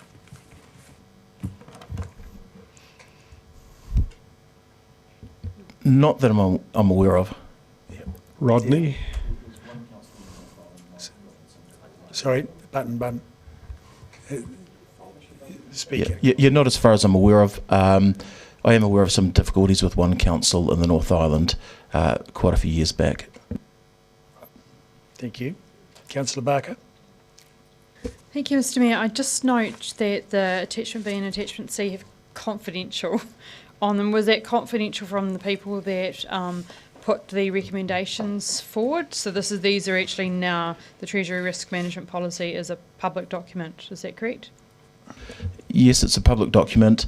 The counterparty who we worked with to do it was comfortable for the document to be made public if need be, but I think it was made confidential just for sensitivity. Do you mean confidential for sensitivity while you were negotiating the document? Yeah. It was an editing thing. We should have removed confidential when it went on the public agenda. Just checking. My next question is on page 277. There's a cross out. This policy has been prepared with reference to the relevant sections of the Local Government Act 2002. And I just wonder why that was removed, given that it's the overarching document that the council runs under. It was really a language thing. It does say it refers to the sections in the Local Government Act, but when you read through the policy, there are no other references made to the Local Government Act. But the Local Government Act does refer to credit policies, debt policies, and so forth, which are all covered within this Treasury policy. So just building on that, if I may, so what we're saying is that this policy is compliant. So the Local Government Act stays very high level in its policy requirements. It requires councils to have policies in place to cover things like liquidity risk and credit risk, etc. And it stays at that level. So what we're saying is within the policy document itself, LGFA is not referenced, therefore that wording became superfluous. It was probably a legacy wording that was standard in a lot of policies. And can I just check then, page 288, there's some rationale there. I noticed that there's a removal of the term unless approved by council. There will be no new investments. It's awfully difficult because of the crossing out. I just want to understand a little bit more about the why that was removed, because I wonder if there be the unless approved by council was a safeguard for something. What's the history of that rationale, and why was that changed?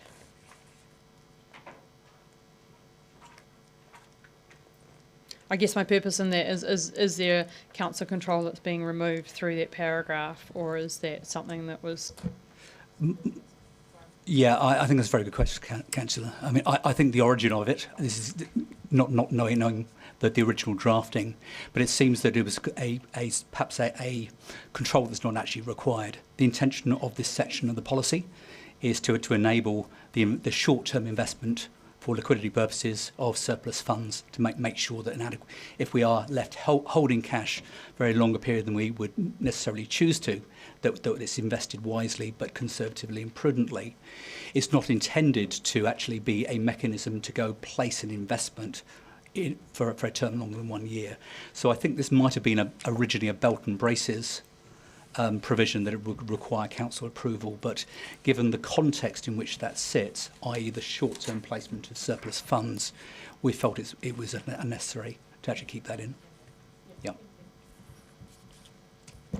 Councillor Gilbert. Thank you. Some of them have literally just been asked and answered. But the one I do have remaining is on page 281, 3.2, fourth bullet point having been crossed out, ensuring legal enforceability of financial management contracts. Could you just explain, please? Yeah, financial management contracts, there are actually no specific financial management contracts mentioned. We do have contracts which are interest rate swaps and interest rate hedging contracts, which are always legally enforceable because they are specific contracts between ourselves and bank counterparties. Thank you. Deputy Mayor Lucas. Thank you. My remaining questions are on page 279, where you've deleted, it says undertaking an annual internal review of the Treasury risk management policy each year. I mean, you've left in the part about every 3 years. I just wondered what the reasoning behind the annual review deletion was. There used to be an annual review, and it was largely a process, and most of the time it didn't result in any proposed changes to the policy because the policy was working very well.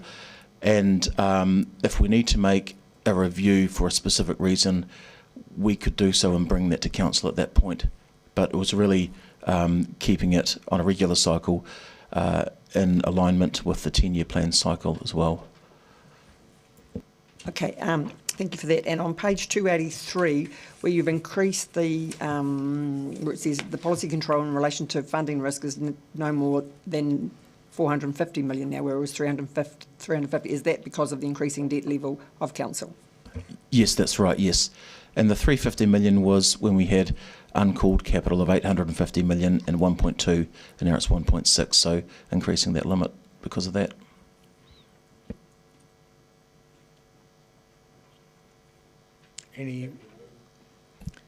So no further questions. Do we have a seconder for that? Deputy Mayor Lucas, would you like to speak to it, councillor? Would anyone like to speak to it? In which case I'll put the motion. All those in favour say aye. Aye. Against? Carried. So at this point, we'll have a break. Have a comfort stop till, now we just need to decide whether it's 1:45 we can come back or we need to wait till 3. We don't need to wait till 3. Okay, so let's have a comfort stop till 2:45 and we'll move into non-public. So I might as well make that motion now so that makes it easier for the media. So we're going to move into non-public and also extend the meeting beyond 6 hours. So do I have a second for that? Councillor Wiley, all those in favour say aye. Aye. Against? Carried. So we'll be back at 2:45.